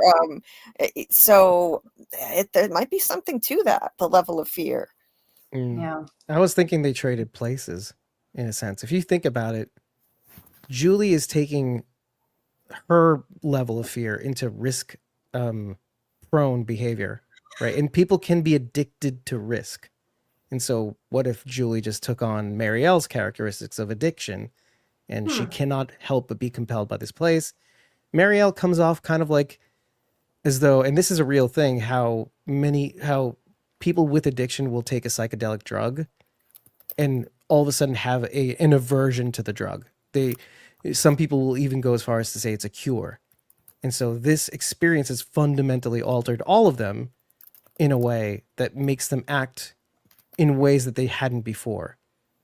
So, and that's actually true in the way that Julie's able to go into this place and time travel. So there's something to that. And, obviously we pointed out that Randall is apologizing. He's not into solving the mystery. He's afraid all the time, which is not him. So No. it's interesting to see this transformation and how you can call it a curse, but you can also call it a connection that they're from this place now, in a way. Trauma changes people, that's for sure. Hundo P. Yeah, and you know what goes along with what you said, Julie? The last time that Jade saw the puppet screamed at him to make him afraid, and Jade screamed right back, and he never saw that puppet again that we have seen. That's true. Yeah, like Boy with the monsters. He stood up to Jasper and he never showed up again. Yeah, it's interesting. Fletcher's saying that maybe Mary's still taking drugs and that's why she's calm. Yeah, that's a I don't know. theory. She doesn't act like she is, but she could be. But I think we've had the discussion before that it seems like maybe like regular drugs make it worse because that's why Miranda's like visions or whatever. It helped him, whereas the pot seems to calm it down. So I don't know. Okay, let's see. Fletcher says Miranda died near the tree. Always might have got through the tree. We don't know. Glue guns and roses. I think the sacrifice started a town. People believe women were witches and all kinds of strange stuff back then. I definitely think the sacrifices started all this stuff. Okay, Samuel, remember what Kenny said? Something like maybe what we do here lets the next people who come here go home. Oh, the tapestry theory, right? Yeah, maybe the kids threads in a sacrifice sweater themselves for others. I don't. That makes sense, but I don't know that children can necessarily comprehend enough to do that. Do you think? That's the only reason why I'm saying I don't know that I agree with that. Just because I don't think that like kids could sacrifice themselves in the same way like adults could. If that makes sense. Well, if assuming they had a choice too, because that's true.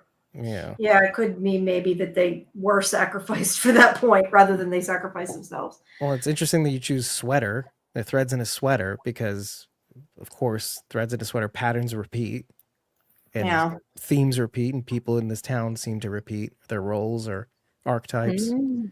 So there's something to that. And it's something his dad said. Oh, sorry. No, and it's something his dad said. That was the other thing too. Yeah. It's hard to see the sweater when you're only just a thread. Yeah. Interesting. But why not write things down? All the people who've come before, nobody had a pen and paper and could write down a date and say, to whom it may concern.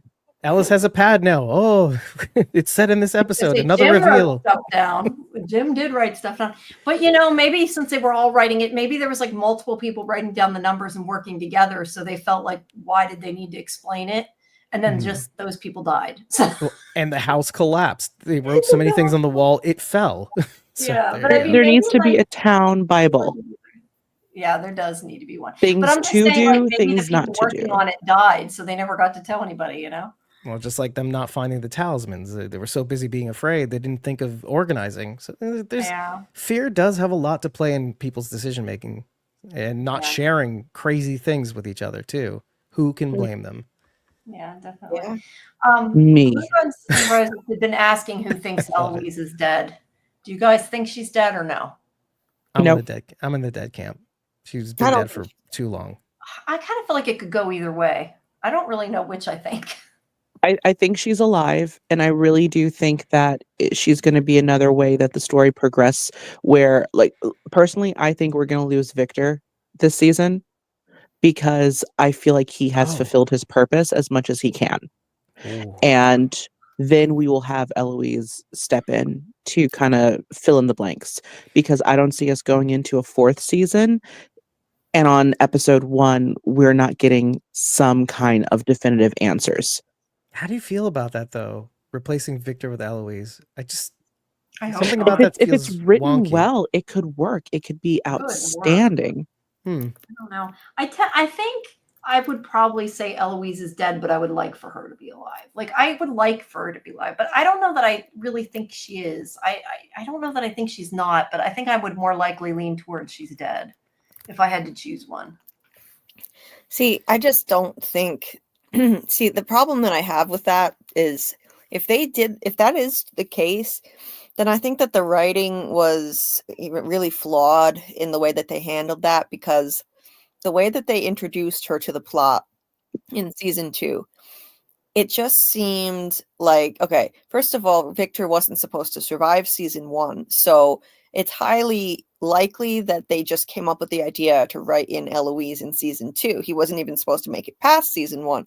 So it seemed like, okay, they introduced her as a plot device to use for some purpose, because when he was telling the story, if they were going to just say, okay, she died, if that was what was going to happen, then he should have said in that moment when he remembered her, he could have had this emotional moment and oh my god, yeah, I had a sister and she died and I found her body and I found my mom's body. But no, he didn't say anything about what happened to her. So he left that dangling. The writers left that dangling and left the fans to assume, okay, she's alive somewhere. So I just think that's poor writing if that's the case. If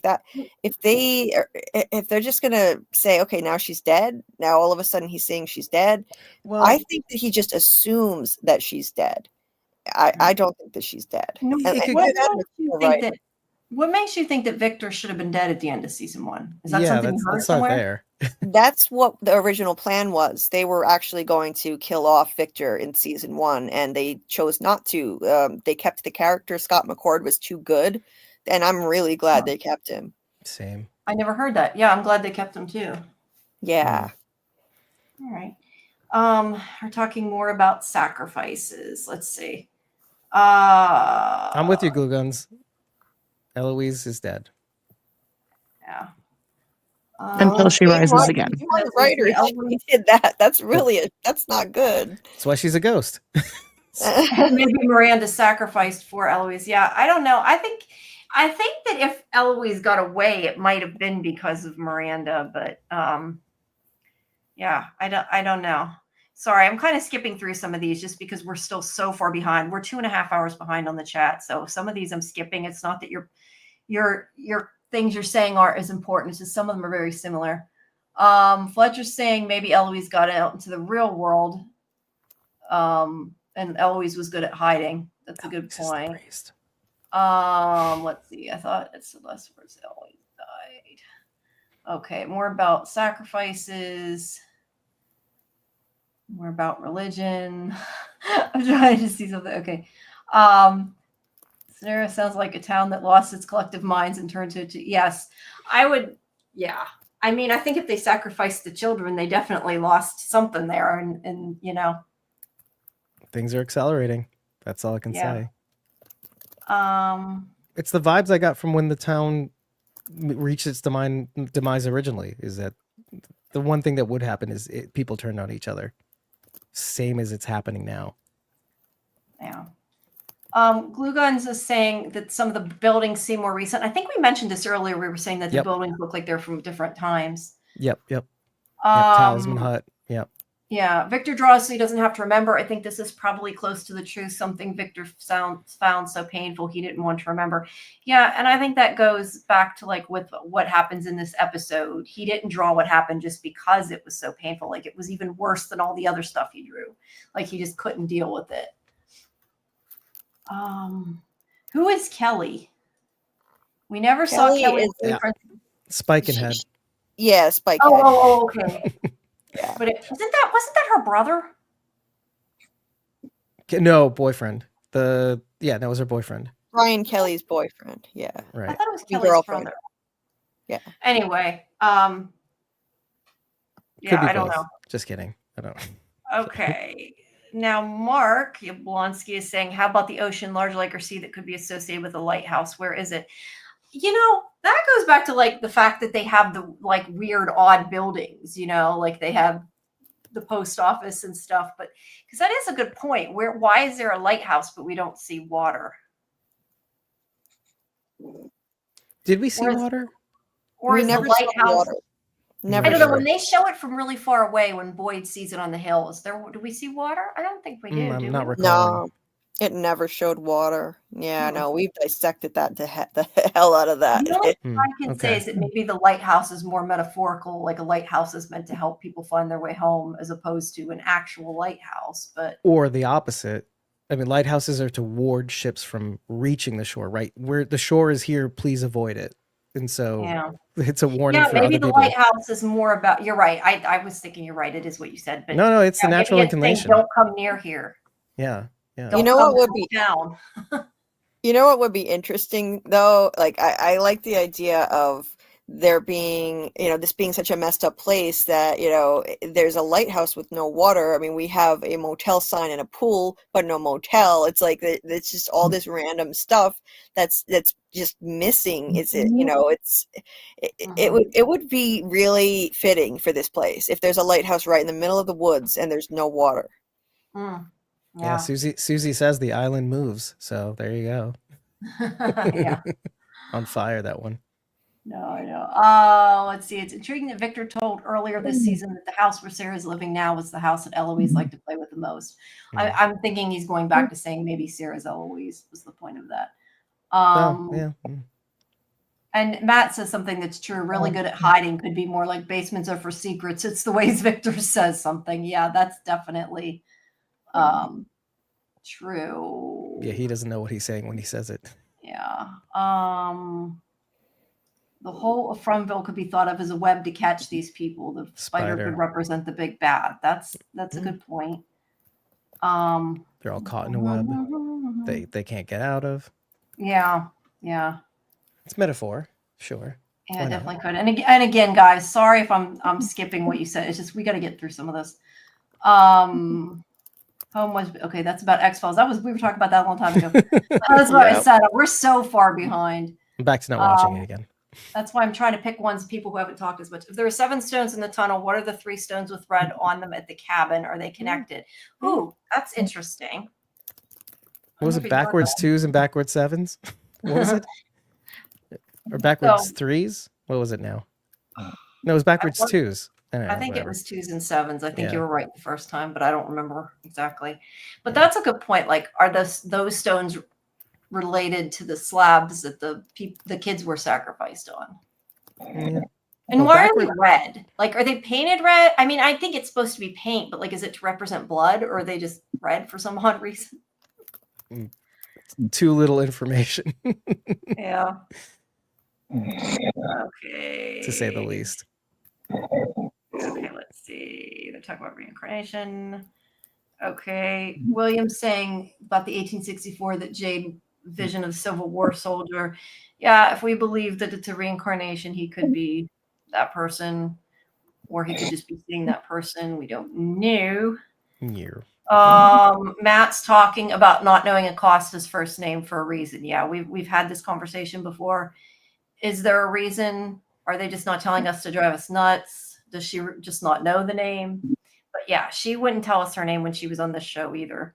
So we came up with a theory that she's not her. But more to the point, her desire for the gun could be viewed as a compulsion too. Right? Similar to Julie wanting to go to the dungeons. Because what is the gun for if it can't kill monsters? Right. That was sus. Yeah, definitely. Yeah, I don't know, but it does make me wonder if they aren't telling us her name on purpose. It seems like she's got to be somebody we know the name of. But I don't know. I still think that could be a red herring. Yeah. Well, the original theory I had was that the antipsychotic medication was for Acosta, and she's posing as a cop. I'm not sure if I believe that now, but it was an interesting theory while we had it. I guess it would depend how long that medicine's been there, whether it came with the ambulance or not. We don't really know. True. If Tabitha saved the children, why would she be scared of them? She's always scared. Because they're terrifying. I think it's just because they're scary. I think that's the case. And they're starting to scream. And when Julie's there, they're getting louder. Yeah. Too. I'm looking at the Acosta jokes. And to answer her question about when did they say that wasn't her first name, I don't think they ever outright said it, but I don't think Acosta sounds like a first name. But also her badge says it, and the first name is, what did you say, Julie? It's blurred. I can't remember what you said, but I remember you said I think something. It just says Officer Acosta. But you can't see the name or whatever. And yeah, also you can't see it. Yeah, it's the first name. It's impossible.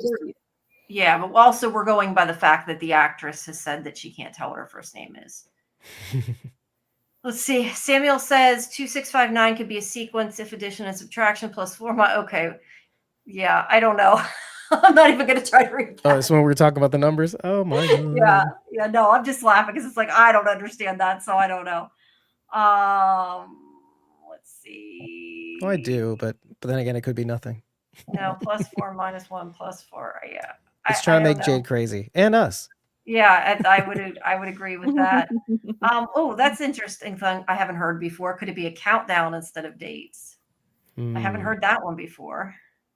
Well, then I have to think Let's about what that see. means. 1864, where Martin was, Boyd had the bottle note inside his pocket when he entered the tree, and the talisman that got him there safely, unlike Dale. Well, but Tabitha didn't have a talisman, and she didn't get daled. So. I'm right there with you, Whitney. I'm right there with you.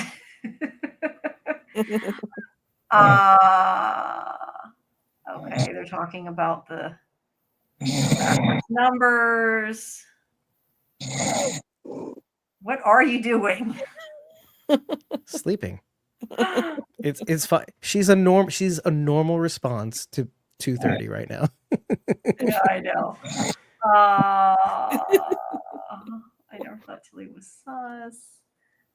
You guys see good important things in the chat. You can bring them up too. I'm just trying to go. Like I said, I'm trying to go through them. We're so far behind. I'm just trying to see what's good to talk about. So we haven't even gone through. We haven't talked about a lot of this stuff yet. Well, okay. Let's see. I have to go back now. Because what was it? His name, William? Yeah, William was like on fire. There's some of the things he was saying. I was like, yes, please more of that. Yeah, answer. Well, if you, I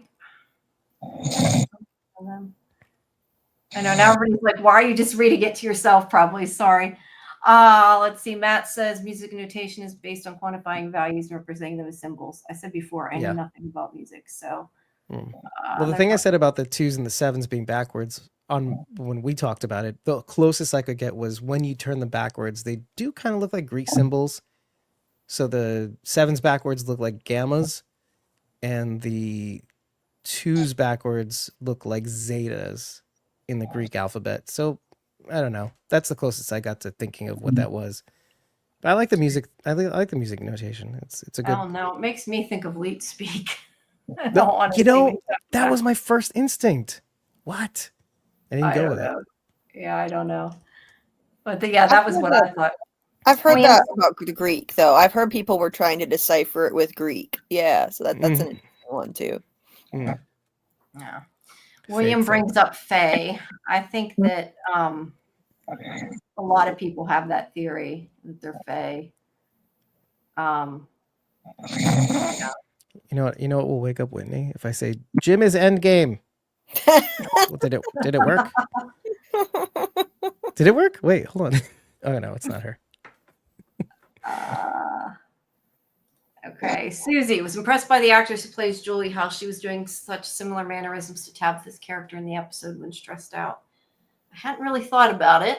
I have to go back and watch it again. Well, I pointed out Acosta doing the same thing Boyd was when she was stopping short of flying off the handle with Kenny.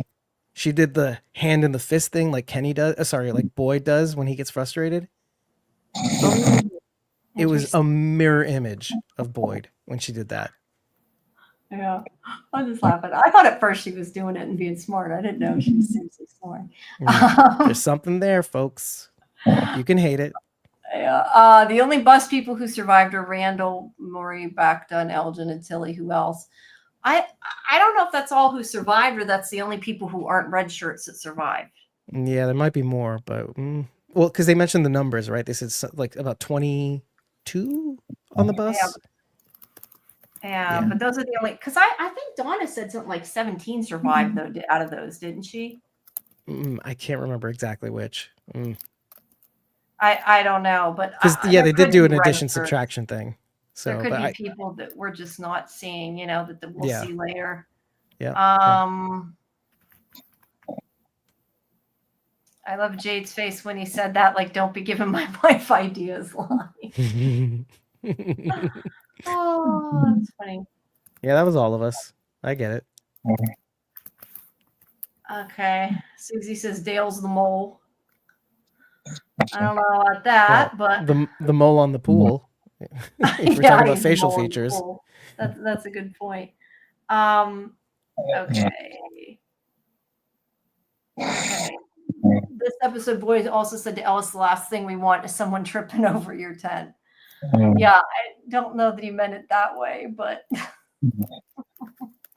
that's interesting. Okay, let's see.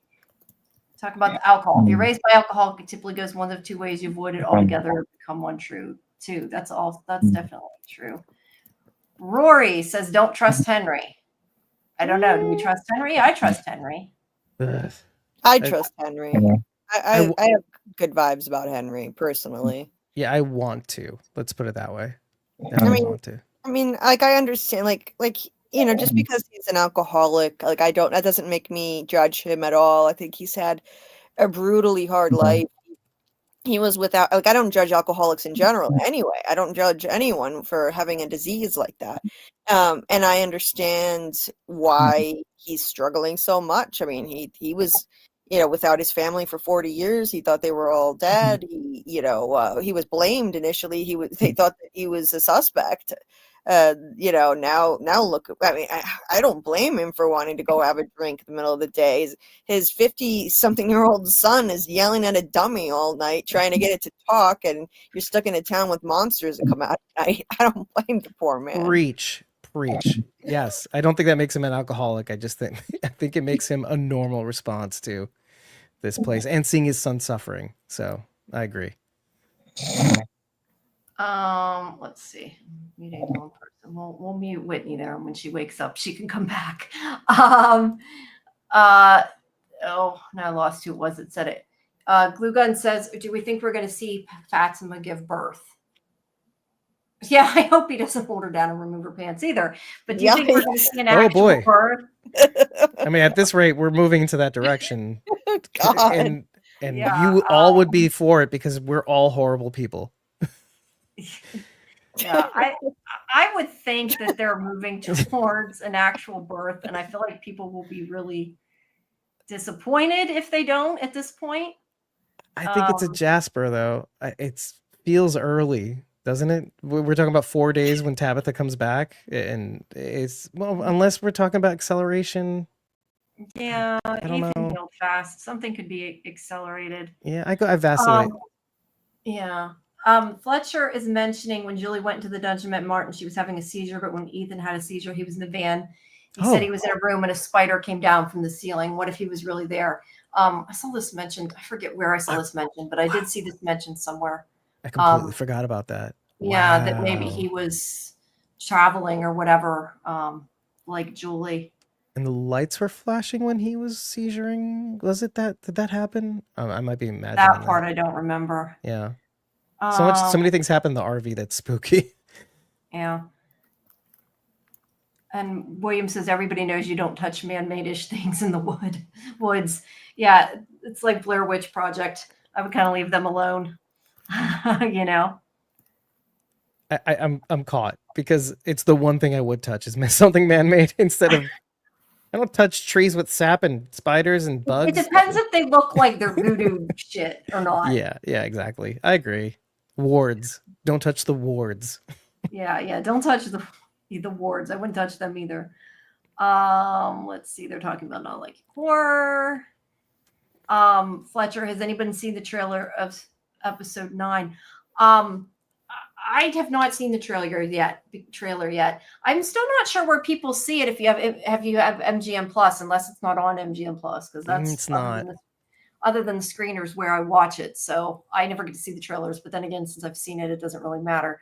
But I don't know. I'm sure it's on YouTube though, so I can't answer that. I'm not sure what's in the trailer to give you an answer like that.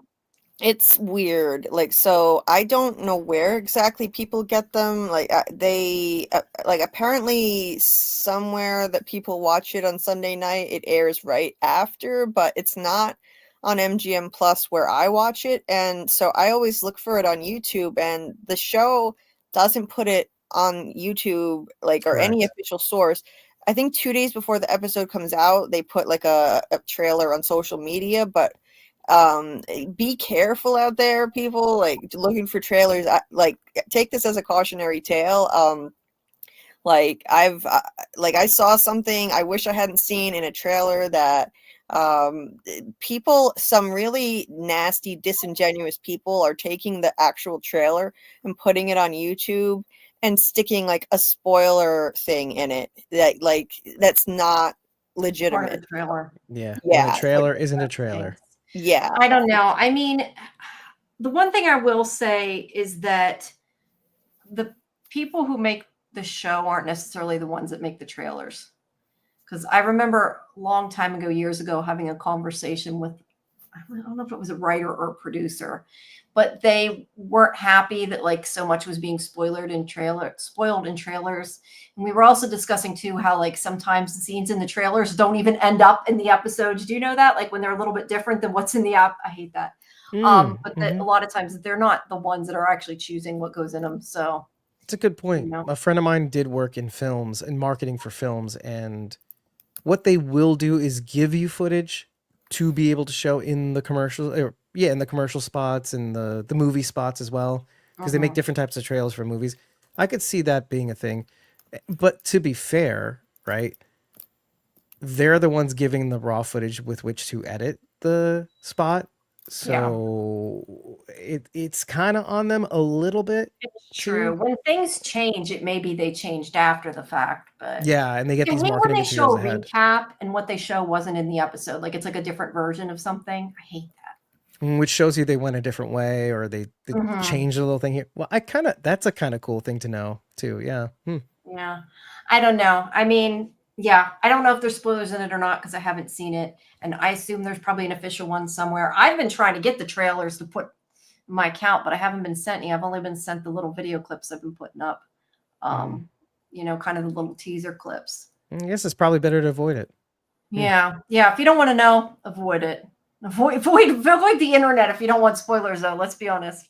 What do we think will happen to Elgin? Will he? I'm not sure what they mean. Will he leave Tabitha? Will he lie to Ellis and Boyd while they're worried and looking for? I assume he means Fatima. Will he die after being tricked by Kimono Woman? I think he'll be killed. I don't know. What do you guys think will happen to Elgin? I just think it's a lot like the Sarah situation. Exactly what I was going to say. Yep.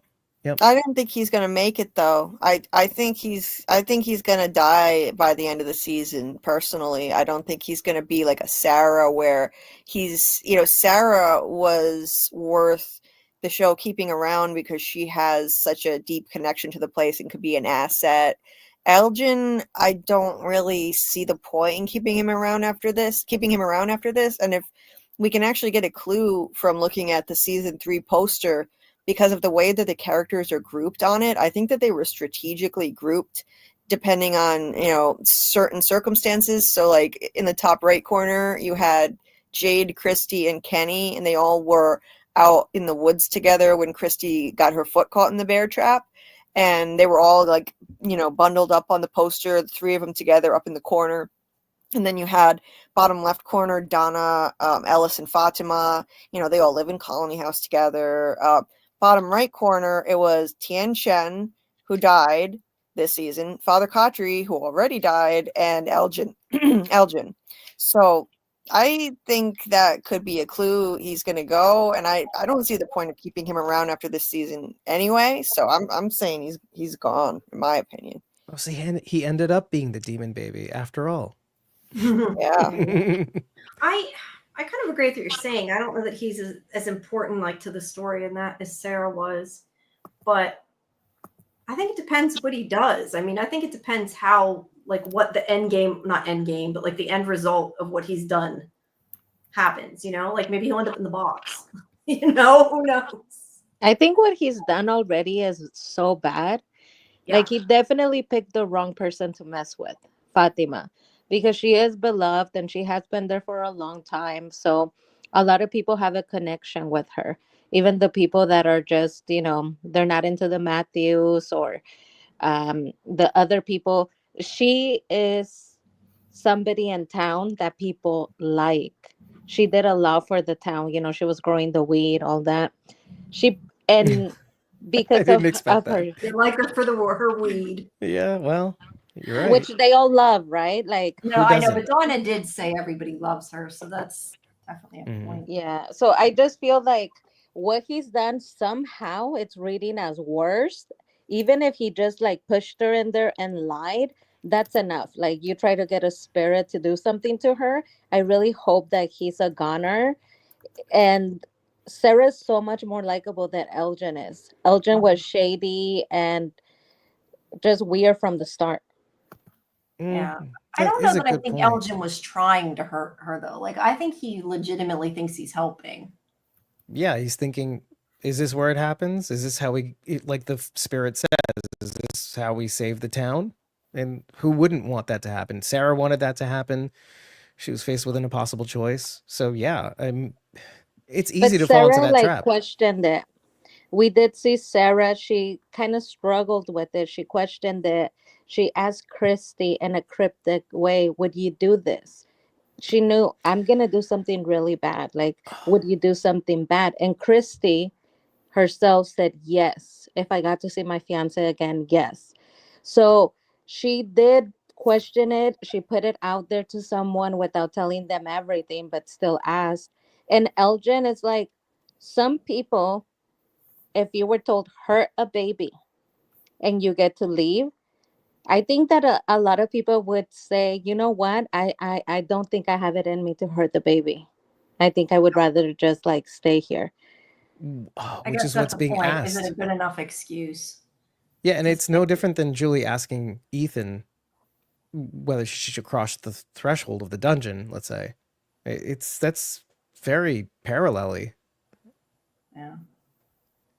Yeah. I don't know. I think what people are willing to do or not willing to do though is what shows if they're a good person or not. I mean, if he just follows it that easily, then yeah, maybe that does make him at fault for some of it, you know? Exactly. I think that maybe that's even the bigger theme here. What are you willing to do so that you can be okay? Because you know, whoever you kill will not be going home, but you will. So, in a way, it's placing yourself first. Above everybody else. Well, Yeah. then, doesn't that take you to Jade a little bit? Because what Jade says is, who gives a F as long as it gets us home? That's Well, but Jade's very not hurting cryptic. anybody to do it either, though, to be fair. I mean, Oh, he's no, just yeah. meeting people. But it's But just the mere fact that he says it very emphatically and out loud. that's true. And So so, what's he willing to do is the question. exactly. And it's the same with Christopher, his prior avatar, let's say, or his archetype. It's very telling. I love this line of thinking. Yeah. Just Definitely. narratively. Not, I No, don't yeah, really it's love it. definitely interesting. And how far are you willing to go and the kind of whole morality issue, you know? Yeah, we'll see how you feel about that, Jade, later. Yeah, later. Okay, now they're asking about Faye. I'm gonna like jump off for 1 second. I'll be right back. You guys talk about Faye till I get back. I'll be like 2 minutes. Great. Okay, so I took a trip to Ireland once, and we talked about the Fae trees, and all my wife and I could think of is, this is a bunch of woo-woo, isn't it? Come on, Fae trees, and you tie a thing on the branch, and you get your wish, and come on, this is garbage. Just like the dowsing rods that dude gave me a little earlier, and how there are energies in the earth. Come on already, I don't believe in that stuff. That's me in Yeah. a nutshell. Oh, you don't believe it? Are you saying like you don't believe in the Fae? Yeah, get out of here. No, but like as for with From, do you think that the Oh, Fae well. are involved in From? Now I believe in everything when it comes to From. Now I believe in a lot of things. Well, let's elaborate on the Fae theory, because what are people saying about the Fae in Well, respect to the series? there's so much that is similar to folklore about the Fae and From. For example, the Fae will take on a human form, but it's never quite right because they are just pretending to be human, trying to model what human behavior is like. So a lot of people have thought that the monsters, they look human but off in a way. So that they could be Fae. The folklore about the Fae also includes them being the children of Lilith, Oh, the first person that married Adam. What's yes, Mhm. exactly. So they were supposed to be her children that were sent underground to live literally underground. Mm. Because there's different stories, but basically because she wasn't taking care of them to the pleasure of God. And we have all of those Garden of Eden pictures everywhere, like in Alice's and Fatima's room. In the middle. Yep. Yeah. And they're at So the they were, center of it. yeah. And now the hotel, right? Everybody's saying, why isn't there a hotel if there's a pool? So Yeah, that's motel. also yeah, motel. That's also Faye like, oh, I'm trying to like reproduce what I think human towns are like, but I don't know about what's supposed to go together. And so this looks right to me, but they wouldn't know because they're not human. Yeah, they're just pulling. It even mentioned that Henry even manages to mention a travel agency sign. Well, where's the travel agency? Yeah. Did you guys, and I know we've mentioned this before on the show, but have you guys seen Watchers? That's what it makes me think of. I mean, I don't know that it does seem like it could be something that's in this show, but Is that a series? Yeah. Yeah, I can see the connections, like the Fae taking people's personal possessions and bringing them underground where they live, and the monsters in From do that too. And now, we really had that highlighted this season too. Victor, Henry found Miranda's some kind of garment, and Victor said, Scarf, yeah, they like to take things. Yeah. yeah, I don't know. The only I know about the Fae that are in the Watchers, and I think about the Fae that were in Doctor Who this year, but that's about as much as I know. So I don't know. So, well, there's also like another. So it kind of goes also. If you don't even want to go that far, what Elgin's grandmother says about angels, you see them, they're frightening. You'd be scared too. And so what we think of fairies as being these Tinkerbell looking creatures. No, they're monsters. They're all monsters. And angels, and this drowning lady kimono wearing person is an angel. It's a lot to take in. And a lot of these messages are scary. It come in the form of either being dickish or scary. So I can take that. I can accept that. Yeah. There's something to Yeah, it. I don't know. I definitely think it's an interesting theory, and it's one I've heard, a few different times from people about Faye. But I do think a lot of stuff about that movie does kind of match up with From. I mean, I don't think it is just because I don't think it's going to be the same as a movie, but there are a lot of things in that, if you see Watchers, that kind of does remind you of some of the stuff going down. So interesting anyway. And faraway trees do come from a book. I remember reading something about this, that it borrows from a different book that contains faraway trees, and they do similar things basically. So yeah, I feel like From takes stuff from a lot of different lore. Yeah. From different religions, different folklore and things like that, and they're kind of mixing them all together. Like the Harry Potter books. I'm just thinking that there's things here and there. Glue Guns is still saying about worms. I want her to, if she's going to have a baby, or have a demon baby, or have something, but not worms or spider. I've said that before. Nope. I just don't want to see that. Let's see. Yeah, I'm on the POL camp. Pregnancy of unknown location. And Matt's asking, and if you guys see, like I said, things in the chat that you think are important, you can pull them up too. I'm just trying to scan through some of them so we can get closer, because I'm still at, an hour and a half behind. Who was the monster who said to Julie, you don't recognize me in the early season? That was in season 1.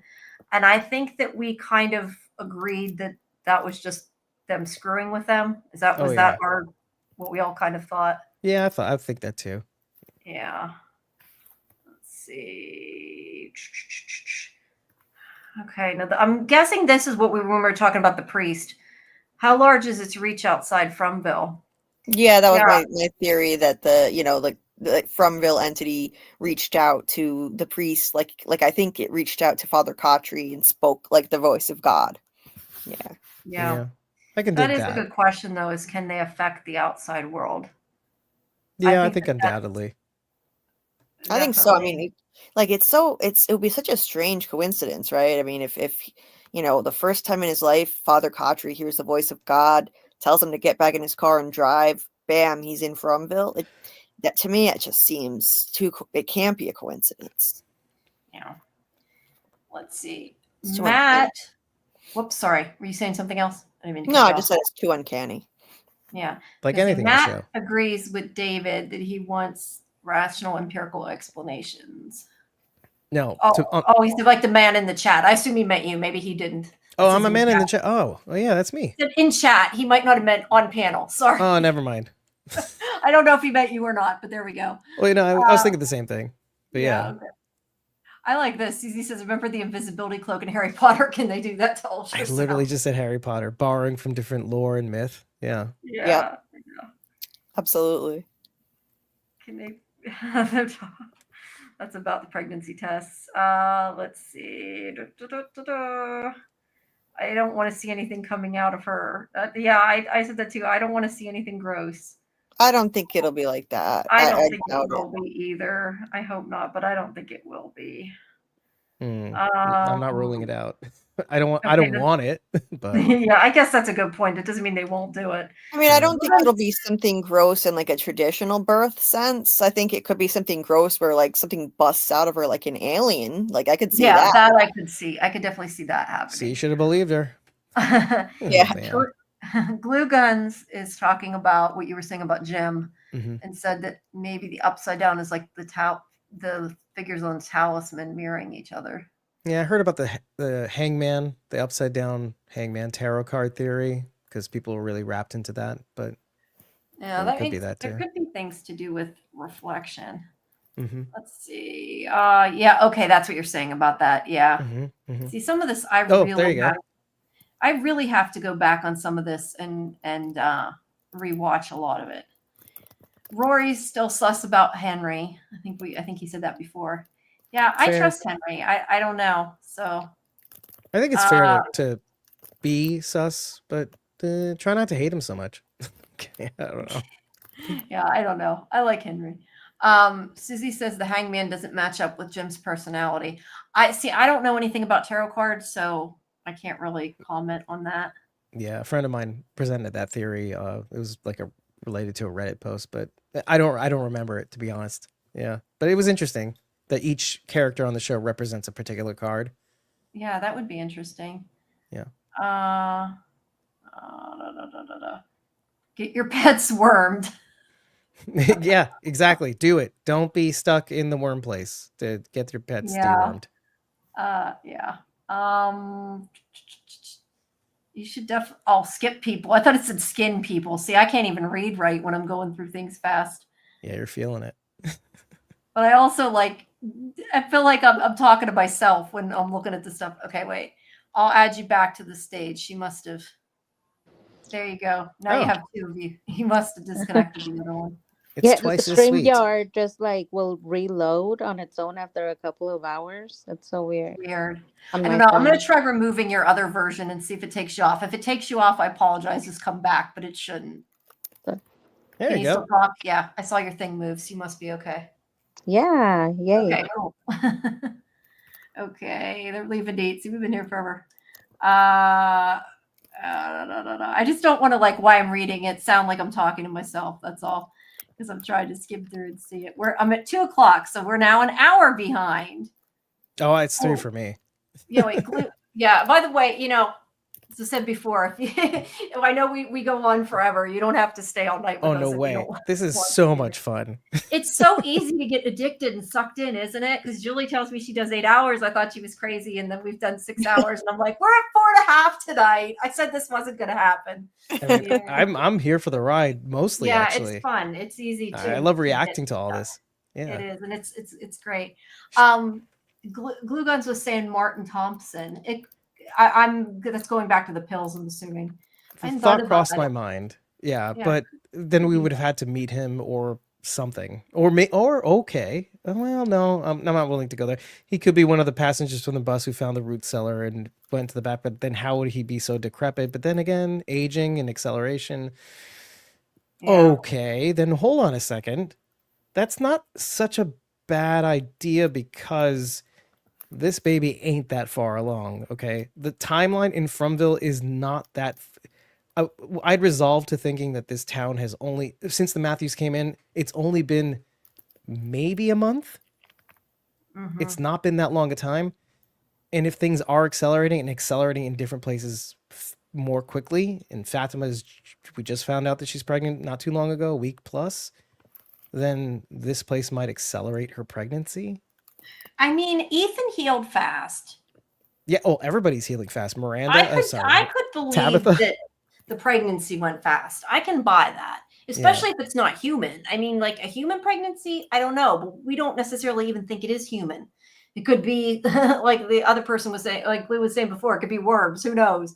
But I could buy the pregnancy could be accelerated. Yeah. Or especially in that cellar, it could be accelerated. Oh yeah, I can see that. You know, like that's a sci-fi trope. You know, like we've seen that before, like an accelerated pregnancy. It could happen like even overnight. So I wouldn't be surprised. And, you know, especially if it's some kind of an entity that's not a baby. Well, I think at this point it's safe to. I mean, I don't know, but I think at this point it's probably safe to say it's not human. That would be my. I'm still on the baby train. I'm still on the baby train. Although that sounds weird to say out loud. Baby train? What's happening? Williams says that they should bring Neil deGrasse Tyson and they can get it because the next thing it says it can get out. That they need to bring somebody smart, right? Yeah, but we have Jade for that. Yeah, that's true. That's true. Who needs Neil deGrasse? Leave him in the safe place, not in the stuck place. Yeah, Jade's a genius. That's all we need. About Donna's pockets again. Some of them fell asleep on us. I'm not surprised. Yeah, I didn't want to bring it out, but oh my God, did you do one for 9 hours now? Susie said you went for 9 hours. Did you go 9 hours? Last week, I beat my own record 2 nights in a row. I did a little over 9 hours one night, and then 9 hours 21 minutes the next night. I'm insane. Julie. Yeah, you need to stop at a certain point. I know it's really bad for me. I paid the price. I understand you do it, but I agree with her. You need to take care of yourself a little bit. Just like I'm thinking, I want to stay on here, but in a little bit, I'm going to move over to my couch on my iPad because I'm like, last time my back was so bad when I got off of here. I really regretted it. Yeah, my pain is hurting too much. It's just it's addictive, you know. Susie's, you gotta, if you know, don't do it to the point you're hurting too bad. Susie's talking about Scottish Gaelic female druid, which is people of the oak. I don't know how to say that. Druid. I don't know.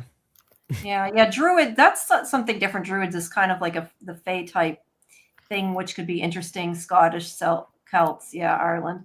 Let's see, Kelly. I don't want them to kill Victor off. I don't want them to either. Just to get Eloise. Yeah. I agree. I don't want that either. Then again, I don't want Boy to be off the show. So here we go. Yeah. Let's see. I'm talking about sleeping. Whoops. Yeah. Sorry. No, I'm just scanning through and seeing. They talked about the trailer, a spoiler that they thought. I don't know. I wouldn't think that would be in the trailer what they're talking about if it was happened, but I don't know. Let's see. That's Julie's comment. Let's see. There's another thing about the fair. I think that's a fairy, isn't it? Tuatha De Danann, children of Danu, not Lilith. Okay. I don't know any of that. So they're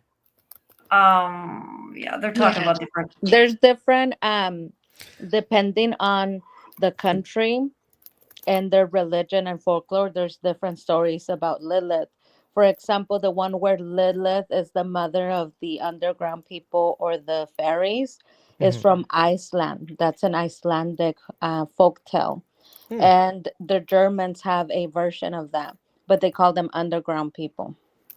Yeah, a lot of the different folklore are like similar, but they call them different things. So it's hard to know. Yeah, the myths.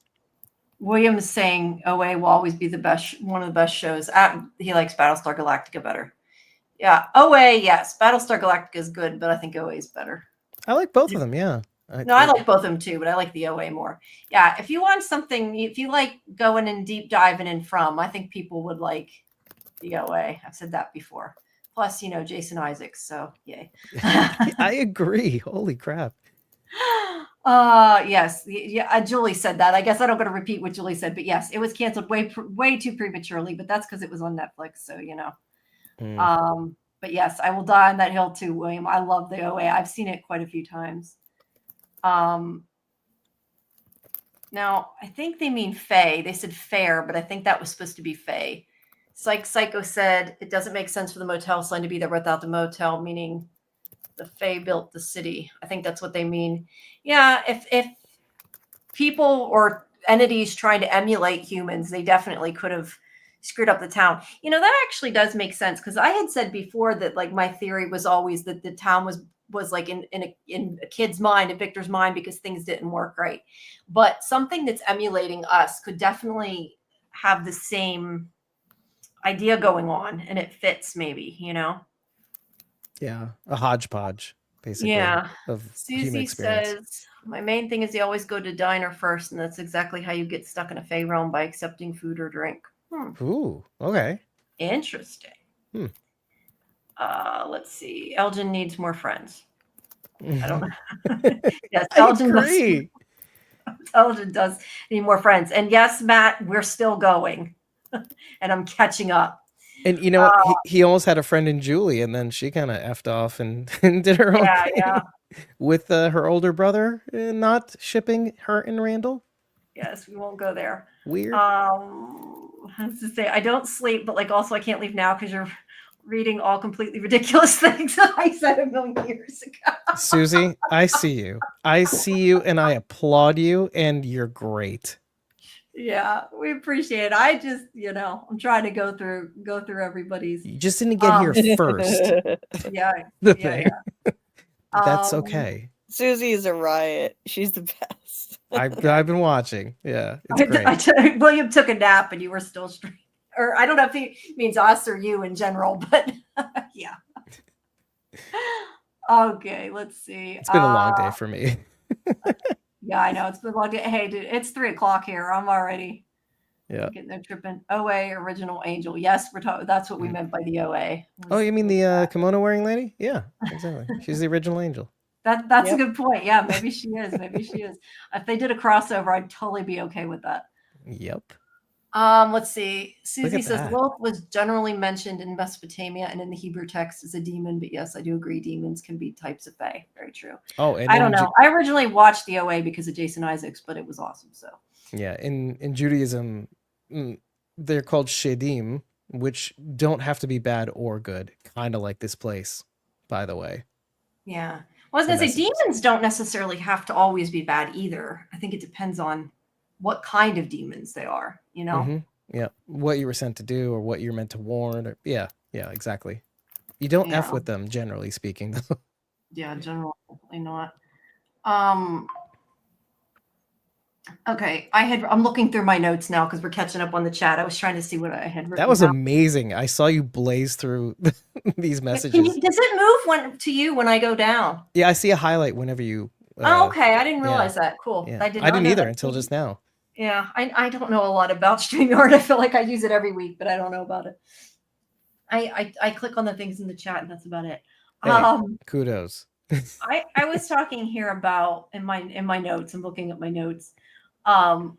This is back to what I was saying in the beginning when we had the conversation about them letting people find Tilly's body, and I started in my ripping off in my notes was talking about the box. And so you guys, do you think they should get rid of the box?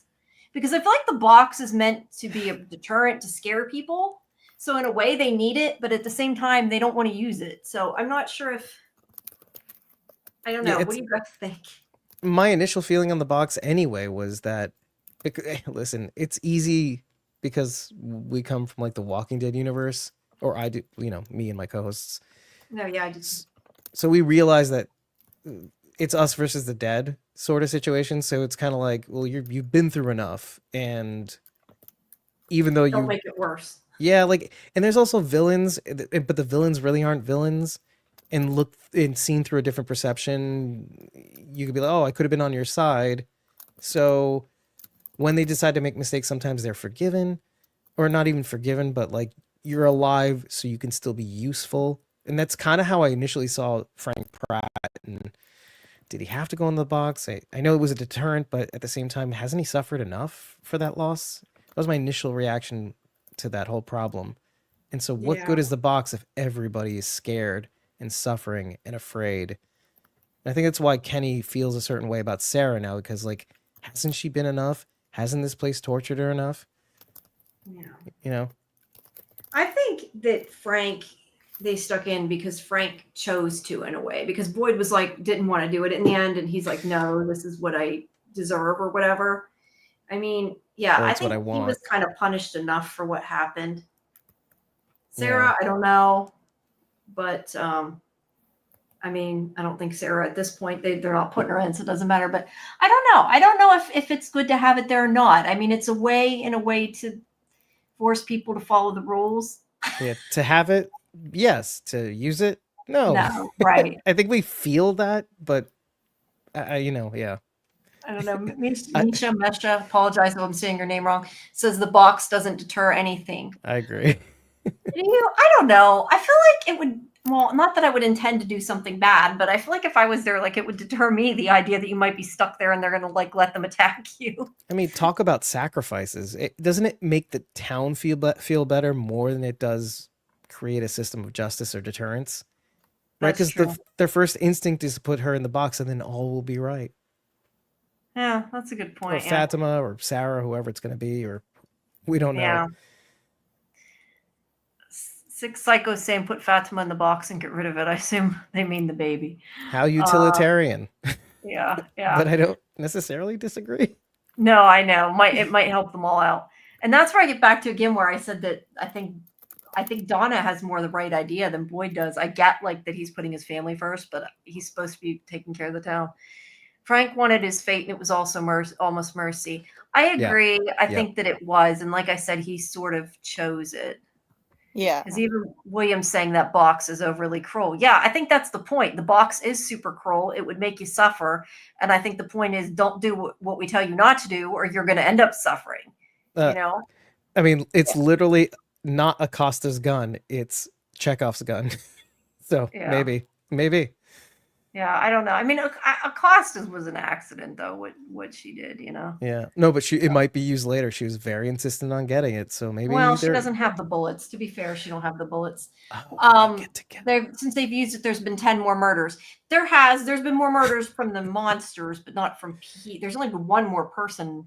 Well, no, I guess the thing is Frank didn't really per se murder his family either. I mean, it was like an accidental. He didn't do his job. I have to say one thing. At least Jim is doing a better job than Frank did with his kids. That's exactly why I brought it up. It's like, yeah, there's a mirror going on here. Everybody's, the Pratts. So Frank drinks himself to death, and well, he drinks his family to death, and Jim goes the other way, and that's something to be said about that. Yeah.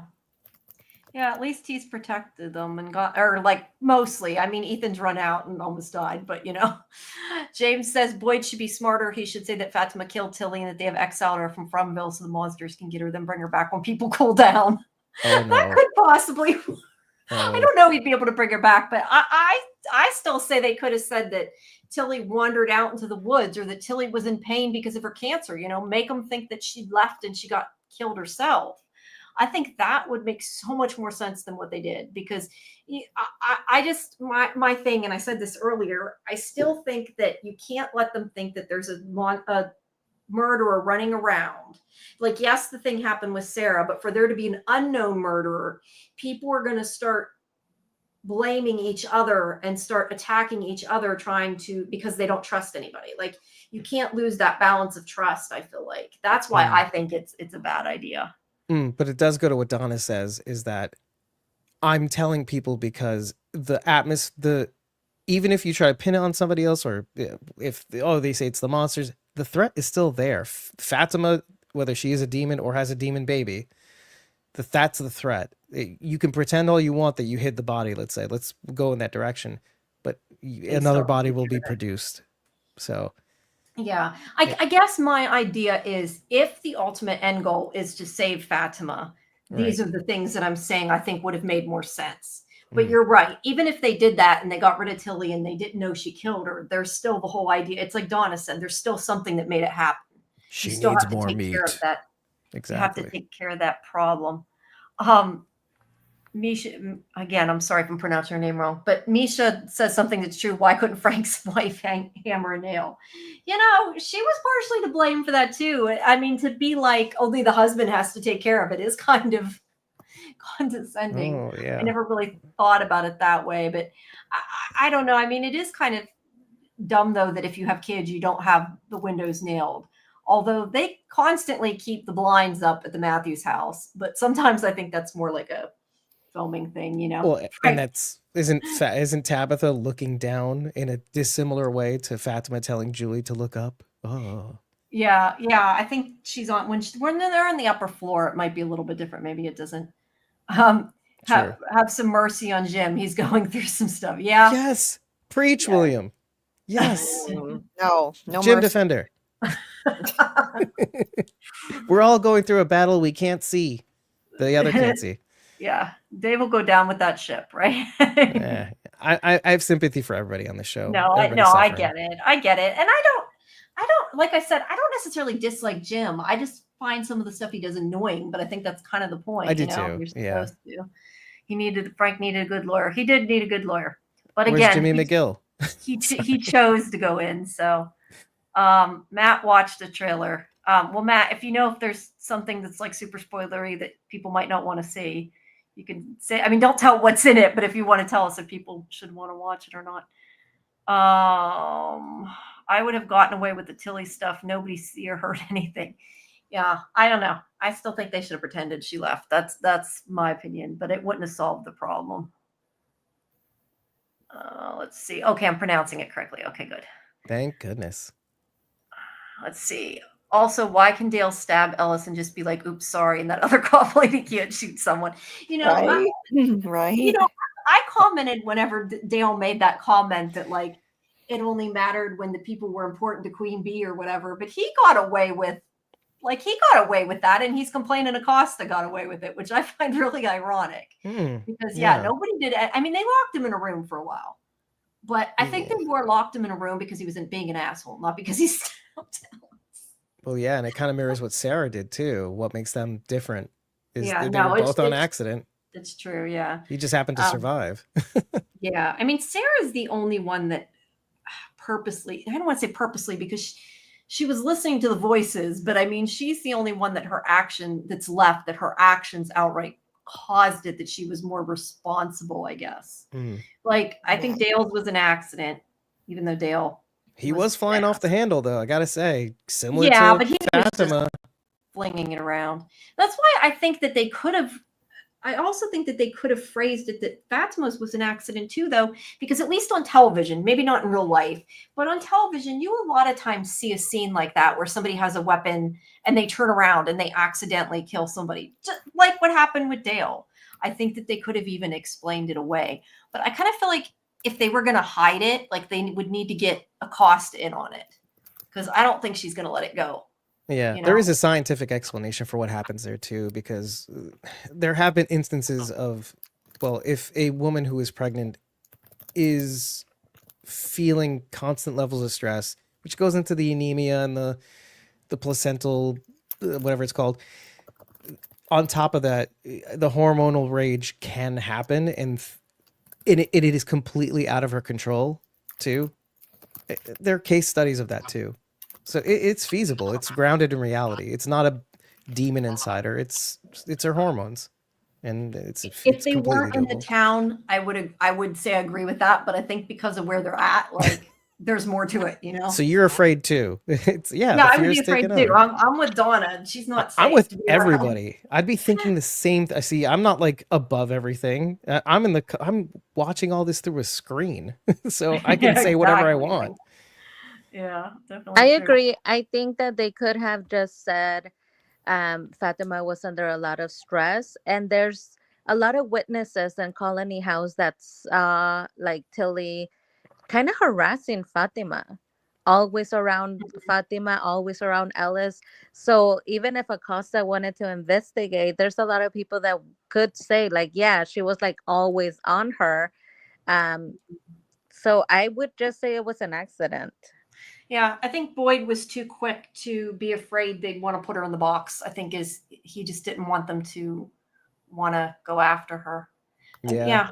I To definitely be think you made the honest, wrong choice. I think that Boyd wasn't necessarily afraid of the people. He was actually afraid of Fatima Well, he Yeah, because he says as now, was much too. Yeah. he yeah, is now it afraid of her escalated. knowledge. It Yeah. escalated. So in a way, he's like, "Oh yeah, we should get you away from here." It's not just because she did that and the people might be mad. I think it's because now he's expecting it to get worse, and she doesn't want her around his son.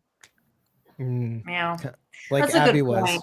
Yeah. Yeah, he might be trying to just get her away from the town. And that's why he really doesn't want Ellis to go with her either. He's kind of scared that she could do something to him, which she could, to be fair. And I still go back to, I wonder if it's going to end up like with Boyd and Abby, that Ellis is going to end up having to take her down to stop whatever, because that would be a weird parallel. Yeah. And in his own Um, way, he's like Jim because he's holding on too tightly or something to that effect. Yeah, something Yeah. like that. Yeah. Misha was saying, I put the quote up and I just didn't get a chance to get to it. That yeah, Jim did just have an entire house fall on him. All these things happen so quick. Yep. They're all Praise. stressed. Misha, praise. Jim Defender. Yeah. Yeah. Matt saying that the trailer, he seems to not think that there were a lot of spoilers in the trailer. Said it was all vibe, no details. So Love vibe. people want to watch it. You want to go by that, you can. Costa was leaning over Tilly's body like a detective. I think she would have figured it out. Agreed. Yeah, New and you know, Boyd. saying maybe Fatima should have defended herself. You know, I think that's also a good point. And you know, Fatima was willing to tell people. I mean, when they kept saying it'll be okay, she's like, "Don't say that. I killed people, like, or I killed somebody." Like, she was repentant and didn't, I don't think, want to stay in the shack. She did it because they kind of talked her into it. I feel like, you know. Yeah, I She agree. was scared. But honestly, Acosta has no power there. The power that she has is whatever people give her. And by people, I mean Boyd, Kenny, Donna. If Boyd, Kenny, and Donna could get on the same page, she could investigate all she wants. They're not going to do anything about it. Like the way that she was over the body looking around, that was kind of cheesy, and it was just like adding to the fact that she has become such an annoying person. It's like, come on, like you are not a cop here. This is prom. Everything has disintegrated. Yeah. I- To be I would- fair, though, I think she's trying to help. I don't think she's, you know. I think people are looking for the new Boyd, and if she I kind of like what you said, PM. If Donna, Boyd, and Ellis don't unite, and case in point, they do not, because even after Donna's speech about telling the town it was Fatima, what does Boyd say to Ellis? Yeah, we're going. We're take some supplies. We're going. So I can see a world in which, because he made that decision, Acosta can take over. Yeah. Yeah, and it's so weird of Donna to have made that decision because that's not strategy. Usually she wants everybody to be calm, right? To have a good time. So she provides the parties, the alcohol, the vibes, right? The weed.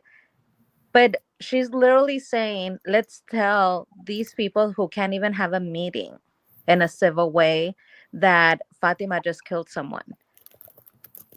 That doesn't make True. any sense. But then again, we haven't seen that Donna in forever. Yeah, but I think she's kind of also of the idea of it's not fair to hide from them because they're not safe. Right. I don't know if she's completely thought through her idea all the way either. Well, look at what happened to Colony House. One person kept a huge secret about having a rendezvous with a monster, and it killed the whole town. I mean, I'm not sure what she plans to do, but I kind of get her idea of people aren't safe and it's not fair to lie to them. I feel like that's more what it's about. But is hers the right solution? Don't know. It's questionable. Yeah. Yeah. It's debatable. Yeah, surely. surely. It's debatable. James hates that they've made Boyd super emotional. kind of dumb. He should be more like Jade because he stopped looking for a solution. I think I feel like Boyd's been there so long, he's just kind of like given up. Yeah, But I don't know if that's necessarily. I don't know. I don't consider him dumb because of it, but I get that he's given up. well, you know, we also kind of we assume that the monsters haven't broken him, but he's walking around and he is broken. Like he's saying all the things that he should say, but you can tell. The town can smell it off of him. They don't believe in him. No, they don't. She's totally right with that. Yeah. That is just so ridiculous, though. I get what they're setting up in the story. They're setting up this idea. But what do you mean? Like, to me, if I was Boyd, it's like, what do you mean you don't believe in me? After Dale walked through the tree and he ended up in the pool, and I Right? told you so, you don't Yes. believe in me suddenly. After I Yeah. literally pointed and told you, like, who's next? All of a sudden, you don't believe in me. It's like, what evidence do you have other than whatever people are going to say about my decision making? Yeah, that's a good point. That's definitely a good point.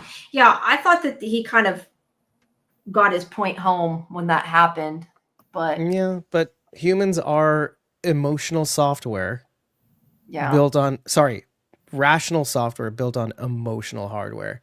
We lead, I mean, if we don't tame it, our emotions really govern our decision making. So it's the elephant in the rider thing that Jonathan Haidt talks about. It's you can only tame the elephant so much, but the elephant ultimately is the thing that guides you, unfortunately. So yeah, It's faith this is insanity. Yeah. Thank you, Miranda. I didn't even know you could do that. Thank Oh, you. thank you, Miranda. I feel like Yeah, I I should didn't say even know you something could too. do that. Thank you. Super chat, baby. See, I need to figure out how to add the little icons and stuff to it, but thank you. Very much appreciated. Wait, it's Miranda Kavanaugh. Yeah, maybe She it's gave you $10, 10 Australian dollars. Wait, hold on. They can't be her then. she went on vacation. That's Oh, what I She thought of. boy. got out again and she went on vacation, right? We didn't even know. Yeah. But anyway, Susie says he literally went through, killed his wife. He has PTSD. Yeah, I think Boyd's going through a lot too. You know, they're all having issues. To be fair, I think Yeah. everybody kind of has PSD. Yeah. I think Boyd is also thinking about the fact that she's not pregnant but has something growing inside her. Everyone is. Everyone. Yeah, In this town. I mean, I think I think that's why he's worried about Ellis. You know. Oh yeah, because she's a threat. That's ultimately Yeah. what his reasoning is. Yeah, he's not wrong. He's totally not wrong. Yeah. Let's see. There's James is saying in season 1 he was different than he is now. In season 1 he was looking for solutions, and see this season he's just screaming at everybody. That's accurate. Yeah, he's Jade and Jim that's all in definitely one. accurate. He's yelling and also is giving up. Yeah, he could be going through a territorial thing, kind of like I guess she means because he could be having a granddaughter, grandson. Oh, yeah. I never thought about it that way, but that definitely could be the case. Yeah, like Jim having his first child, going to the bar. He's having a moment. Yeah. Yeah. Okay. William is asking about Discord, but he's asking it to Susie. I'm not sure if he's talking about your Discord or not, Jolie, but you can post the link if you want. I don't know what the link is to get it, but if you want to post it, you can. I don't know if he means that or not. Yeah, I have the link to where that Discord is. I can post the link, or I can William. I don't know if you're like which Discord. Yeah, that's why I said I don't know if he was referencing to your Discord or not. I just was saying in case he does, you can post it if you want. I just meant I was pointing. It's on out. Jeremy's. I know it's on Jeremy's, William. It's on Jeremy's Discord. I know you're on his. You're in his. So. Yeah, they're all everywhere. I need you to help me make a Discord yet. I still want to do that. Do we think Fatima has told them about eating some of Nikki? Now, I had mentioned this before. I was thinking this was the clip I used, but it's not. I asked Pega that in the interview that I have coming after the finale, what her opinion was on it. But yeah, I wish they would tell whether she actually told him that or not. There's no Because way she did. For it's not clear. sure. I would think he would freak out more if she told him that. That's what I think. Absolutely. Absolutely. There's no way she told him that. He would be Yeah. automatically against her. Well, I don't know. They I definitely feel wouldn't like tell she should Boyd. have been. I feel like she should have been 100% honest and tell him. But I feel like he would have freaked out more if she had. That's the way I feel about it. You know, now that I'm thinking it through, it's possible that she might have, but again, we didn't see. I always use this term. We didn't see a body, so we don't know either way. So Yeah. it could go either way, and it would be a cool twist if he did know and kept it from his own father too. Wait, what do you mean we didn't see a body? You mean they didn't see Nikki's body after? Well, that was never spoken out loud, is what I mean. They never. That's what I mean. But we didn't see a okay, body. No, literally seen a body. Yeah, exactly. Sorry, Okay. I had to explain No, that I better. get what you mean now. Yeah. Yeah. Yeah, I don't know. I wish they would say, and I don't know if they just don't think it's important, but I think it's important because it irritated me. It's kind of like how the rope thing irritated me forever. Oh, okay. Doesn't. But there, I don't think there is an official answer. I mean, I did, like I said, I did ask her, and it will be in that interview, but it was more kind of like her opinion because I don't think there's an actual official answer to that. Completely fair too, and maybe she forgot. Yeah, It's entire. There's so much info. But the thing is, it could have even been something like she told him and they cut the scene too. It could be something as simple as that, and we just may never know because they took it out. 100%, actually. Yeah, that Hard makes. to see. Yeah, the director's cut or what they decided to keep in after all of that too. Well, yeah, It would be really nice if they released DVDs with like a director's cut, wouldn't it? That'd be so awesome. They won't, but it would be cool. Nah, They're not going to do that. But I think we've been tortured enough. Yeah, no. Well, I just even if it was like all just behind the scenes stuff, I'd totally buy it. I want to see it. Yeah, that definitely like a commentary. I would be definitely down for. Yeah, we decided to go a different way with that. We ended up doing this. Okay, yeah, Julie's got to go. Okay, Julie, make sure you're feeling okay. Take care of yourself. Thanks for staying as long as you did. I didn't intend to stay this long, so I totally get it. But she's trying to break your record, Julie. Yeah. It's not gonna happen. We're trying to break your record. It's impossible. But take care of yourself. And we'll see you next week. Take over and trying to turn over a new leaf and take not let my pain get this out of control and just ignore it. Just keep on going like I do in my lives all the time. Well, that's why I eventually moved to the couch, so at least I'm reclined on a recliner. But yeah, you don't want to go too long. Just take care of yourself, and we'll talk to you next week on the show when we come back next week. Thanks. So nice meeting you, Julie. Thanks for meeting you. Thanks so much for having me on. Bye-bye. Bye, Joey. Bye, PM. Bye. I hope she's not hurting too bad after this. Yeah, I do this every day. So my day well, job and my night job. Yeah, mine's I need a new computer chair. That's my biggest issue more than anything. Same here. Oh my God. I need to get a new one. What was I saying? Oh, I know what I was going to say when all that happened. I was going to say we're hitting hour 5. So since we are in a new hour, I will give my little reminders for the new people because we do have a lot of new people in the chat that I didn't see there before that might be new joining us. If you want to join our panel, I don't know how much longer we're going to go, but I think I got a little bit left in me anyway. If you want to join our panel and talk with us, the StreamYard link is pinned in the chat, so you can always do that. Susie, get on here. Come on. Yeah. Yeah, people come in. Just don't put porn like we had that. You weren't here that week. For real? Somebody came. Yeah, some guy came in. This is why I should mention the rule. This is my rule. If you want to come on the panel and we don't know who you are, you're welcome to come on. But tell us in the chat that you want to come on so we know you're like legit paying attention and actually a From fan. Because this person came on and they started talking about Brazil. I had a feeling something was going to go wrong. And then they put a picture of 2 men porn picture. So I took them off very quickly. Consensual sex. Anyway. Gotcha. Mm-hmm. Yeah. So no porn. But anyway, there's that. And then the other thing, like I've said before, make sure that love you to like and subscribe, but also to check out Squawking Dead and Julie's Deep Dives link, which are in the episode description. And if you go to the community part of the YouTube or to my social media, which is always under Sci-Fivision, I do have the dates of our upcoming live actor guests. Which boy, does she ever. On Tuesday. Yeah, I put the last one up finally.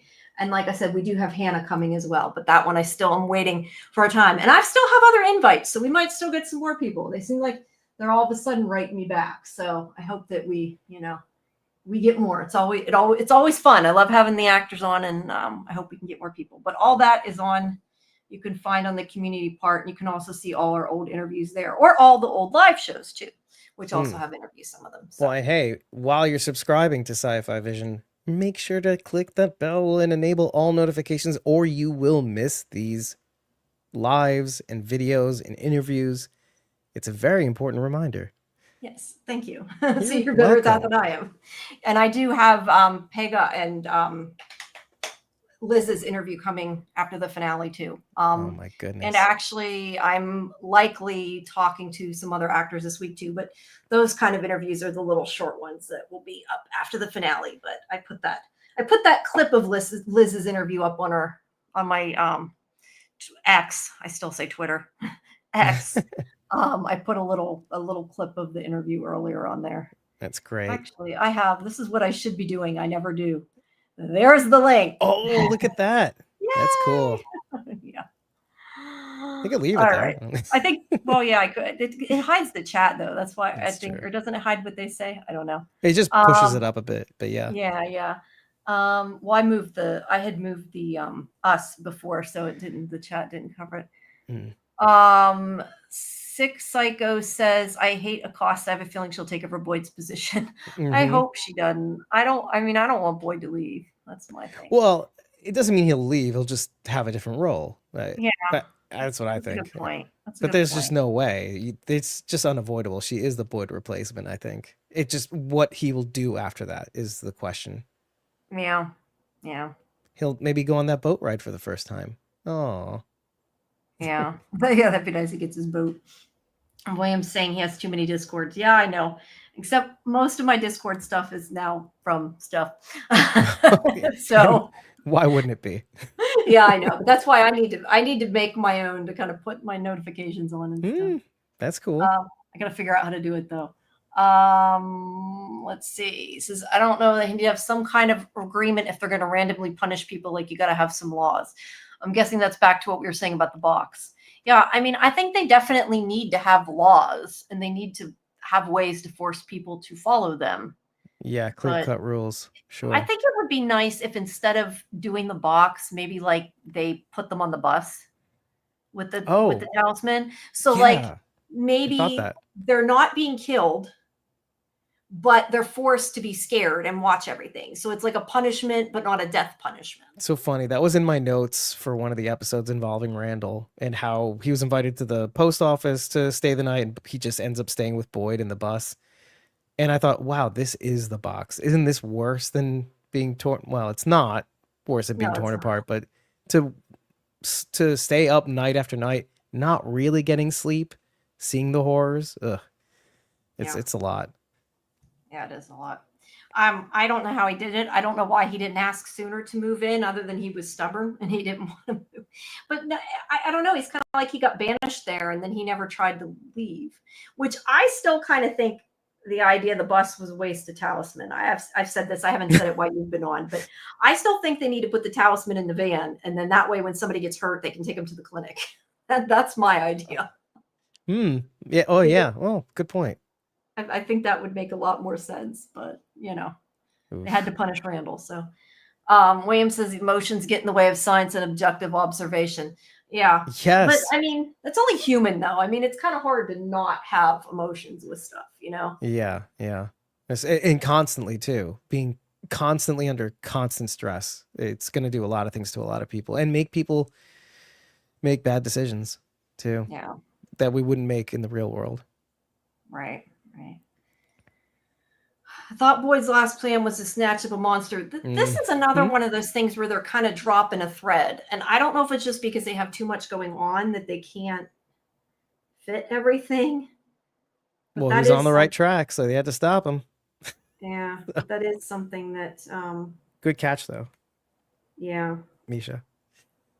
Let's see. That's what Jade does. Why does it matter about your stinking ego? Yeah. But that is a warning shot. Yeah, it is. What are you willing to do, Jade? Right? Yeah. What are you willing not to do to get home? I think that does make an interesting point, and maybe it's foreshadowing. Mm-hmm. Jade's my favorite. I don't want anything to happen to him, so I hope not. He says And then- all these little one-liners that for some reason do ring true all the time. Yeah. Like, and usually screams them out loud too. That they mean more than than we think they mean. Yeah. Yeah. Funny way of showing it. To Yeah, Tom. right. It's a truth. It's the whole place does that. Yeah. Yeah. Yeah. See, Well, I don't and know I what also- things- If we're thinking that he is Christopher, we know that Christopher was apparently going to hurt Victor. So at Well, some point, Christopher turned around and he was willing to do something bad. Or he was Yeah. asked to. Yeah, at least initially. I'm sorry. I didn't know you could put that up. I clicked on it to see what it did. Thank you again, Miranda. Very Ah. appreciative. Save us from the from. Yeah. Yeah. Miranda. I want to sleep not in the same house as Fatima. Yeah, I don't want to sleep in the same house as Fatima either. I'm all with that. Yep. I'd be all right in it with a talisman, no bills, free electricity. Yeah, I know. Some people have said that. I don't know that the town's like totally horrible if you follow the rules and don't go out at night. I don't know that I personally would want to be there, but you know. I'd have to chew on that one a little while. Yeah. I can never have too many discords. No, we can't. Well, there's no video games and cell phones. It's all the things you think Yeah. would be great and you'd be reading all the time. No, you wouldn't. You'd be like, I need human connection. Yeah, Yeah. that always makes me think when I see something like that. When you say something like that, it makes me think of an X-File quote that without a cell phone, he'd lapse into catatonic schizophrenia. I don't think I could do without tech. I don't know. I don't know that I could. It's the whole being sheltered without the tech and not having a human connection. Yeah, Right. I guess if you have to make a choice, human connection is better than tech. But I don't know that I would be happy without tech. Like grew up on it, I guess. So I'd figure it out, but although that's not even accurately true. I grew up before a lot of that tech, and I Yep, still we both I did. can't live without a cell phone. I remember when I didn't have a cell phone and when cell phones didn't exist. So that's not completely accurate. But that's why, I laughed because when I was tweeting the other day, because I was thinking, I wonder how many people that watch From actually even know, like, have ever actually seen a Polaroid. yeah, I was thinking that too. Because probably half the fans are too young to know. I mean, I'm sure they know what a Polaroid is, but to have used a Polaroid, Mm-hmm. I think I still have a Polaroid somewhere. Oh, Don't know where, but it's somewhere. but you don't have the film because there is film, and most people Yeah, kind of forget I about doubt that I on have these shows. unused film, Exactly. but it's still cool. Maybe it's worth something. Who knows? Hmm. You should witness my bag of cats. I think I missed something there in yeah. translation of Whoa, what that hold on a was second. about. To drown? What? William, come on! Don't drown a bag of cats. No, don't drown cats. I was gonna say I missed something in there. You have to. Maybe you have to worry about time travel now. We don't know. Let's say nobody can. Oh, no, yeah, nobody can break Susie. Julie's record. I ain't gonna try. Her evil girlfriend made Kenny single. Oh, Marielle. You're still on that bent. Okay, all right. Yeah. You know what? We don't really kind of. Oh, I don't know about you, but we don't really talk about Marielle that much because she's not being sus. I mean, but maybe in the fact that she's not being sus is sus. Maybe. Yeah. I'll be honest though. I don't think they give Marielle enough to do. Like, I don't want to say I dislike Marielle because I don't dislike her, but I feel like I don't think about her. She's And maybe not- that's intentional. Yeah. Maybe, but they need to give her a better story. I don't know. Yeah. Let's see. Well, it's that whole humming thing that really bugged me in this episode. As she's walking up to Colony House, she's like humming a tune, and something about it was unsettling. Do you know what I mean? I didn't even notice she was humming. If I'm Oh, honest. well, here we go. Roll the tape. No, we won't do No, that. I'm sure she was. I just remember her hearing that guy yelling and coming over. Oh, um, yeah. Yeah, I don't She's know. happy about Tilly's death. See? Yeah. Yeah, maybe. She's got a pep in her step. I mean, she does recognize that they're screaming, and she kind of goes, "Wait, what? Okay, I'm going." But maybe I'm kidding, Yeah. completely. Yeah. Yeah, I don't know. I didn't even notice it, but I'd have to go back. That's why sometimes I feel like I miss things, and like I've watched it 4 times. How did I miss that? Although to be fair, they may have added the audio after, like it might not have been in the screener, but I've still seen it since then, and I didn't notice it. So Oh, okay, yeah. Well, tonight I watched it on MGM Plus, so I should have noticed it this time at any rate. headphones very much help with those Yeah, situations. no, I definitely didn't use headphones. Yeah, just for notes. Yeah. Phantom of many topics. Did Julie save Boyd? I mean, Julie definitely threw the rope down to Boyd, so potentially, yeah. I mean, I would say she helped him. I still am questioning, as much as I was like so excited to get that answer though, of how the rope got down there. I still now think the answer doesn't make sense, because how did she actually touch the rope if it was in her head? But you're Julie's still idea stuck on maybe phantoms. Thing, yeah, and that whole thing Julie was saying about dreamscape and that, and maybe it wasn't really real in the first place. I mean, some of that makes sense. It's like there's so many things that could be taken so differently in the show that, like, Well, it's also like a way to introduce the time travel element in a benign way, but it's also a reflection of, again, Phantom of many topics. She was always meant to save Boyd. Yeah, and that was the one thing I had in my notes, and I can't remember if we mentioned this earlier, but I wonder about, you said you watched Lost, right? Yeah. It's been a while since I've thought about it, but yes, I've watched all of it. I just, because I question if she is time traveling, or whatever version of this time travel, if you want to call it time travel, can she change anything? But you can look at it as the way, like we always said when we talked about Lost on the other show, we always would say with Lost, what happened happened. So she may have thrown the rope down, but if she was always fated to throw the rope down, then it wasn't that she changed something. So she just fell into her role. Yeah, because then time travel is just merely a device. That she was always meant to throw the rope down. Yeah. I do wish though she had looked down the well to see who was there. Like, that's gonna irritate me now.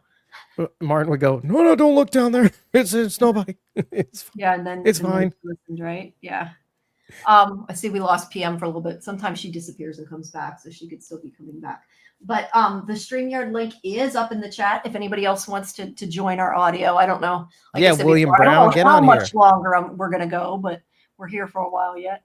William, you're a warrior. Get on here. Yeah. I don't know. I'm just kind of like, I can't believe I'm in here 5 hours. I promised myself I wasn't going to do this, but it's really easy to do. You did, actually, by the way. You're like, this is never going to happen again. Yeah, I did say that, but it's I'm like there's still like 41 people listening to us. So I'm like, that's amazing. You guys are amazing. It is amazing. And I appreciate every one of you that come and that listen. I do. Kel says, notice how talismans have spider webs on them if you put tree symbols together. I assume that this person, I don't know if it's I don't know if it's Kelly or if that's but that I'm assuming meaning put more than one talisman together, and they make sort of a spider web pattern. I'd have to like look at the screen captures of the different talismans. Okay, I can see it. Need to try that. We'll have to see. I see we still have somebody from NDB Media on too. I'm not sure if that's Mike or Roger. I'm guessing it's one of you, but whichever one of you it is, thank you for staying. Yeah. That NDB Media is who's very graciously hosts our show. We're on their network, so. Oh, cool. Yeah. Let's see. Guess Julie saved Boyd, went back in time or future. It's confusing. Yes, it is confusing. And you know what? I think it is confusing is like the theme of this show. It is confusing. It's made less confusing when you pair that with Tabitha always having to be in from. It has to end up winding in from. She saw it. She meant to see it. She got there. So too, Julie. The time travel thing is made so much simpler by knowing the fact that what happened is like you said. It was always going to happen. Yeah, that makes some of it make sense, but I just, there's certain things that I see one way and then I keep talking about it and I'm like, okay, wait, now I think something completely different. It changes a lot, you know? It helps to not commit to any one theory. Yeah, I know. Seriously. Pay attention, does. but It yeah. changes. It changes constantly. My theories are always changing. So let's see. Misha says there's no video games and cell phones. They did seem to have volleyball. I didn't see volleyball. Oh, there was the net near the swimming pool, I think it was. Something or other. There's something to that effect. Oh, no, at Colony House, I think maybe. Colony House. Well, that makes sense. I'm not. It could be badminton, but I don't know. William says he's a millennial. He's been without tech. I don't know. I feel like I've never been without tech, but I've definitely been without tech. So I remember when the internet came out, or at least when it came out to the public. Yeah, elder I millennials. say. Sure. Yeah. Yeah. Let's see. I'm Gen X though. Sorry? I'm Gen X though. So I'm not sure what the years are for which generation which is why I'm not saying it. I don't know if I'm a millennial or not. Yeah, I won't out you, but I think you're No, it's okay. I don't care. Yeah, you're people know how old I am. I think I've said it enough times. Yeah, I think you're an elder millennial. Well, I'm a baby Gen Xer. Yeah. Yeah, not the same. But yeah, we've grown up without it. But it seems like you haven't. I don't know. Kickball, stickball, yeah, all that. Yeah. I think they need to combine talisman. You know, like they were in the hut. That is interesting because maybe there was a reason they were all together in the hut. Yeah, we tend to kind of take that for granted too. Sure. Yeah. Yeah, because it is weird the way they had them in the hut, and weird that Boyd felt like. I feel like there's got to be more to that. Yeah. Okay, so then if you kind of think about it, then maybe the root cellar kind of mimics that in a way. Because do you even see Elgin bringing a talisman for the root cellar? I don't think so. I hadn't thought about that. But now, I'm not saying it's the same thing, but it's but similar. You know what? It might be like with Sarah. There was like a big discussion after season 1. How did Sarah get back outside at night and nobody killed her? I kind of feel like maybe if you're doing what they want, they won't hurt you. Well, yeah. So like he puts Fatima there because the entity, the town, I always want to say the island, the town, the entity, the monsters, whatever. They want Fatima there. He's doing their bidding. So therefore, I think they won't kill them. Because that is definitely a good point. I don't think he did take a talisman down there. But I don't think so either. Victor survived down there too. So who knows? Maybe there's, when he was little. So maybe there's something down there that protects it too. I don't know. Yeah, and Elgin did spend the night there, it sounds like, to prepare for this moment. Yeah, but I mean, even like when Victor was there when he was little, I mean, he was hiding down there, but we don't know that they didn't know where he was. Oh, wait, hold on. Also, I may have made a mistake. Yes, I did make a mistake in both this live stream and in our podcast. The first time Jade sees a symbol is not on the tree. It is in the root cellar with the boulder guy. When he has a vision of it, you mean? Yeah, exactly. But he does see it on the tree. That he and Jim are at to hang the antenna the first time. Still, it still applies. I don't even remember that on the tree. That's why there's so many things that like I've heard tonight. I'm like, wait, what? I don't remember that. I feel like I should remember that. I only did a rewatch of this like right before I watched season 3. I mean, who can blame you? There are a lot of facts in the air but then all of a sudden you'll remember 5 hours and 25 minutes in. Oh yeah, no, I was mistaken about the symbol. He saw it with the boulder apparition person that yelled at him. Which I still think that older person went through the tree and got stuck like Dale. I've been saying that. I think that's what happened to that person. But yeah, you're totally right. I mean, if I go by this season, I've been writing such detailed recaps. I think I probably would remember most of the stuff unless it was something like I just didn't see. Like I said, I didn't hear her humming, that kind of thing. But I didn't do this last season, so. Yeah, well, it's super odd too because I often catch myself going back into my season 1, season 2 recap notes. It would to even just help me with the most minor thing too, like even looking back into the first episode, 96 Days Without Incident, Frank Pratt across the street at the bar. So there's similar themes repeating, but also like even the tiniest little details like 96 days. Well, what is that number? Where do we see that in the and how did they go so long without having a death? And then we watch it now and it's like a week. The 2 cars, they accelerated. Yeah, but I think it's true what Acosta said. He's not doing such a great job keeping these people alive, is he?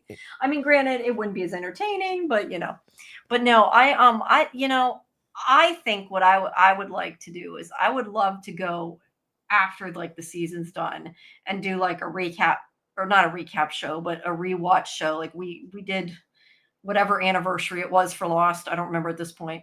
Like 15 years, I think, or something. I would love to do like a couple episodes a week and go through the whole thing and do like a show, you know, during the hiatus and talk about all the things. Cause I think if you go back and watch it, like now that you know things, different things, you know, have different meaning, that kind of thing. Yeah, you see the first season in a different light. Sure. Yeah. that makes People sense. want to do it. I'm up for it. Maybe not, you know, 6 hours every time, but Well, here we are. yeah, I say that. And Just then, one episode. Yeah. Marielle's been using her hair to clean the stations at the P. Okay, I have no idea what the heck that is in reference to. Is Okay. she smoking something? Susie Greenberg, my co-host, said the same thing about her stringy bangs and not tucking them back. Oh, okay. And I'm a guy and I don't really see these things, so yes. I don't know. I didn't notice it, but yeah, her hair isn't the. Yeah, I don't know. She I yelled I it. just thought she was like literally talking about. I'm like, what? Again, it's 4:00 in the morning. My brain doesn't work as well. I said, Susie, get on here. Come on. Yes, you guys. You know, dial in. We want to hear from you. Okay, William's talking about his hair, noise canceling headphones. I don't have hair, so no problem. I have too much hair sometimes, I think. For Mariel, she's the only one we have no idea how she's doing after the cicada stuff. I wonder if she's just looping it all with withdrawal hallucinations. That's a good point. She could think they're coming from that if she's having hallucinations. But let's be honest, most of these people do not tell people they have hallucinations, probably because they'll think they're nuts. The only people that talk about it are Jade and Tabitha, pretty much. But yeah, I don't know. I wish they would, like, and I said they don't show enough with Marielle. I would like to know if she really is doing as well as she says, if it is the fact she's not scared, or if she's just totally hiding this stuff and lying through her teeth. I do wonder that too. Or if she's taking drugs and that's how she's getting over it and we don't even know it. Yeah. There's also that possibility. I would hate that for her though, but yeah, could be. Yeah, I agree. I don't want her to be, you know, we think that she's rehabilitated. We want her to be. Yeah. She's always throwing the rope down, but for her, the future was the future when it was. Okay, I'm a little confused by that statement, but because it's so late. Yeah, but yeah, I think that it's her. It was her present, Boyd's past. I don't know if that's what they mean. If I'm misinterpreting, sorry. Okay, PM had to disconnect, but she's on the chat. I can see I'm only like 10 minutes behind, so that wasn't sent that long ago. But that's fine. You're good. I understand you going, but we appreciate you being here. Yeah, you rock. Seriously, made me think. Stay in the chat or talk with us or whichever. It's all good. Let's see. Quan Solar says, like the stream, do you think Randall's head carvings will come into play? Yeah, that was cool. I'm assuming by calling, and thank you, we're glad you like the stream, but I assume you're talking by the head carvings, they mean his injuries. No, no. They mean the skull carvings on the butt. Okay, see. Well, you know, he's just cataloging what he's seeing. I thought they meant his face being carved up. Yeah, like a jack-o'-lantern. I heard you loud and clear. No, yeah. The skull carvings. That's hilarious, though. I don't know. It's kind of interesting that he was carving a skull. Boyd did pick it up. I mean, no cell phones, so yeah, you know. Board. I don't know. That is interesting, though. It would be interesting if it did, because I know people have mentioned it kind of looks like the whatever you want to call it, the wards. That it's kind of reminiscent of that. Oh, I didn't think that, but yeah, maybe. Yeah, somebody. I don't remember who said that. I see. That's why people say things, and I never know where I got the theories from because I don't remember. So whoever said it, somebody said it in the one show. Maybe he made the totems. Okay, yeah. PM's saying maybe he made the totems, and it's now that there's time travel. Yeah, maybe they're his. From the future. It's Martin. Yeah, from the future. Yeah, or it could be Martin's. Yeah. Let's see. Okay. Randall's recent actions have been kind, like apologizing to Elgin. Do you think he's an agent for evil? Oh, Randall himself? Yeah, I don't know. I don't think Randall's bad. I think Randall's often an asshole, but I don't think he's bad. Yeah, I can't see it. I wish I could, but I can't. I always try to see it, by the way, when people mention these things. No, yeah, I do too. I don't think I just never really thought Randall was a bad person. He has jumped in to try to help people.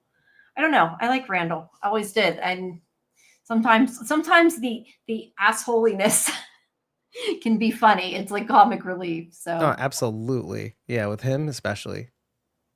Because yeah, he's the audience insert to a certain degree. Wouldn't yeah, you come into this place? I don't trust you enough to help. It will not help you, but to tell you my life story. Are you crazy? Who are you? yeah, You know. So his the way he treats this place and other people, even to a large degree, does make rational, objective sense yeah, in our world. yeah.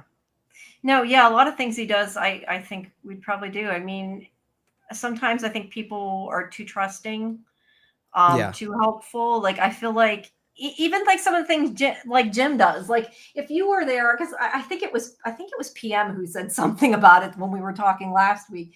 Yeah, I mean, I'd probably be like one of the people Oh, that were lazy, not doing shit either. well, I mean, the rational response to encountering somebody to like Victor not knowing anything about Victor is, and we mentioned this in our recaps and all that stuff. I would be the same way. It's shameful that I would be the same way. Like, who are you talking? You're a grown ass 50-year-old man talking to my kid. Who are you? Get Yeah, out of the. You're no, dressed yeah, like you're a not wrong. 70s. Well, yeah, exactly. Your shirt You pockets get are at your wrong. stomach. What is happening with your shirt, Victor? It's one of the first observations I had about him. Like, what is your dress shirt has pockets at the stomach? What is happening here? Yeah, I don't know Anyway, about that. Maybe it's an old style. They all share their clothes. Who knows? But yeah, I mean, I agree. Like you don't know them, people, and I don't know that you would take time to know people necessarily. But I agree. I mean, it's your kid. You'd probably freak out. yeah, I mean, I would think you could tell pretty quickly though that something's off with him. But yeah, I don't know. But I yeah. don't Given think enough time, Randall's sure, necessarily bad. right. William's saying, why were the talisman in all in one spot? Going Yeah, back to that, I do think that could be significant. I had not thought about it until tonight, but I do think it could be significant. yeah. The site itself is probably significant. Why this place? Why here? Yeah. Sissy just said something really smart that I never thought about. Said that it's the guy with the boulder that was the body. I want to go back and look at the scene with the guy with the boulder and see what his clothes are, because that actually is a really smart statement. But I don't think that guy had a beard, and this body has a beard. Yeah, I don't think so either. But it's But that's actually something really possible. smart I hadn't thought of. So yeah, good thought. I think they know Julie through her time traveling stuff. Remember the Faye guy knows her in the recent Old Man. I tend to think the guy Julie? in the pilot that knew her name, I think was just them screwing with them. I Yeah. don't think that has meaning. Martin knowing her name, I feel like has meaning, but it may just be because he's not human or because he's, They know something to things do they with shouldn't. the Yeah. town. Yeah, and they know things they shouldn't. And Susie, somebody threw a boulder in the tree. Yeah, I know. I've heard that before. Oh yeah, it's really the rock with the smiley face on it. That's Yeah, what, right. It would why be not? funny if it did. Yeah. Randall, he's gonna die in a redemption arc. Yeah, it's very possible. I mean, he does seem like he's being redeemed, but I hope not. I mean, I like him. Quan. I hope Marielle don't- goes before Randall. Come on, man. Yeah, I kind of do too. I like Randall. I don't want anything to happen to Randall. We're talking about Everybody's going through a battle you can't see. Yeah, and they don't like her hair. You know what? To be I fair, know. they live there where I don't even know. Do they have showers? I guess they have showers. They have electricity, but Yeah. they probably don't have good hair care products. Maybe she has greasy hair. Leave poor Mariel alone, right? Girl power sofa. They need good name. That's cool. That's a great. Name. They need to Great use the avatar. threshold to go back in time and save the children. Julie was close to walking into the sacrifice time era, but her body was moved from the roads. I She could've gone back question further. if it's possible, because I don't know if it was you had said, somebody had said when we were talking about it earlier that like when she didn't want to see the visions of them screaming and she said stop or whatever. Yeah, It I did did. kind of almost seem like maybe she was, if we're assuming that Martin is in the past and not in the future, which he could be from the future, we don't know. Right. But if we're assuming they are in the past, it is possible that she was moving through time, like Yeah. from the present to the past. Yeah. So There's a that linear movement. Yeah. So that actually does make sense that maybe if she had kept going, she would have ended up. Girl power sofa. Yeah, that is definitely a good thought. You're onto something. And maybe it's not even about let me clarify. no matter where she moved inside the dungeon, because she's really not moving in the outside world, Right. she would have always kept going back. So she really wasn't in control. Somebody would have had to move her out of the dungeon area in the real world to get her out of it. Maybe. Otherwise, Well, she might well have gone back further. Yeah, but the other thing is she moved into the cave, but maybe it's possible even that dungeon part was a cave before it was a dungeon too. Mm-hmm. And like what she saw was actually the same area. Marielle sus. Yeah, I don't know. Sometimes I think that, as I said, I think it's it's the fact that she doesn't seem to be affected is sus, but she does say it's because she doesn't let it scare her. So I think a lot of stuff. And I've said this in the other shows, and I know this is one of Karen's or my other co-hosts on the other show. Big Theory is that a lot of stuff is about manifestation, and if you say it, it can happen. Yeah. Type of thing. So. Yeah, I don't know whether I trust Marielle or not. For now, I'll say I trust her, but sometimes I'm not sure. Yeah, and Sarah got to live back in her old house again that she lived in with Nathan, which is like, did she will that? You know? Yeah. So, right. yeah. And I'm always trying to look at things that I'm losing focus on too. So if Marielle isn't acting sus, well, maybe I should be paying attention to Marielle a little bit better. Yeah. It's kind of like make me think of like the show Traitors. I don't know if you watch that, but it's like the ones that you're not suspecting are probably the ones that are the bad ones, right? Yeah. Like the past has already happened, but you go to the past, it's still in the future. Yeah. I mean, I think that goes back to you have to look at whose timeline you're on. Like if Julie's time, if she's in a different point in time, her future can be Boyd's past, that kind of thing. Mm-hmm.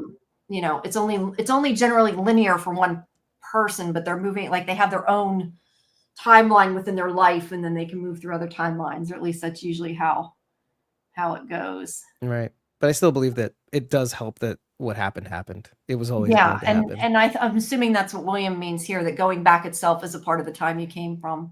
Unless he means she comes from the past, but I assume that's what he's meaning, that it's still her linear timeline. Assuming that you can break off, but you can. I think it's a closed loop. I think she was always meant to go back, and she was always it was always going to happen. I don't know that she's going to be able to change anything, because I feel like I kind of feel like if they could change something, they would have already saved the kids. This has happened how many times? I feel like maybe they can't, and maybe that's the answer. Well, maybe the answer is what you said. Maybe it is the will to change. Is the thing that will break them out of it, not actually going back. It's the willing it to change. Yeah, that's true too. Susie doesn't like Randall, but he's always offering to help. Yes, he is offering to help. Yeah. Kwan says Julie saw herself on the wall, so those ruins are a portal to different occurrences in time that can access, but it's kind of corny. I don't disagree. Yeah, I don't know. Corny. I liked it. I didn't find it corny. Like I said, I just want to know like how she's traveling, and if she's actually traveling, or if it's just her mind, if it's astral projection, if it's dream walking, that kind of thing. Yeah. I think is what's important. Yeah, and that is still open to interpretation. Yeah, definitely. Rand Dermure, I don't know if I'm saying that right. Didn't he shoot Boyd? I'm not sure who they're talking about. The guy that had to do with the cicada that his sister, girlfriend, whoever the heck that was living with him, that died. He was the one that shot Boyd. Oh yes, that's right, with the shotgun or the buckshot. Yeah, right. The boyfriend I'm not sure what that comment was coming from, but that's who shot Boyd. Right. Yeah. Right, the people that lived in Sarah's house. Yes. He shoots him with buckshot, and Boyd's like, "No, not today," and then he kills the. Yeah. It was sad too, though. So yeah, it was. Do you think monsters sent Randall back for a reason more than just putting fear in the residents? I don't know. I kind of wonder if maybe he made, and I don't know, but I kind of wonder if maybe they made a deal with them. Maybe they're like, you help us, we'll let you live. I mean, that would be interesting. I don't know that it's the answer, but it would be interesting. Yeah, and we do find that people in this place do. It's kind of like you can't always get what you want, but you get what you need. And Randall maybe needed to just change being a dick, and the monsters made that happen for him in their own terrible roundabout way. Yeah, maybe. And sometimes I think, honestly, they just do whatever they want to mess with people, and there's no rhyme or reason. Yeah, sure. Or it's the Rube Goldberg thing, right? you set up you set up a set of circumstances in which it gets an outcome that they desire. Yeah. Yeah. Like maybe we'll find something happens later that there was a reason he had to come back because he had to be there for something else. Yeah, sure. To be a brother to Definitely Julie. be that. Mm. He's Juan's saying the Boulder guy had a uniform on, so that answers that question. Confederate much? Thank Maybe? you. I don't know. We'll see. Great. I don't know. I don't remember, but at least we know it's not the body then in that room. Right. Exactly. Yeah. He was shaven too. It was weird. Yeah. Let's see. Younger man. Diagon Alley. I have no idea what that comment is from, but yeah. Harry Potter we mentioned earlier. No, okay, that's what I meant. I didn't know why he was saying it, but yeah, we were mentioning Harry Potter earlier. Julie heard Tabitha and Victor when they were in the caverns. Yeah. But they couldn't hear her. Yeah, they couldn't hear her. Yeah, we talked about this way earlier. Oh, yeah, I did. I do hope that she discusses it with them, maybe. Right. Be vocal, Julie. Tell them what you saw. Talk to each other. It is about manifestation. Nate feared cicadas and from God.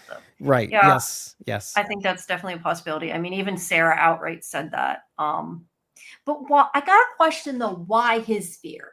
Like, is it just his fear because he died, or is it different people's fears because like they have the spider? Could that be that was somebody's fear that came to life? That's not clear. Yeah, and well, it's also okay if you're gonna. There's a lot that goes into it because the strongest emotion I think is fear, and you cannot help but feel it in this place, and so you're gonna end up manifesting more terrible things than you are good things. Yeah, that's what I think, and it's hard to think of good things when you're constantly terrified. Yeah, that's true. Oh, and you know what? Okay. Oh, I didn't think of this until now. 5 hours and 43 minutes in. Yeah. In one of the episodes we talked about, I think it was in the second season recap. I had said, well, isn't this a little crazy because isn't it like these monsters in the night are playing hide and go seek? Oh. And so, Kinda. well, then Eloise and Victor playing hide and go seek. Did Victor?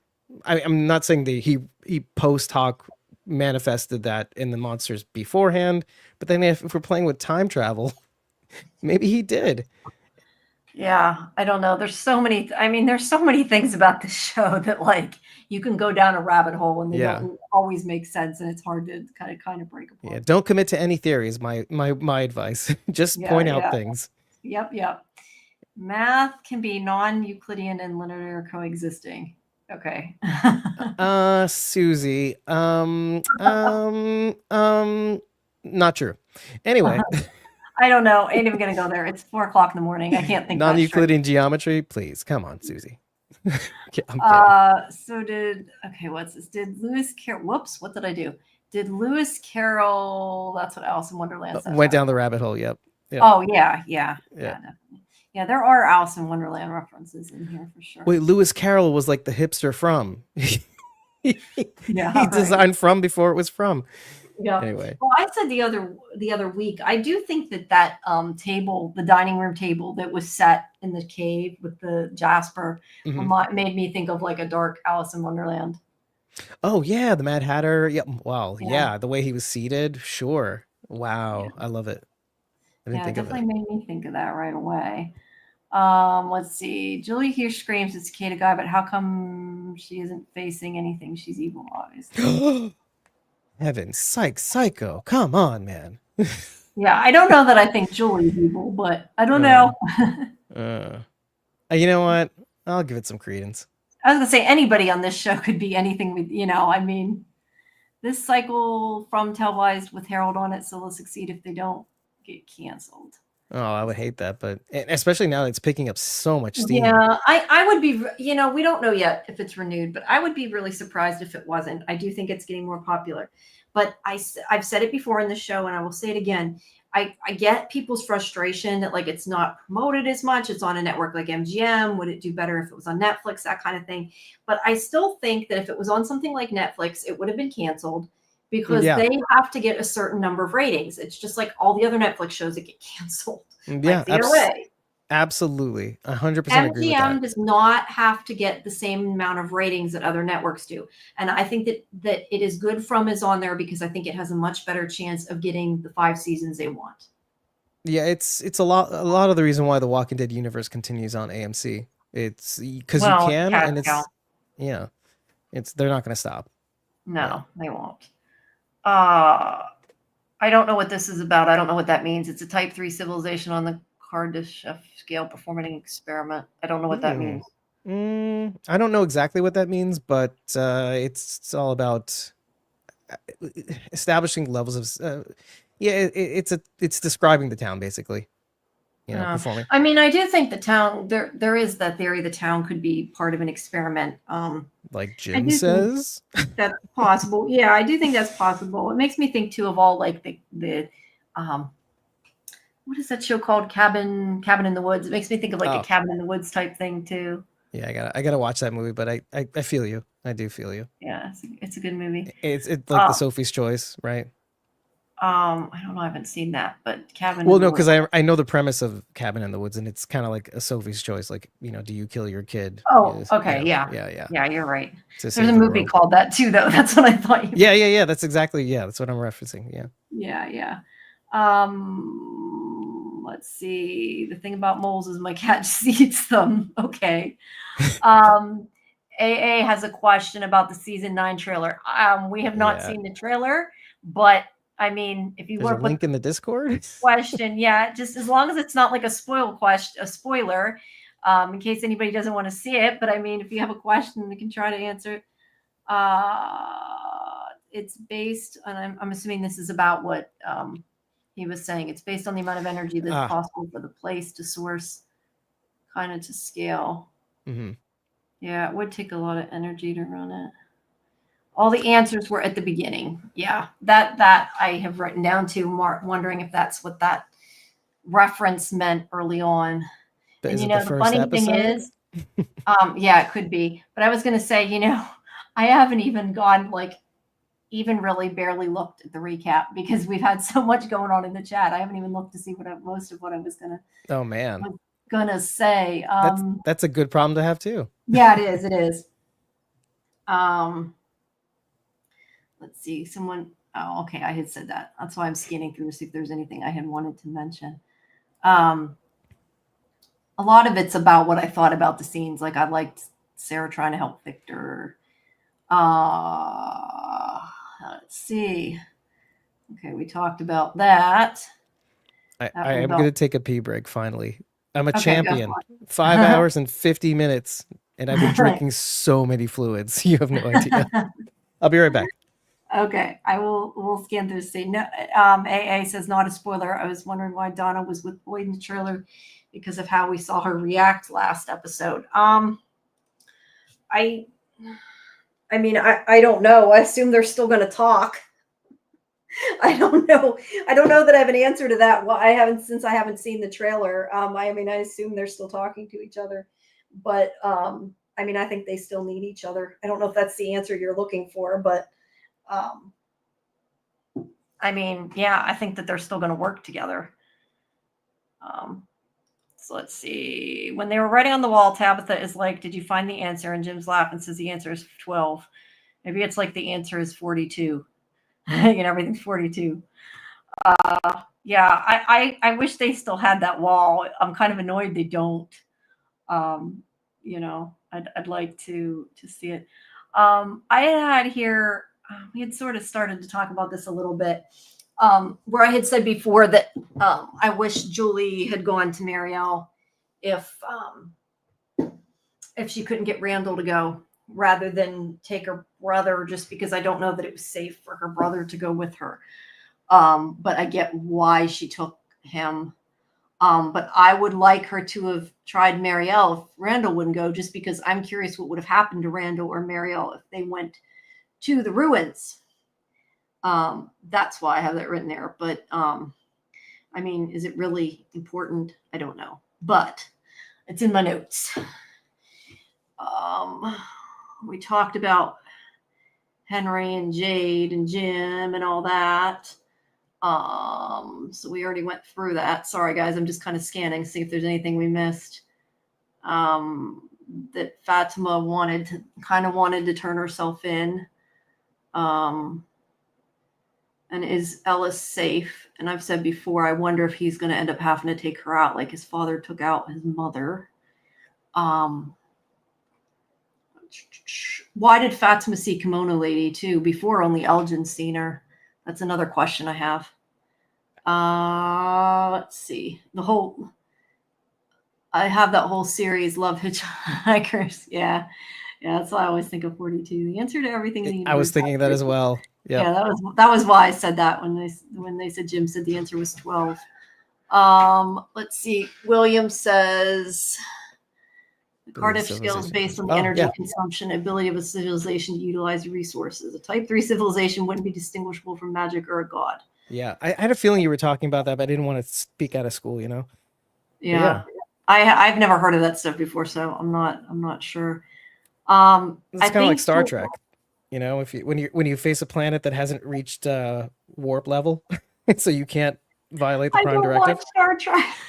Okay, for those who get the newer that, Star Treks, but I haven't watched the original ones, which is really bad because I'm a sci-fi site. I know, but I have not watched a lot of Star Trek, so I don't know much about it. You know what? I haven't watched X-Files, so we're even. That's fair. That's fair. No, I've watched some of the new ones, but I haven't watched. I'm not going to show shame, is what I'm saying. No, I think Julie and Mariel may have got stuck in the ruins. They need someone to wake them up. Yeah, I definitely do think that they needed somebody to wake them up and get them out of that. Although, you said Kenny woke if Boyd had a seizure, passed out, whatever, that Kenny was there to wake him up whenever he went in before. So that's a good point. That's right. Yeah. I do think they need somebody there to wake him up. He was there both times. He picked up Boyd from the floor twice. Yes, he walks with Boyd after he collapses in the diner. Kenny's the one to take Julie out. Yeah. Oh, yeah. He was. You're right. He was there both times. Yeah. Maybe Kenny has a special touch, and he wakes. They need him. Who knows? Look at Quan, man. I do think, though, Julie saying that he could have been passed out too is really possible. I just never saw it that way, but that's definitely makes sense. Yeah. Anybody ever wonder where their phones are? Like they never used them to play games until the phone died, pay pictures. I've kind of wondered that before because if they have electricity in the house, maybe they would. They don't have plugs though, right? Like they have the electricity things that are plugged in there, but they can't really plug things in until Jade found that workaround with the lamp. Right, and the plugs themselves the connectors are a little wonky too. So, But and they don't have copper wires too.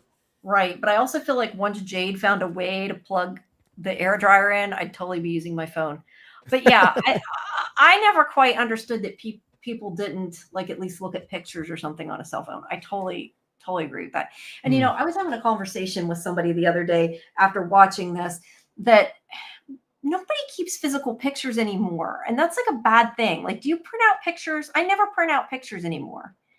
And I feel I don't know. I was thinking the other day that I really need to, because not that I think it's going to suddenly be the end of the world, but you never know. And you think of all these shows we watch, like Walking Dead and everything else. You don't got pictures anymore.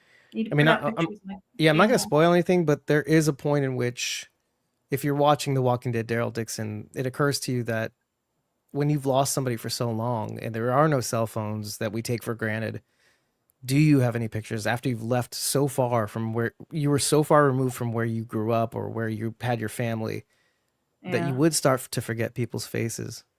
And that is the saddest thing of all, because in a way, when you do forget how somebody looks like, you feel like a monster.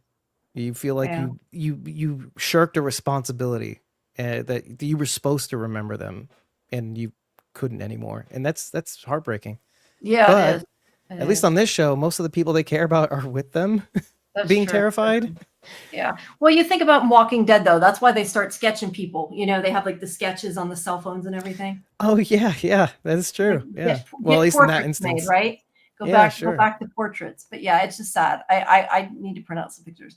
And Susie's saying that, they can charge the hairdryer. And that's what I'm saying. You think they'd use electric.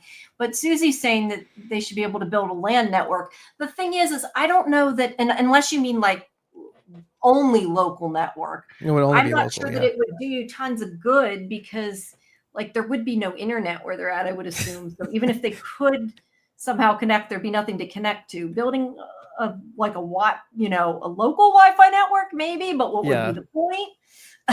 Well, here's the thing. I've thought of the perfect scenario. Acosta is the new Boyd, and she figures there should be a database of all the criminals in this town. And so that's the whole reason, and that is the stupidest thing I've ever said. Acosta's the new Boyd. It's 4:30. Hashtag. At least my time, it's 4:30. It's okay. We're going to talk about the phone calls. I assume they mean from Thomas. But yes, Thomas, yeah. We're going to talk about the phone call. I think that's just the town screwing with them and trying to upset them. That's my complete answer for that. I don't. But I will say, I'm glad that Jim finally shared yet another reason why he wants to firewall Tabitha just a little bit, to give her a little bit of a filter into reality that this place may not have her best interest at heart. Yeah. I don't think it's, even Randall says that this place isn't going to do. Excuse me. There's nothing here that wants to help you. Yeah, Christopher. He says the same thing. No, yeah. And yes, local area network. That's what I'm saying, that like, what would be the point of a LAN? Because nobody else has it. Like for gaming. Yeah, that's what William says. For games that don't exist. I guess if they have exactly games, right? For computers that can't be powered.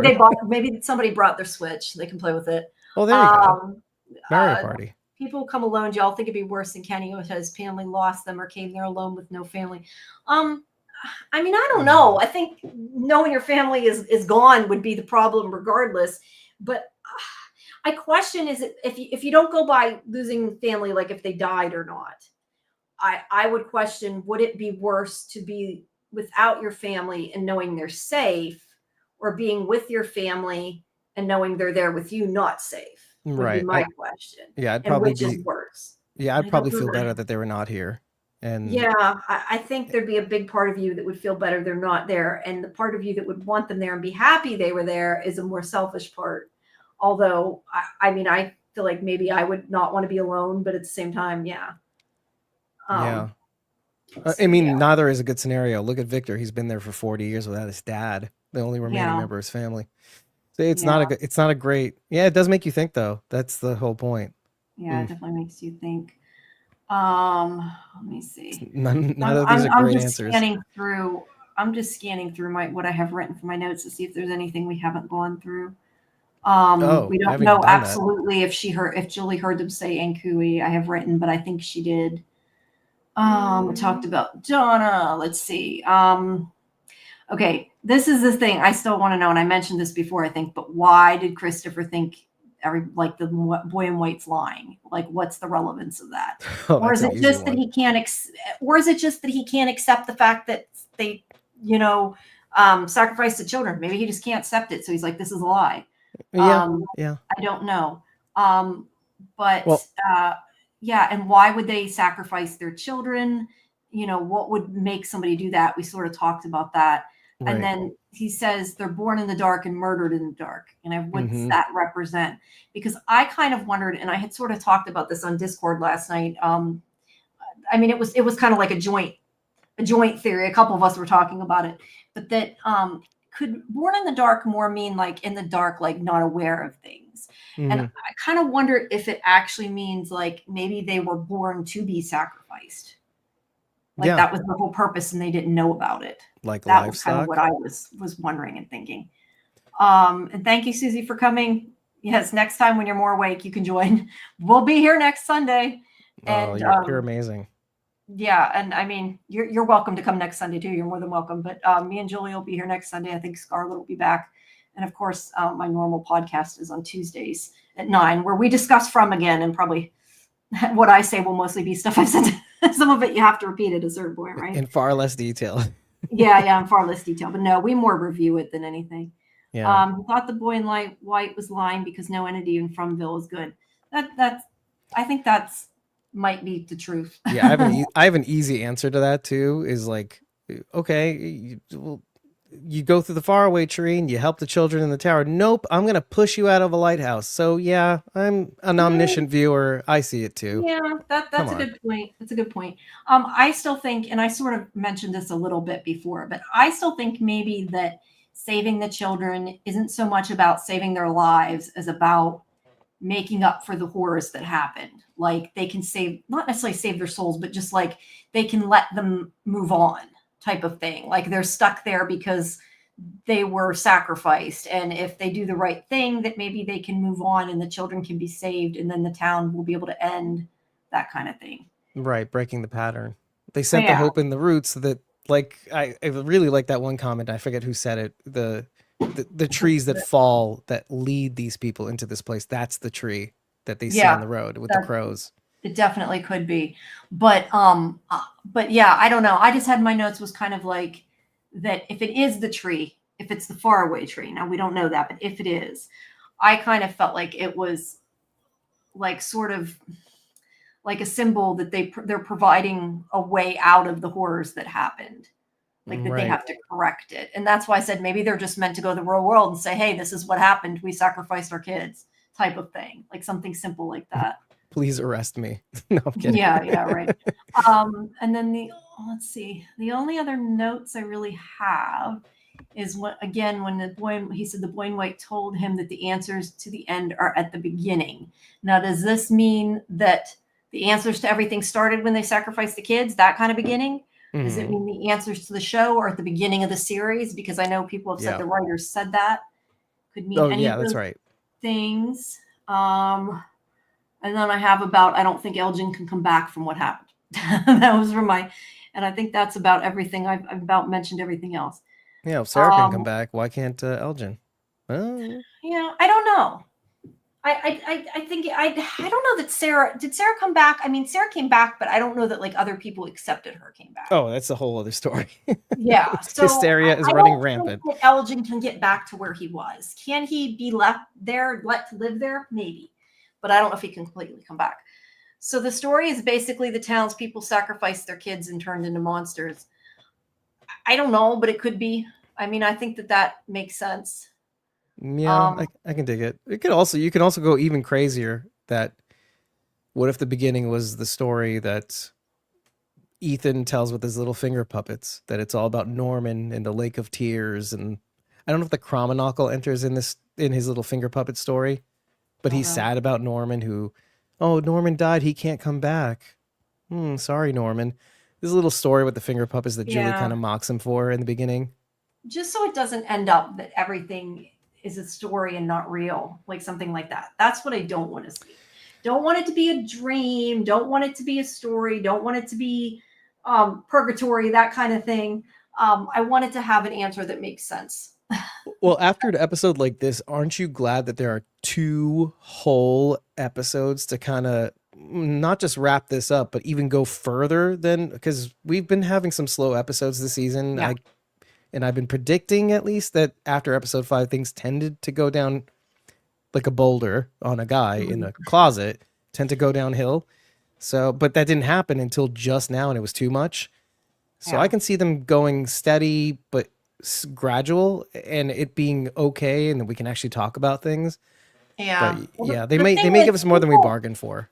People want answers, but you can't only give answers. If they put too much plot, it's chaotic and won't make sense. Like it needs to have a story. You need to have character development.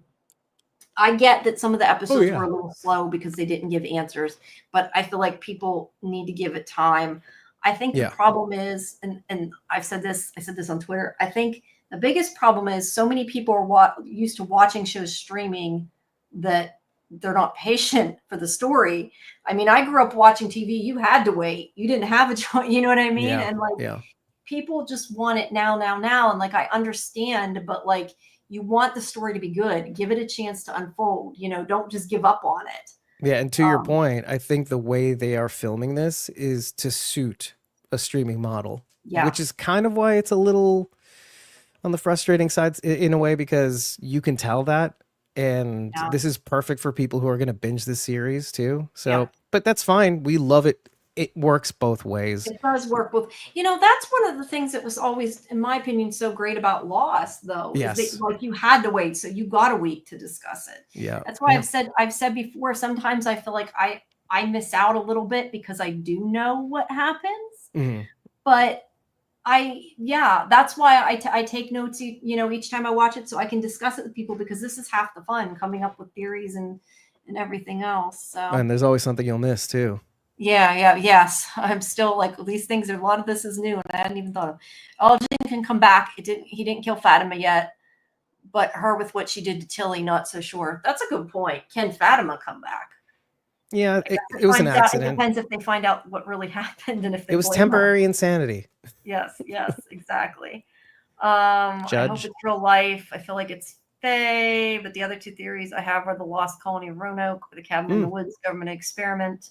And a lot of people have the video game theory, Matrix type theory.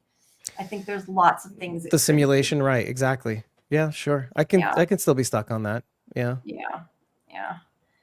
Well, NPCs. yeah. Father Fatri is an NPC that is an amalgam of Fatri being observed over time. Sure. Yep. William says Roanoke. Mm-hmm. Sink says the kimono lady needs T's Jamestown. baby. I assume she means Fatima's baby. She can't come back that easily. At least I think that's what they mean. Yeah. If Fatima comes back, they'll make her live with Sarah. Or Elgin. Maybe Elgin will have to live with Sarah. I would love that for her. Room 23 at the Hydra Station. Yeah. What is that now? I don't know. Yes. But that's definitely a That was lost. lost. Yeah, that's right. Yeah. You're right. Yeah. Yeah. Wow. Hey, That took the me a little numbers are while. always important, right? Nice. Yeah. Susie is sharp as a tack. Yes. Well, I don't know about you, but it's going on 5 a.m. now, and we've been on for over 6 hours. You beat your no, you didn't beat your record necessarily, but hey, I came the same. yeah. But I think I'm about at the point I'm going to fall asleep pretty soon and sound like see, I can't even remember her name. Oh, Donna? No, what? No, the girl that was Boyd. snoring earlier. I can't even remember her name. That's how much I'm blanking out. I just mean that I think like I'm going to be snoring pretty soon because I'm. Like Whitney. Yeah, Whitney. Oh my gosh. Yeah, Poor lady. It's almost 5 a.m. I think I need some sleep. Yeah, I'm right there with you. New York City here. Yeah. So you're the same time zone I am. Yep. But thank you everybody for coming, for listening. I know there's still a lot of you there. There's like almost 40 of you that are still listening to us. Very much appreciate it. But I do need some sleep. We do have our Sci-Fivision show on Tuesday at 9. Where Nathan Simmons, who plays Elgin, is going to be on live. You guys can, put your questions in live, and we'll ask them to him. If you guys want to join that, would appreciate it. And like I said before, check out Julie's show and Squawking Dead, David's show, and thank you. They're all listed in the description. But we appreciate you listening, and come back next week. And like I said, David, you're more than willing to come back, or more than willing, I am more than willing. But thank you for welcoming me. More than welcome to come back. I'm like Randall. You're welcome. Yeah, no, we'd love to have you if you want to come back. That would be great. Thank you so much for inviting me, and thank you all of you for all your input. Yes, I love seeing everybody's theories and everybody's thoughts, and most of them I haven't heard before, and I'm like, wow, that gives me more to think about. Absolutely. But everybody, why is it? Oh, okay, there. I was going to say it's updating in my one window and not the other. Thanks, William. You enjoyed the show. Thanks, everybody. Thanks, Miranda, for the donation. Very much appreciated as well. And we'll see you guys next week. And check out scifivision.com too, because there'll be more from interviews on the way, just regular interviews. It'll be on the YouTube page as well. And recaps. Oh my. Yes, and recap. My recap's up too, and I'm sure you have your stuff up too. We all write too much and talk too much, and yeah. Oh yeah, our unedited episode recordings are going to be up soon when I get around to it, and yeah, the edited version of our podcast on this episode is going to be up sometime this week too. So yeah, it's going to be way shorter. Yeah, see, I don't have the patience, I guess, to edit a long thing. I do all my editing on iPad, so I don't know. Oh. My stuff's is all live stuff, but I'd like to do like a recap video, deep dive video, but I've always done everything written. This is just the new thing I started since I started talking on Discord to people. It's amazing the fact that you can maintain a powerful audience like William and AAMM and Susie, and I'm going to scroll up now and call everybody out by name. Yeah. That's why I never thought like how the hell are you going to get 6 hours out of that, right? But here we are. Clearly we did, yeah. So but yes, I do need some sleep. and my back is telling me to leave. So thank you, everybody, and have a good night. Good night or morning. Bye, everybody. Yeah, good morning, I guess, is more the thing, right? Good night. Thank you, everybody. Or afternoon, some of you. Yeah, some of you. Yeah, everybody's at a different time here. Good night.